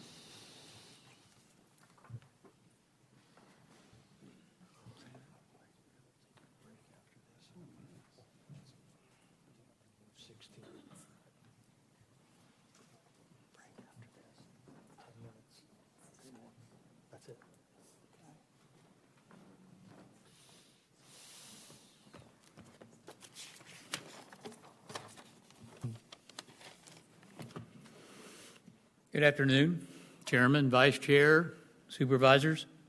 I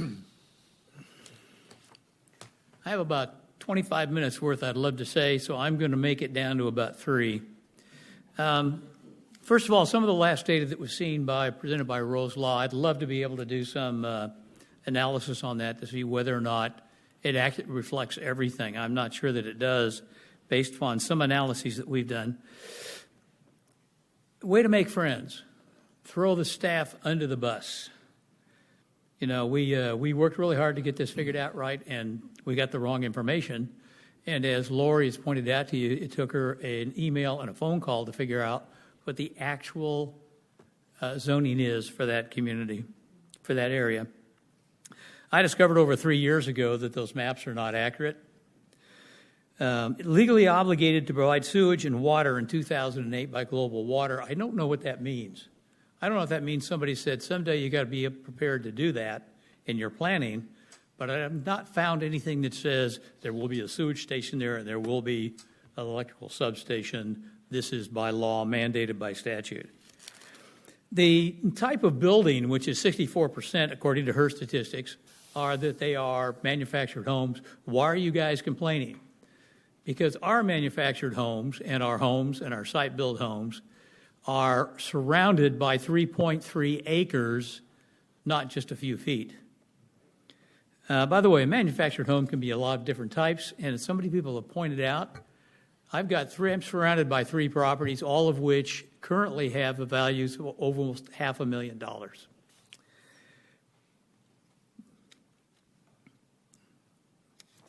So I want to hit again what the Planning and Zoning Committee said in a beautiful summary. It said, nice PAD, and we all agree with that. It's a nice development. Wrong location. Sonia gave an example right out of the process and the methodology about the preservation of rural properties. We should be given that consideration. Finally, these 15-year plan, 10-year plan, 20-year plan should be modified to face reality. How many of them actually reflect reality? As one of our speakers pointed out, if you want to build those roads, you got to move wells, you got to move tanks. It's not just something you can do with eminent domain, and that is not something you can do under law. So the fact that it's old doesn't make it just as good or better. And finally, the letters count, that has to be better analyzed. I see their analysis. It was interesting. From what I've seen on the emails and what things have been sent around to me, just remember that a person sending 2 letters on different subjects does not make 1 letter. Thank you. Is there anyone else that would like to speak on this?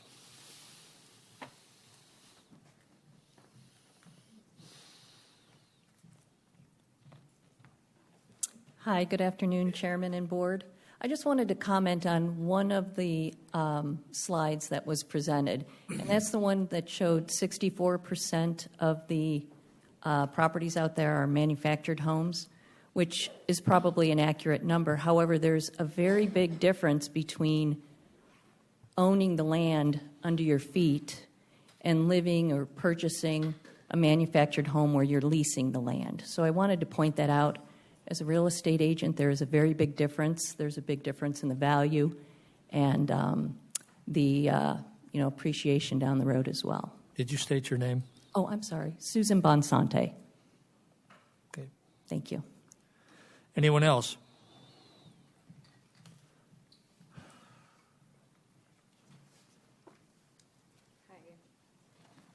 My name is Ari Walahara, and I live on Ash Trail. I didn't fill out a card or have a letter. I'm just here on behalf of the next generation, just like Sylvia. We have small children. I don't have to worry about my kids not coming home. That's my biggest worry. If we have all of this new community, that's, times 2 or 3 people that live, that's another, say, 1,300 people that I have to worry about, and it's literally 6 or 8 houses down the street from me. A little story is we left Chandler after 30 years of living there because of a home invasion, and we want to live in a rural area. Thankfully, that guy is behind bars for 25 years, so that's the kind of living I don't want to have if there's additional people there in the community. I know every single person here. I'm neighbors with some of them. We hang out on the weekends, or almost every single day I see them.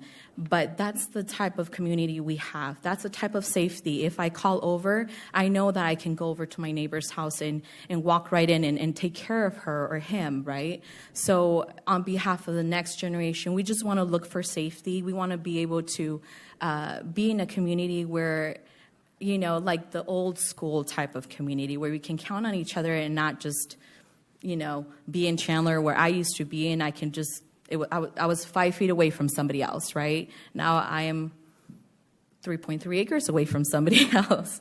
So that's the rural area that we like to keep. I like to ride my horse as well. I like to be in my go-kart. I don't, six lanes, that's not, there's no way. I could barely even be in my go-kart and there's a truck next to me, so that's not possible. I've heard a lot of things, and I think everybody else said everything that they needed to say. Thank you. Anyone else? Hearing and seeing none, I'm going to close the public hearing. I have a couple questions. One with you, Jordan. Is it possible to buy one of these and then sublease it out so that it is in effect rentals? Chair and Vice Chair, members of the board, I suppose just as any other person could sublease their home, but that's not something that that Sun Communities is doing. Oh, you don't allow it. I'm sorry. Their association does not allow it. So actually, in contrast to somebody who has a home that they own that could sublease, the people who purchase a home in this Sun Communities location can't sublease their homes at all. And I also wanted to mention that these homes are all limited to 1 story, whereas if you built a stick-built home under the zoning right now, you could go to 2 stories. Another question. Someone mentioned that wells could be ruined. Would this project be ruining the wells, or would the future roads be ruining the wells? Chair and Or Vice would they be Chair, ruined at all? I think that because Global Utilities is serving this will not affect the wells. Certainly the global representative could comment further on that if you want. He shook his head yes.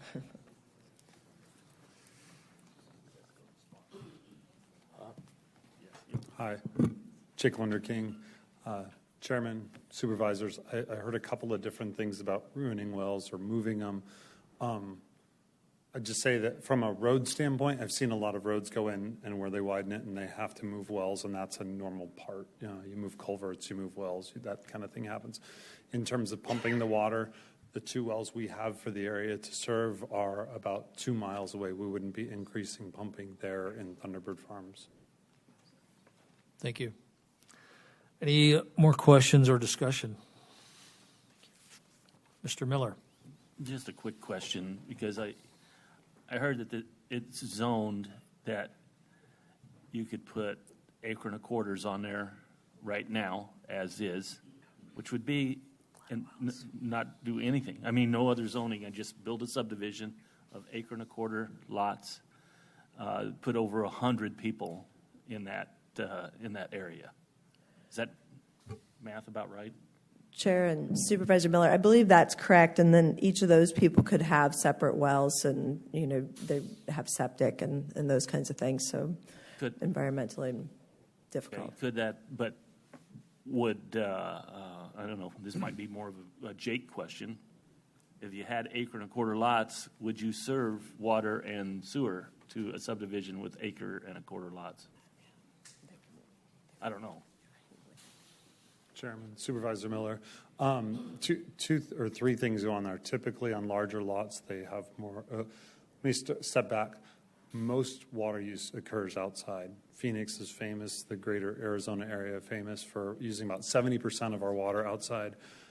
In Global Water Maricopa, we have that to about 50-50 through our conservation plans and whatnot. We're very proud of that, what we're able to accomplish with the community. But still, when you see larger lots, you see more landscaping, more water use outside. That's not always a guarantee, but that's a pretty standard rule of thumb. The other piece on septic is that when you go to septic, you're not capturing that recycled water and using it. Sometimes there's a little bit of percolation in the aquifer, but a lot of that is in the upper layers and actually evaporating out of the soil. No, I think you misunderstood the question. The question is, if there was a subdivision built with acre and a quarter lots, would Global be willing to serve water and sewer to a subdivision with acre and a quarter lots? Yes, it's in our area. It makes the economics and the things about it much more difficult. Sure. Yeah. So again, it does increase the outside water use, which is less recycled water coming back. A bigger, typically larger lots are larger water users. But that would put 100 families or more in that area as well. Increase the it's some level. So it's higher density than 3 1/3 acres is my point. And Chair and Supervisor, I would say that if this was developed as acre and a quarter lots, it would be single, it would be lot splits. It wouldn't be a subdivision. I mean, it encourages the wildcatting. That's what I mean. Thank you. Yes. Any more questions or discussion? Then we are going to ask for a motion. Mr. Chairman? Yes. I have a question. Sure. So under the CR3, you're going, when you believed it was CR3, you were going from 7,000 to 6,050 square foot lots. But it's actually GR, so you're going to 6,050 square foot lots. And a lot of discussion has been about the maps and so on. In our research, I found anybody can go. You can pay $28 to the county and get a certified or letter of zoning verification. So I think the biggest complaint I'm hearing is that it's a zoning. The zoning is going to a mobile home park, and not necessarily the densities. And there's other developments, but none of those are MHP. Is that right? The maps that you showed. Chair and Supervisors, Supervisor Kavanaugh, this will be limited to manufactured housing. So these will look like they won't be. There are no mobile homes on this property. There will be none. Okay. So well, that's to but clarify. the zoning is Yeah. MHP. That's correct. I think That's correct. And the city's. Well, I want to make sure they understand. I know they said this will be, quote, trailer trash, and I hear noises, but it's not. These are people who live there that are workforce housing. I mean, it's a really important segment of the community, and I just wanted to clarify that. But it's manufactured housing of a really high quality with a lot of amenities, and it's going to be a beautiful community. And we did see, I think you already covered it, the letter from the City of Maricopa that said the proposal is not in compliance with the city's general plan of light industrial for the area. So I think you covered that, right? Yeah, and Chair and Supervisor, I think everybody in the room would probably oppose the industrial, including Sun Communities. So. Okay, Natasha, when we have a motion, since this is a supermajority, will it be a roll call vote? Roll call is not required, but I would recommend it. Yes. Does anyone want to make? I'll make a motion. I'll make a motion that we table the item indefinitely.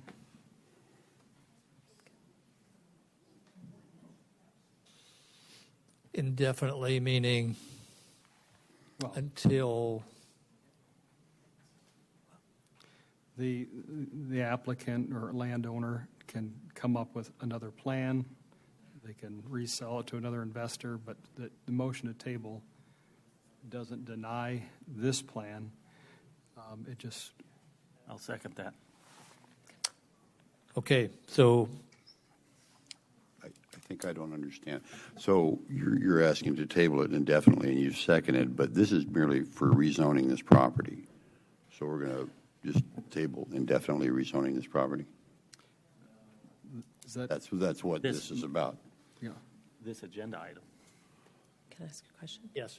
Chair and members of the board, I think a motion to table, I think the word indefinitely is just the question. I think a motion to table just means and your attorney can address that at some point we could come back with a proposal that potentially addresses some of the concerns. And we're fine with that. I mean, we would prefer, obviously, to move forward today, but understand the concerns.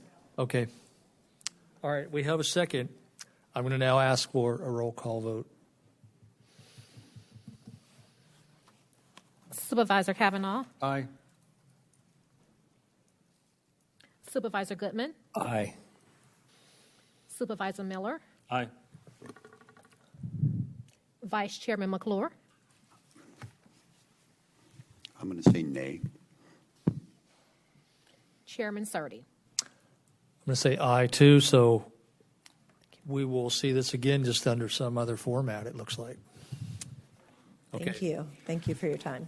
All right, I am going to ask for a 10-minute recess, but when we come back, since most of the folks in the audience are here for item number 16, I'm going to move 16 to be next.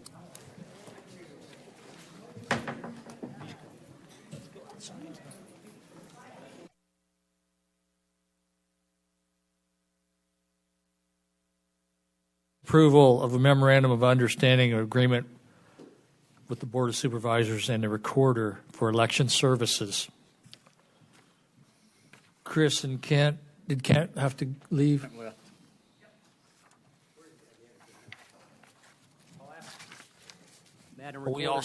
We also have a lot of folks that want to speak on this as well. Thank you, Mr. Chairman, members of the board. You have in your packet a draft memorandum of understanding and agreement between the County Board of Supervisors and the Pinal County Recorder's Office for election services. We have pulled this together by surveying a lot of the other counties, by meeting with county staff, by meeting with Madam Recorder, and finding language that we thought would, satisfy your needs, bring some transparency to the process, anticipate some things that may come down the line, a few years from now, but to have the ability to, modify this, with the board's input at some point in time if that needs to be. Again, it is a draft for your consideration. The recorder has had a chance to look at it, so she may have some comments that she's willing to make, and we're happy to answer some questions. Are there any questions, or do we want to hear from the citizenry first? I think hear from the citizen and see what the Okay. questions are. Let's go right to that. Remember, you have 3 minutes. With the last minute, you got the yellow light, so be ready to wrap it up. Vicki McLaughlin.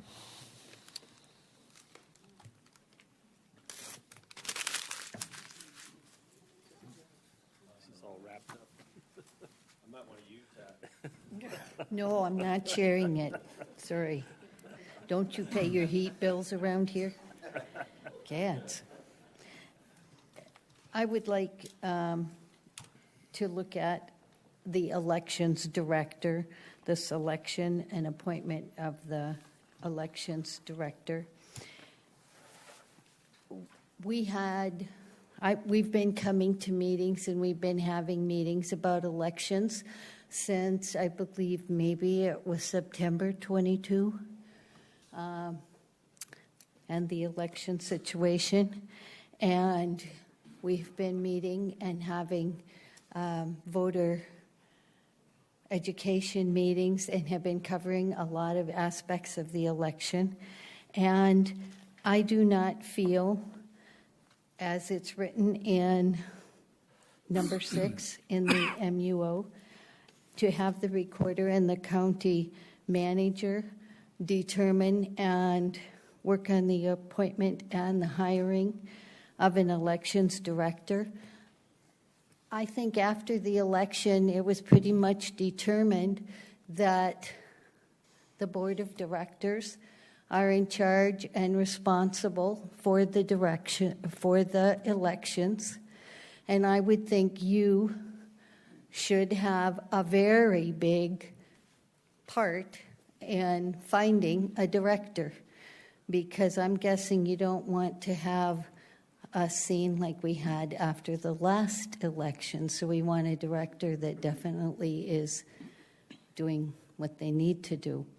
I guess just as a suggestion, I would feel more comfortable if we had our recorder. Our recorder, it seems to be, is pretty well determined that our recorder is the expert on elections here, seems to know about it, seems to know all parts of it, and we very much, most people, trust and depend on hearing from our recorder. And so we want a person who knows how the elections run and what needs to be done.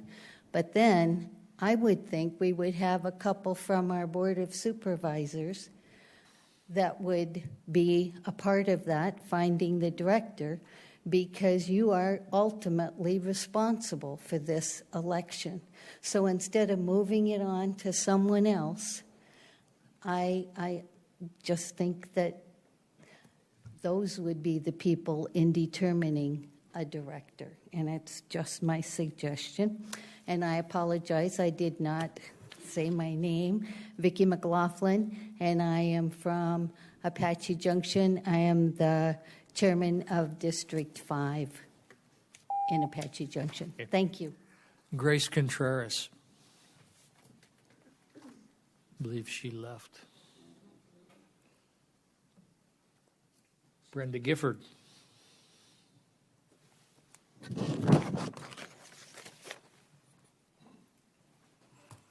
Chairman, Supervisors, my name is Brenda Gifford. I'm a precinct captain in Precinct 57 in Apache Junction. It's no secret that I have repeatedly called for your collective resignation since the election debacle in the primary. You assured us that it was a one-off event, and then you gave us a bigger failure in the general election. The best decision that you've made to date is choosing Dana Lewis, with her legacy knowledge of elections, to lead us out of the swamp.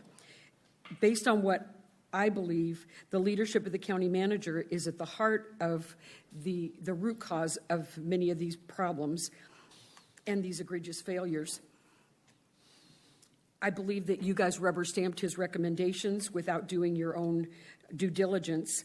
As I read through the MOU and I see the decision maker responsibilities designated to the county manager, it causes me great concern. I've heard discussions of having a group of stakeholders that would not necessarily include the county manager. Certainly there are parts of this, the budget and things, that he needs to be a part of, but participating in the selection of a director doesn't appear to be anything that would engender confidence going forward. It seems once again that you are inclined to abdicate your responsibility and create plausible deniability in putting the elections at risk by keeping someone involved in the process that has lost the confidence of the community. Thank you very much. Rhonda Mattachoni.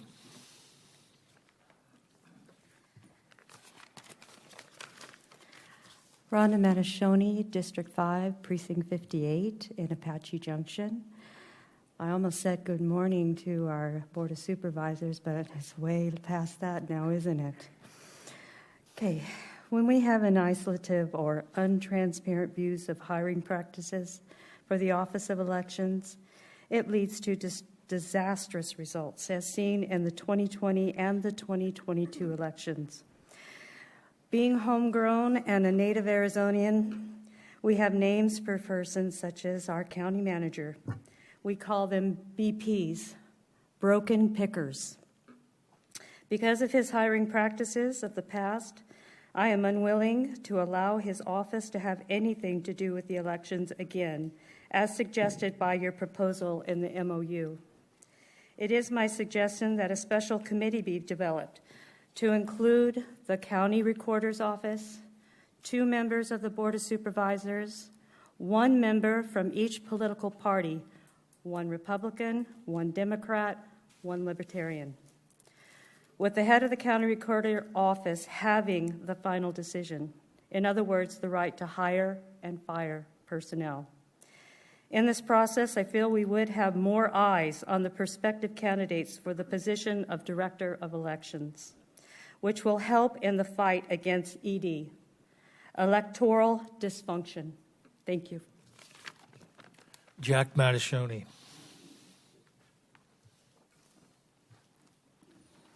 Jack Mattachoni, Apache Junction, Precinct 58, District 5. I misinformed you last time I was up here. I said District 7, so I guess that was a misinformation according to my wife. But anyway, what I'd like to mention is that, once upon a time, we had a pretty good election process when I was growing up. We didn't have all this craziness we're seeing, I was up here just talking about the election interference. We're seeing this nationally. We're seeing it even locally here in Arizona. And, of course, someone mentioned, it might be fraud. No, this is not fraud. This is called election interference. Okay, when people do certain things that interfere with the election and processing and getting the votes to the proper people during, like a court case with Abe Hamadeh. That is election interference. We should do something about that. We need to protect our votes. People get disenfranchised. That's like 200-300 people got disenfranchised, if I'm not mistaken. That's serious stuff, for me, anyway. So I'd like to at least clarify that that's what I was talking about, election interference. You can't even anymore even say things about the election unless you get indicted, like our President Trump's getting indicted right now, just because he said it was rigged. And we all know what happened. We all watched it. The machines all broke down in Maricopa. I mean, how's that? That's not fraud. So I just want to say the two-tier justice system is involved there. So let me just add this, and I'll shut up because I see somebody kind of saying maybe shut up. No, they're not saying shut up. You're just saying get away from the microphone. Oh! Yes. I could do that. Yes, from 10 You're welcome. inches away. Thank you for not saying shut up. It'll be perfect. All right, so I do have a tendency to do that. But I do agree with what was been said about the county manager having any kind of involvement in picking somebody, because he does have a broken picker. He's picked 3 people and they've crashed and burned. So let's allow Dana to have the last say on who gets hired for that position, and maybe have a consulting group, committee, give her advice, but she should have the final say. I trust Dana. This community does. We got to work on getting this election process so people trust it again, and it's up to you guys to do that. Thanks. George Arredondo.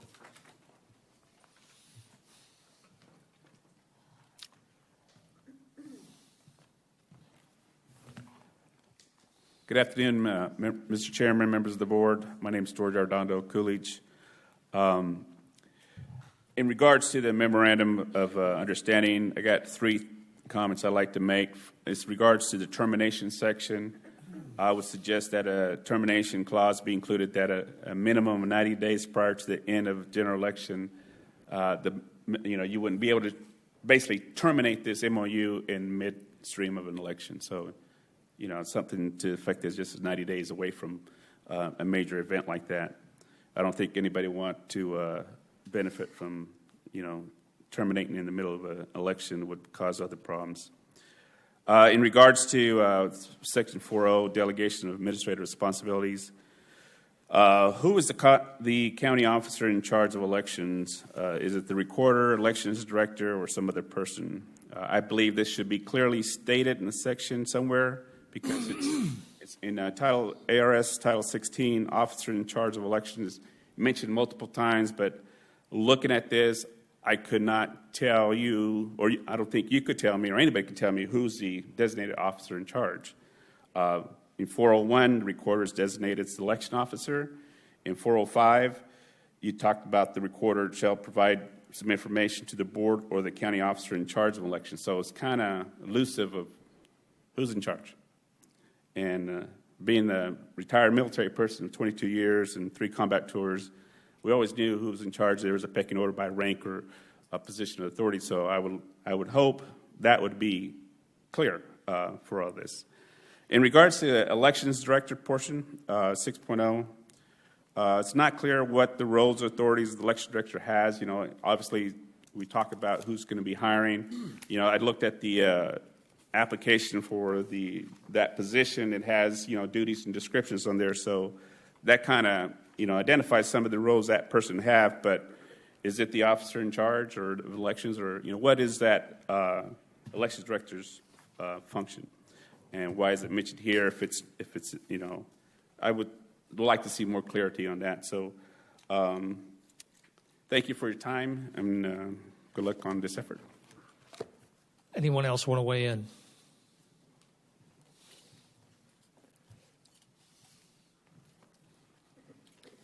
Gail Ross, Apache Junction. I just have one statement about the MOU that I was a little concerned about. The recorder and county manager jointly determine the hiring of the elections director. My recommendation would be to have the recorder determine who she believes would be the best candidates for election director and bring those applications to the Board of Supervisors, where the board would ultimately approve who is hired.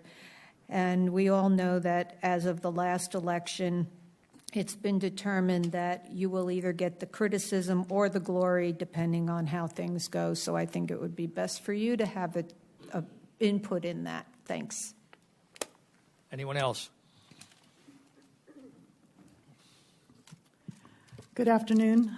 I'm Belinda Rodriguez, PCR chair. I live in Gold Canyon. I'd say next time, could you all please have some pizza delivered, because this is way too long. At any rate, I know you all probably got some snacks, but boy, this has been a long one. Or put us earlier on the agenda. Anyway, I'm just here to kind of echo what all of the other individuals have stated, and that is that in previous meetings, we have all talked about the transparency, the accountability for the elections director, and now that Dana is responsible for that area, I think it's important that that still be maintained.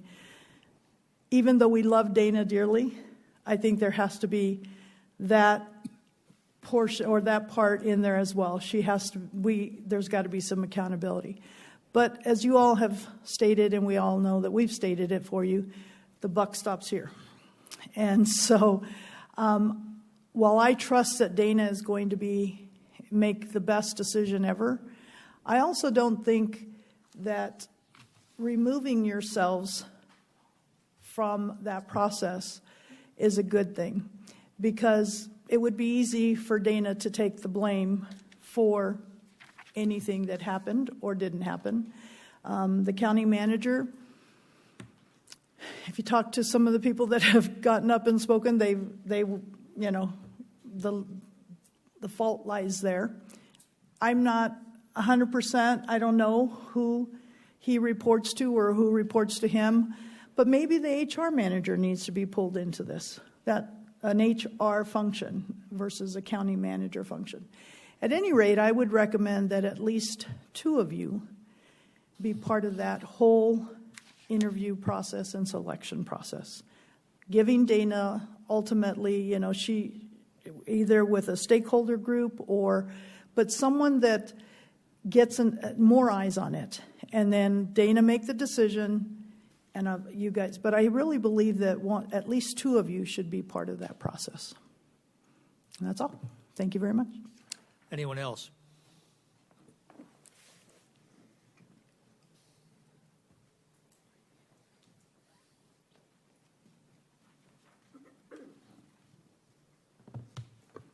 Roberto Ravelis, resident of Gold Canyon. I support, in general, the proposed memorandum of understanding. I trust each and every member of the Board of Supervisors. I trust the county manager as I trust the entire public serving staff that reports to the public. I do have a concern that the most critical need going forward is to restore trust and confidence in our elections. And I feel that that trust and confidence can be improved by the injection of some words that I'd like to suggest be integrated into the proposed MOU.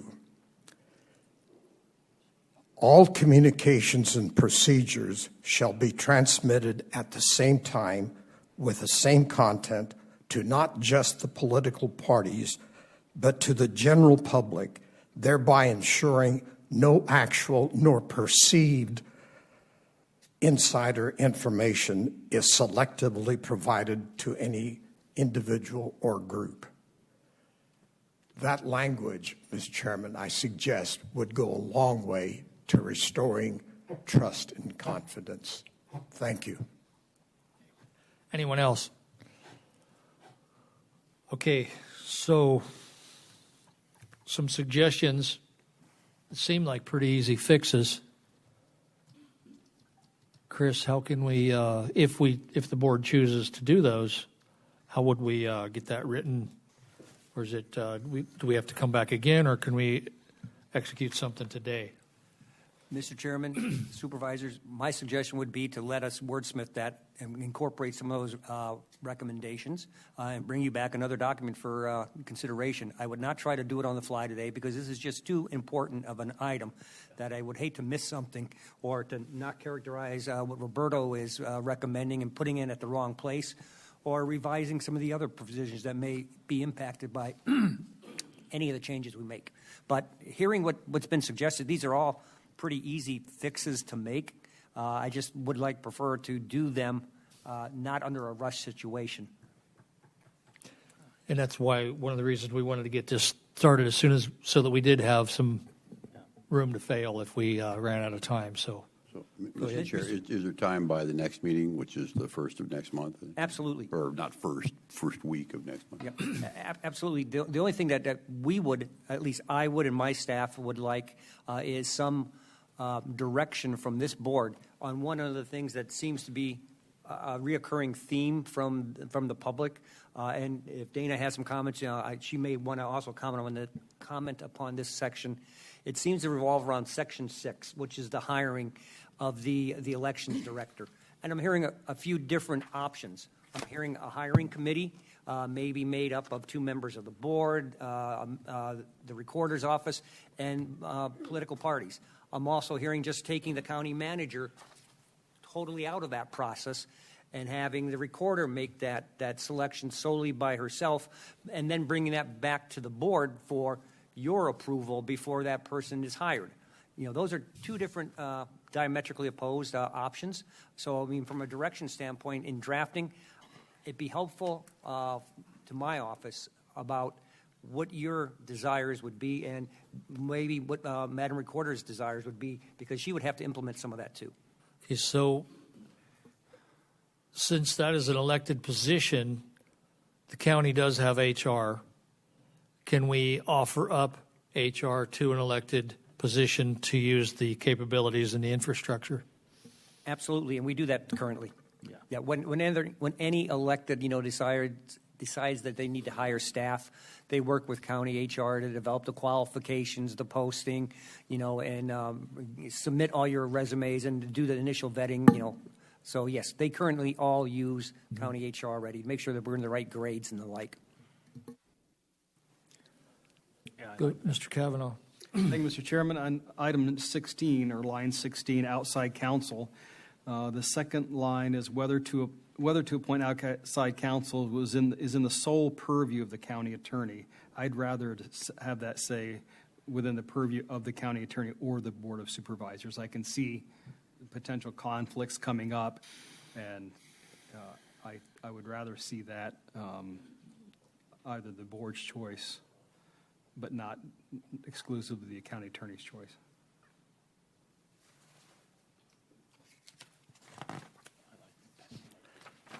Chris, is it possible when staff writes this up to write 2 versions, one with a little bit different? That way you can approve. Chairman, supervisors, you actually read my mind. I would like to at least provide some options with that section. colors. Which one, Section 6A or Section 6B, whichever version you like. And we can incorporate some of the things then. We can look at that. Yes. Okay. Anyone else? Yes. Yes, let's hear from the Dana. The Dana? Yes. Chairman Sturdy, members of the board, Dana Lewis, Pinal County Recorder. To address item 6 in the MOU, I think after speaking with members of the audience, getting feedback via email, and just, general meetings over the last, 6 weeks, when we first had this conversation, I think it has been identified already that there has been an established successful track record in the recorder's office. And that when you sought to unanimously appoint me as the recorder about a year ago and then ran into some issues with the elections department, it just seems like a really great and simple transition to put the elections department back under the purview of the recorder's office while we get this train back on the track. I think we need to understand this county is growing exponentially. And to ensure the prosperity of the elections department, using the appropriate language that we had started modifying together with the county attorney's office and county management, the reason we utilized the language that we did in number 6 was for several reasons. By putting in there the fact that we needed minimum qualifications, that meant and ensured that we were including the Human Resource Department and the forte that they bring to this process. Additionally, county management has been part of this process for a very long time. I can say that there have been communications where We've listened to the feeling of failure or inadequacies, but county managers don't run elections. Election specialists run elections. And how better to assist county management and the Board of Supervisors with finding a really amazing succession plan to ensure the future, the trust, the transparency, fair, accurate, and legal elections, other than ensuring we verb number 6 so that we're all involved. We were hoping that when we had crafted number 6, that's what that was ensuring. I can't do it alone. Oh, we know that. And I have an amazing team who's sitting here in the audience with me today to ensure that I understand that they've got my 6. But I also need to understand that you guys have my 12. So I need you guys to be in the process, not just right now, but understanding tomorrow is not promised. That in cultivating a really great relationship with the county management, with HR, and with the Board of Supervisors, we ensure that I've given you guys the resources you need to, in the future, select really great election directors. That's my hope. Yes. Just to interject, if I turn on my mic, I can interject. Based on what you're saying, then changing some of the verbiage, for instance, from county manager to county management as part of that process is one scenario, because then that also includes our deputy director or one of our county assistant county managers who has an extensive background in HR. She could be part of that vetting process in the hiring. So maybe some of, like you're suggesting, is some of the verbiage changing a little bit. Absolutely. Chairman Sturdy, Supervisor Goodman, members of the board, I do agree with that statement. I believe, again, putting any burden on any one person ensures for single points of failure. And we've already identified that we have not been successful by allowing that to happen in the past. So I believe by crafting better verbiage, again, these aren't my elections. They're not your elections. They're everyone's elections. And ensuring that they have voice in this and maybe giving a little bit more time so that they can be part of this process, even with, the potential hire of an elections director. I am not opposed to any of those things at all. Okay. Mr. Chairman? Yes. Thank you. So going back to August 5th, 2022, Supervisor Goodman asked, prior to the appointment of you, Dana Lewis, that it be conditioned on a background check. Mary Ellen is in the audience. Could you talk about, some of the folks who just got up said the concerns are legacy knowledge, that we trusted the county manager who made a bad decision in hiring. We have lack of transparency, proper vetting of candidates. 3 folks have said we trust Dana, and so on. Can you tell us if the background check on Dana was ever done? Because this is where, the process is important.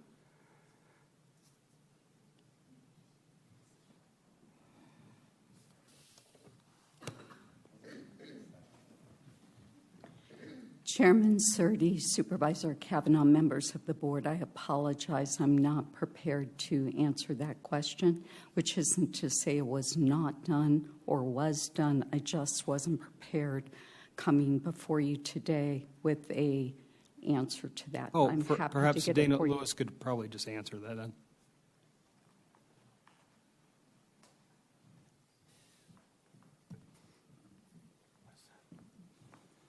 Chairman Sturdy, members of the board, Supervisor Kavanaugh, I believe that a background check was even ran for me to be an election specialist for the elections department. But you were appointed to an elected position, and so that's why Supervisor Goodman asked for a background check to be done, which would probably be something different, I would assume, in an elections director position or a recorder position than an election specialist. Did you ever fill out another form? Mr. Chair, if I could, I don't remember asking for a background check on anybody at this point. I don't recall anything of that nature. Oh, I have the transcript. We wouldn't do a background check on an elected. Well, but we were appointing an elected official. So Supervisor Goodman said that the appointment of Dana Lewis would be conditioned on a background check. I don't remember saying that. So Okay. if that's on the records, then. Yeah, well, it was. So that was my question. So we go back to, we've made hiring decisions. We're talking about elections director. We hired, I'm not going to name names, but, what kind of background? We just had people express this very concern. And so, we just did. There's lack of transparency, lack of knowledge, and these are the concerns that.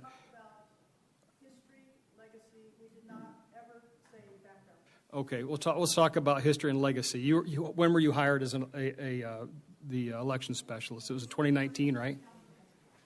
I think you're talking to Dana Lewis, correct? Yeah, yep. Yeah. You said, when were you hired as an election specialist? Dana Lewis, Recorder, Chairman Surdy, Supervisor Kavanaugh, members of the board. I was hired October 2019. Okay. And so October 2019, then we had the 2020 elections. So you went through a couple of elections as an election specialist, right? So October 19th, I was hired. We went through a November 2019 jurisdictional election, 2 of them. Then went through certified election official certification training. Then we went through the PPE in March of 2020. We had a jurisdictional election, I think, in May of 2020. We then had the primary of 2020, and then the general election of 2020. Then 2021 is when I became the assistant to the recorder and compliance officer. And then going August. back to those special elections, do you recall, didn't we miss a couple? We had to change the dates. You weren't responsible for that. Sir, Chairman Surdy, members of the board, Supervisor Kavanaugh, change election dates. There was an election where and it's not a huge deal, but what I'm saying is we didn't have an elections procedure manual internally in place, and we missed the cancellation of elections. So there were 3 candidates for an election, and there were 3 openings, so we can cancel the election. So, sir, if I may speak to that, what that looks like under Title 16 and Title 48, depending on if we're dealing with special taxing districts do not always fall under the regular consolidated election dates as seen under Title 16. They do fall under their own purview of dates as established in Title 16 or in Title 48.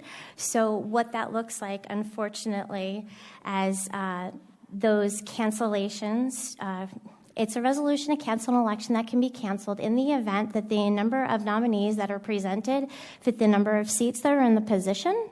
So if you have, say, a fire board, and there are 3 open vacancies and only 3 people write in nominations, then we have the ability to save the taxpayer dollars by a resolution to cancel that election. I don't need to hear all that. What my question is, internally, you're going to make a manual that covers everything nuts and bolts that's going to cover this, right? We are in the process of crafting a desktop procedure manual. Some people refer to them as an SOP. Right. We are in the process of doing that. We're at the final rendition part of that. Have worked with our vendors because there are some concerns in regards to putting that out to public for digestion because of security protocols. So currently working with county attorney's office and vendors to make sure I don't do anything to upset security in the elections world and in that department. Okay. And then concerning the MOU, you feel comfortable in your knowledge of elections to hire and supervise the elections director, right? I think she just stated. Yeah. Well, I'm asking again, okay? Is that all right? You feel comfortable. I'm asking you again. You feel perfectly comfortable and confident in your abilities. Did you ever finish the master's training? Oh, the certificate in election registration administration through Auburn University. Yep. I had 4 classes into 12, but this thing called being appointed to the recorder position, and now this life got in the way. Do you have a criminal background? No, sir. I'm sorry. Do you? Well, we're talking about putting this lady over elections, and nobody's ever done a background on her. Bottom line. So we will have I'm going to ask that our human resource department before we execute an MOU to have Dana Lewis over the Elections Department conduct a thorough background check, as Mr. Goodman asked for previously. First of all, I did not ask for that, and I would like, for the record, for that information to be pulled up that I asked for that specifically, please, because I refuse to go on forward with those type of, without actually substantial. I'm not going to believe what you say, in other words. Well, you said So it. We have a just transcript off the record, of it. On the record, I'd like to make sure that that's exactly what I asked for. But you asked for it, and did it get done? That's the issue. And we asked for a timeline on No, the the GPS. issue is, are you making a legitimate statement that actually happened? Did I ask for that? Yes, you did, and I'll be glad to provide you the transcript. But here's the issue. The folks have said, hey, we've made these decisions, and the board has rubber-stamped these decisions, and here we go again with a rubber-stamped decision not following through. This board asked for the GPS. We said 30 days, let's have the GPS items, the criteria for the GPS tracking devices. Did that ever get done? Chairman Sturdy, members of the board, Supervisor Kavanaugh, that did. And actually, we had communicated with the Board of Supervisors utilizing the clerk of the board in regards to where we stood with the scope of work for that RFP. I had asked that you give us a few more weeks in regards to that RFP because I don't have a polling place election in November, but I do have jurisdictional elections. And ensuring that we had a printer for printing our ballots, we identified that's where we needed to be putting the attention and had requested your patience to make sure that we were putting forward a thorough SOW for the GPS locks. They have the information they need in the finance department now, and we are waiting on next steps from them. All right, thank you. And one last question. Do you ever use the name Rice or Lang as your last name? Absolutely not, sir. Okay. Thank you. So, Chris, to get this straight, during that he asked that a background check be done on an elected position. Does one supervisor have the authority to command HR to do random background checks? Mr. Chairman, supervisors, are you asking for the position of elections director, or are you asking for the position This of is an Dana elected, holding? even though she was not elected, she's in an elected position. Yep. You have the ability to request any of But those would kind we of have to background checks. approve that as a board, or can one of us? No, you should have taken that as a board action to do that. When you appoint someone in a vacant position, you usually go through a process. We have an application process sometimes. Sometimes you've had individuals come and do a presentation on why they feel they want this position or why they should be appointed to this position. And then usually you go through some vetting of that, review their background and qualifications, and at that time you can usually have a background check performed on, your top candidates. Maybe it's one or two that you can't make up your mind and go from there. But you normally don't have a background check done on every single candidate for that time period until they get to the process, because they may not even move on. So the But question you could do is, it. Yes, you could do it. Well, here's the language. 8-5-22 special session, item 1, discussion, approval, disapproval of the appointment of a county recorder pursuant to ARS to fill the remainder of the term but left by resignation of Virginia Ross effective August 5, 2022, subject to a background check. Mr. Goodman made the motion. I barely remember yesterday, so I don't know about that. So as of right now, there's no background check being done. The HR director works under the county manager, so the request would have to go through the county manager, not directly to one of the employees to do background checks.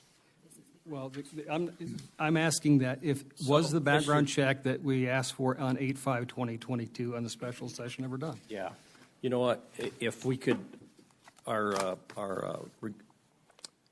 clerk, she actually has the motion that I specifically stated about. If you could read that. I'll go back.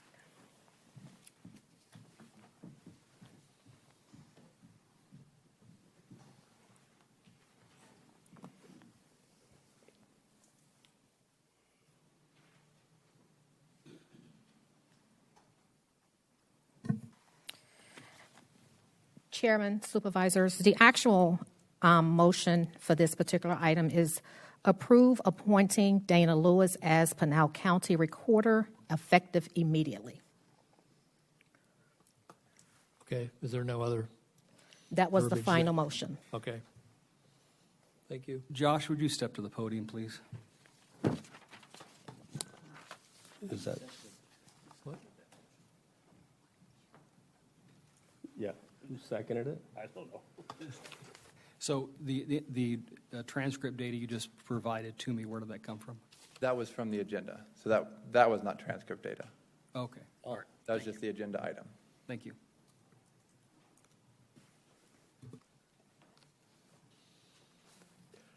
Okay, so we've settled that, and we are now, last I knew, we were given direction to Chris Keller to work on the next meeting.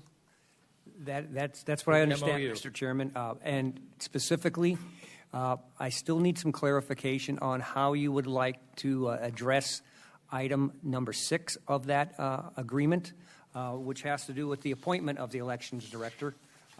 Mr. Goodman had made a suggestion about changing county manager to county management as one option.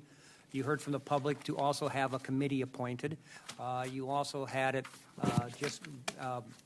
residing solely in the recorder's office to make that recommendation with ratification then by the Board of Supervisors. I can present you 3 different options if you like, if that's what you would prefer, but it'd be nice to have a little bit of direction as to which methods you prefer at this point in time. Steve?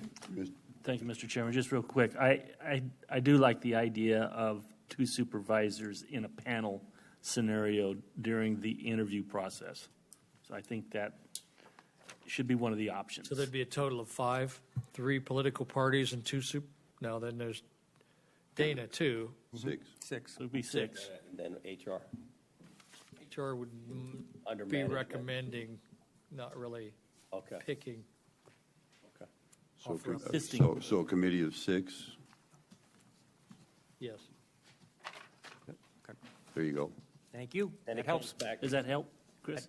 That does. I can craft language along that to, include a committee, to go ahead and, as part of the recruitment process, to make a recommendation and advance it then to the full board. So, if I could, Mr. Chair, because included in this resolution here, it also states that will be ratified by the Board of Supervisors. So ultimately, right, we're the ones still making the final say. Right. And if you would note, I in crafting this, I had drafted it so that ratification had to take place by the Board of Supervisors, which would mean it would be at an open meeting, and that had to be before any official start date, so that some person couldn't start and then you later ratify that person being in there. Again, the whole idea was to have a transparent process by whom you all selected to be that election director, and then you to ratify that. Okay. Once ratification, then that falls under the direct control, day-to-day supervision of the recorder. Do we need to, not table, but to continue, do we need to continue this, or do you just withdraw it, or how do you want to handle this agenda item? You mean what's on here now? Yeah. I would suggest you have a motion to continue this to the September, is it 3rd, 6th? September 6th. To December 6th, so that we can make some additional changes and present a new MOU to you. Okay. Looking for that motion. Mr. Chair, I move that we Continue. Thank you very much.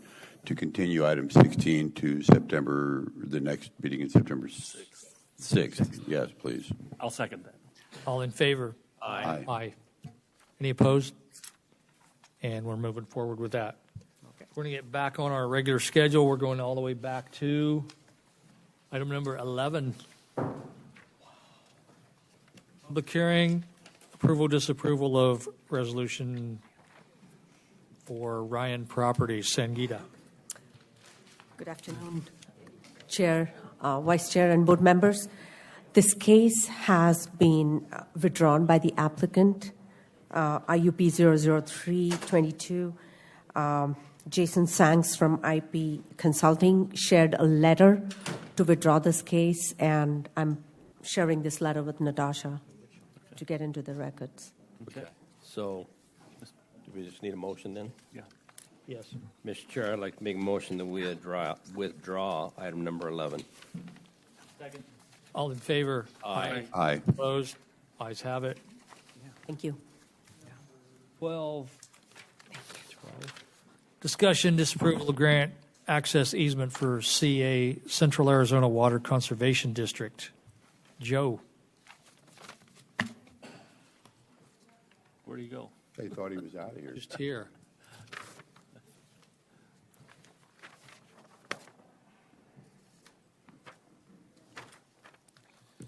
Good afternoon, Chair, Vice Chair, Board of Supervisors, Joe Ortiz, Pinal County Development Services, Managing Director. Item 12 is a request from staff to approve a grant of access to Central Arizona Water Conservation District for ingress and egress across Pinal County property. Real quick context, give you a little quick context and back history.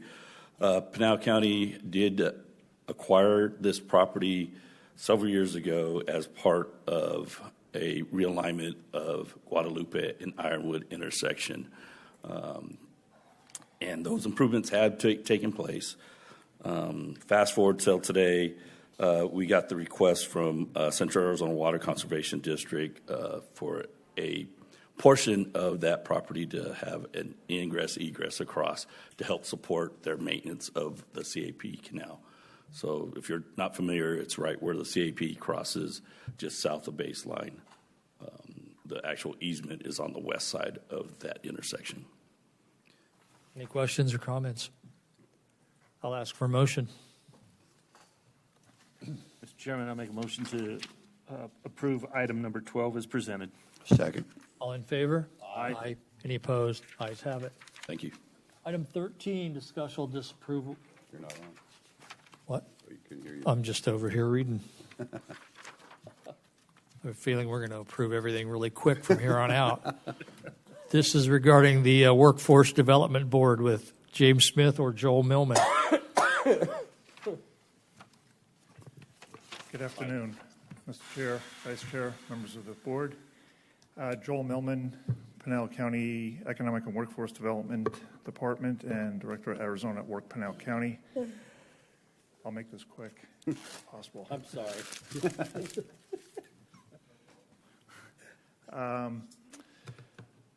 What we have here is an opportunity that we'll be requesting you as the appointees of the Pinal County Workforce Development Board. We're looking to increase the membership capacity of the board from a current 19-member board to a board of 23 members. And I'll give you a brief background, and then I'll be available for any questions you may have. Are there any questions? No. If not, I'll ask So, for real quick, why do we need 23, Joel? Why not 25? Oh, okay. No, just, are you really asking? I'm just asking. Yeah, he's asking. Yeah. No, we're asking for 23. The composition of the board is prescribed in law in the Workforce Innovation Opportunity Act. Our current board of 19 is compliant with that composition. However, during the latest recertification, which we're required to undergo by the State Workforce Board every 2 years, it was recommended that in one of the categories that is required, that we had if we had an opportunity to fill a so-called vacancy, to do so. And in doing so, it kind of forces you to look at the balance of the board based on the prescribed formula. We have an opportunity now to fill that vacancy and then to be compliant with the formula for the board. It makes us go from, it's a whole series of events here, but it makes us go from 19 to 23 to stay compliant, with the board being required, in essence, a majority must be from the business sector, and then 20% of the full board membership being in what is called a category of workforce, which that's where the question was, requesting some representation from apprenticeship programs, and we were able to identify a second apprenticeship program And that kind of causes us to, I know. Well, all you're saying is it's formulaic, not subjective. No, it's Formula-driven. formula-driven, yes. Okay. Ask for a motion. I move we approve item 13 as presented. Second. All in favor? Aye. Any opposed? Ayes have it. Thank you. Discussion approval for a donation to Maricopa Consolidated Water of a pickup and another pickup. Tanya. But it's not Tanya. It's Angie. Good afternoon, Chairman Surdy, members of the board. Angie Woods, Director of the Office of Budget and Finance. So the county fleet department currently has 2 trucks in their fleet that have been determined past their useful life per our county policy 8.91 vehicle replacement. The Maricopa Consolidated Domestic Water Improvement District has inspected both of those vehicles and has found a use for them in their district and would like for those vehicles to be transferred over to them. Today, the item is we are asking for a unanimous approval of transfer of ownership to the Maricopa Consolidated Domestic Water Improvement District for both of those vehicles in the total amount of $2. Any discussion? I'll ask for a motion. Mr. Chairman, I make a motion to approve item number 14 as presented. Second. All in favor? Aye. Any opposed? And that was unanimous. Thank you. Item 15, discussion approval, disapproval of resolution discussing a local heat emergency. Kevin Costello or Corey Redden? It's going to be 99 this weekend. So it's over. Get my jacket out. Good afternoon, Chairman, Vice Chairman, members of the board. I am Courtney Prock. I am the Operations Manager with the Office of Emergency Management, and Corey Redden, the Emergency Manager, is here with me as well. Today we are here to discuss the governor has signed a declaration on Friday, August 11th, 2023 for extreme heat. We are one of the 3 counties that were named in the declaration: Maricopa County, Coconino County, and Maricopa County. So we are here to declare on for Pinal County which will help the local governments and our special taxing districts also get reimbursement. There will be an applicant briefing scheduled for Monday in our EOC. Reimbursement of our own money is good. So any more questions or discussions? I'll ask for a motion. Mr. Chair, I move we approve item 15 as presented. Second. All in favor? Aye. Any opposed? Ayes have it. Thank goodness we're through number 16. On to number 17. Any future agenda items? Then we will reconvene into executive session, which we already voted on.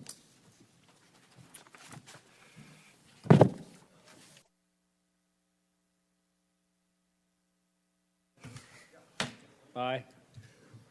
Did I say aye or bye? Both.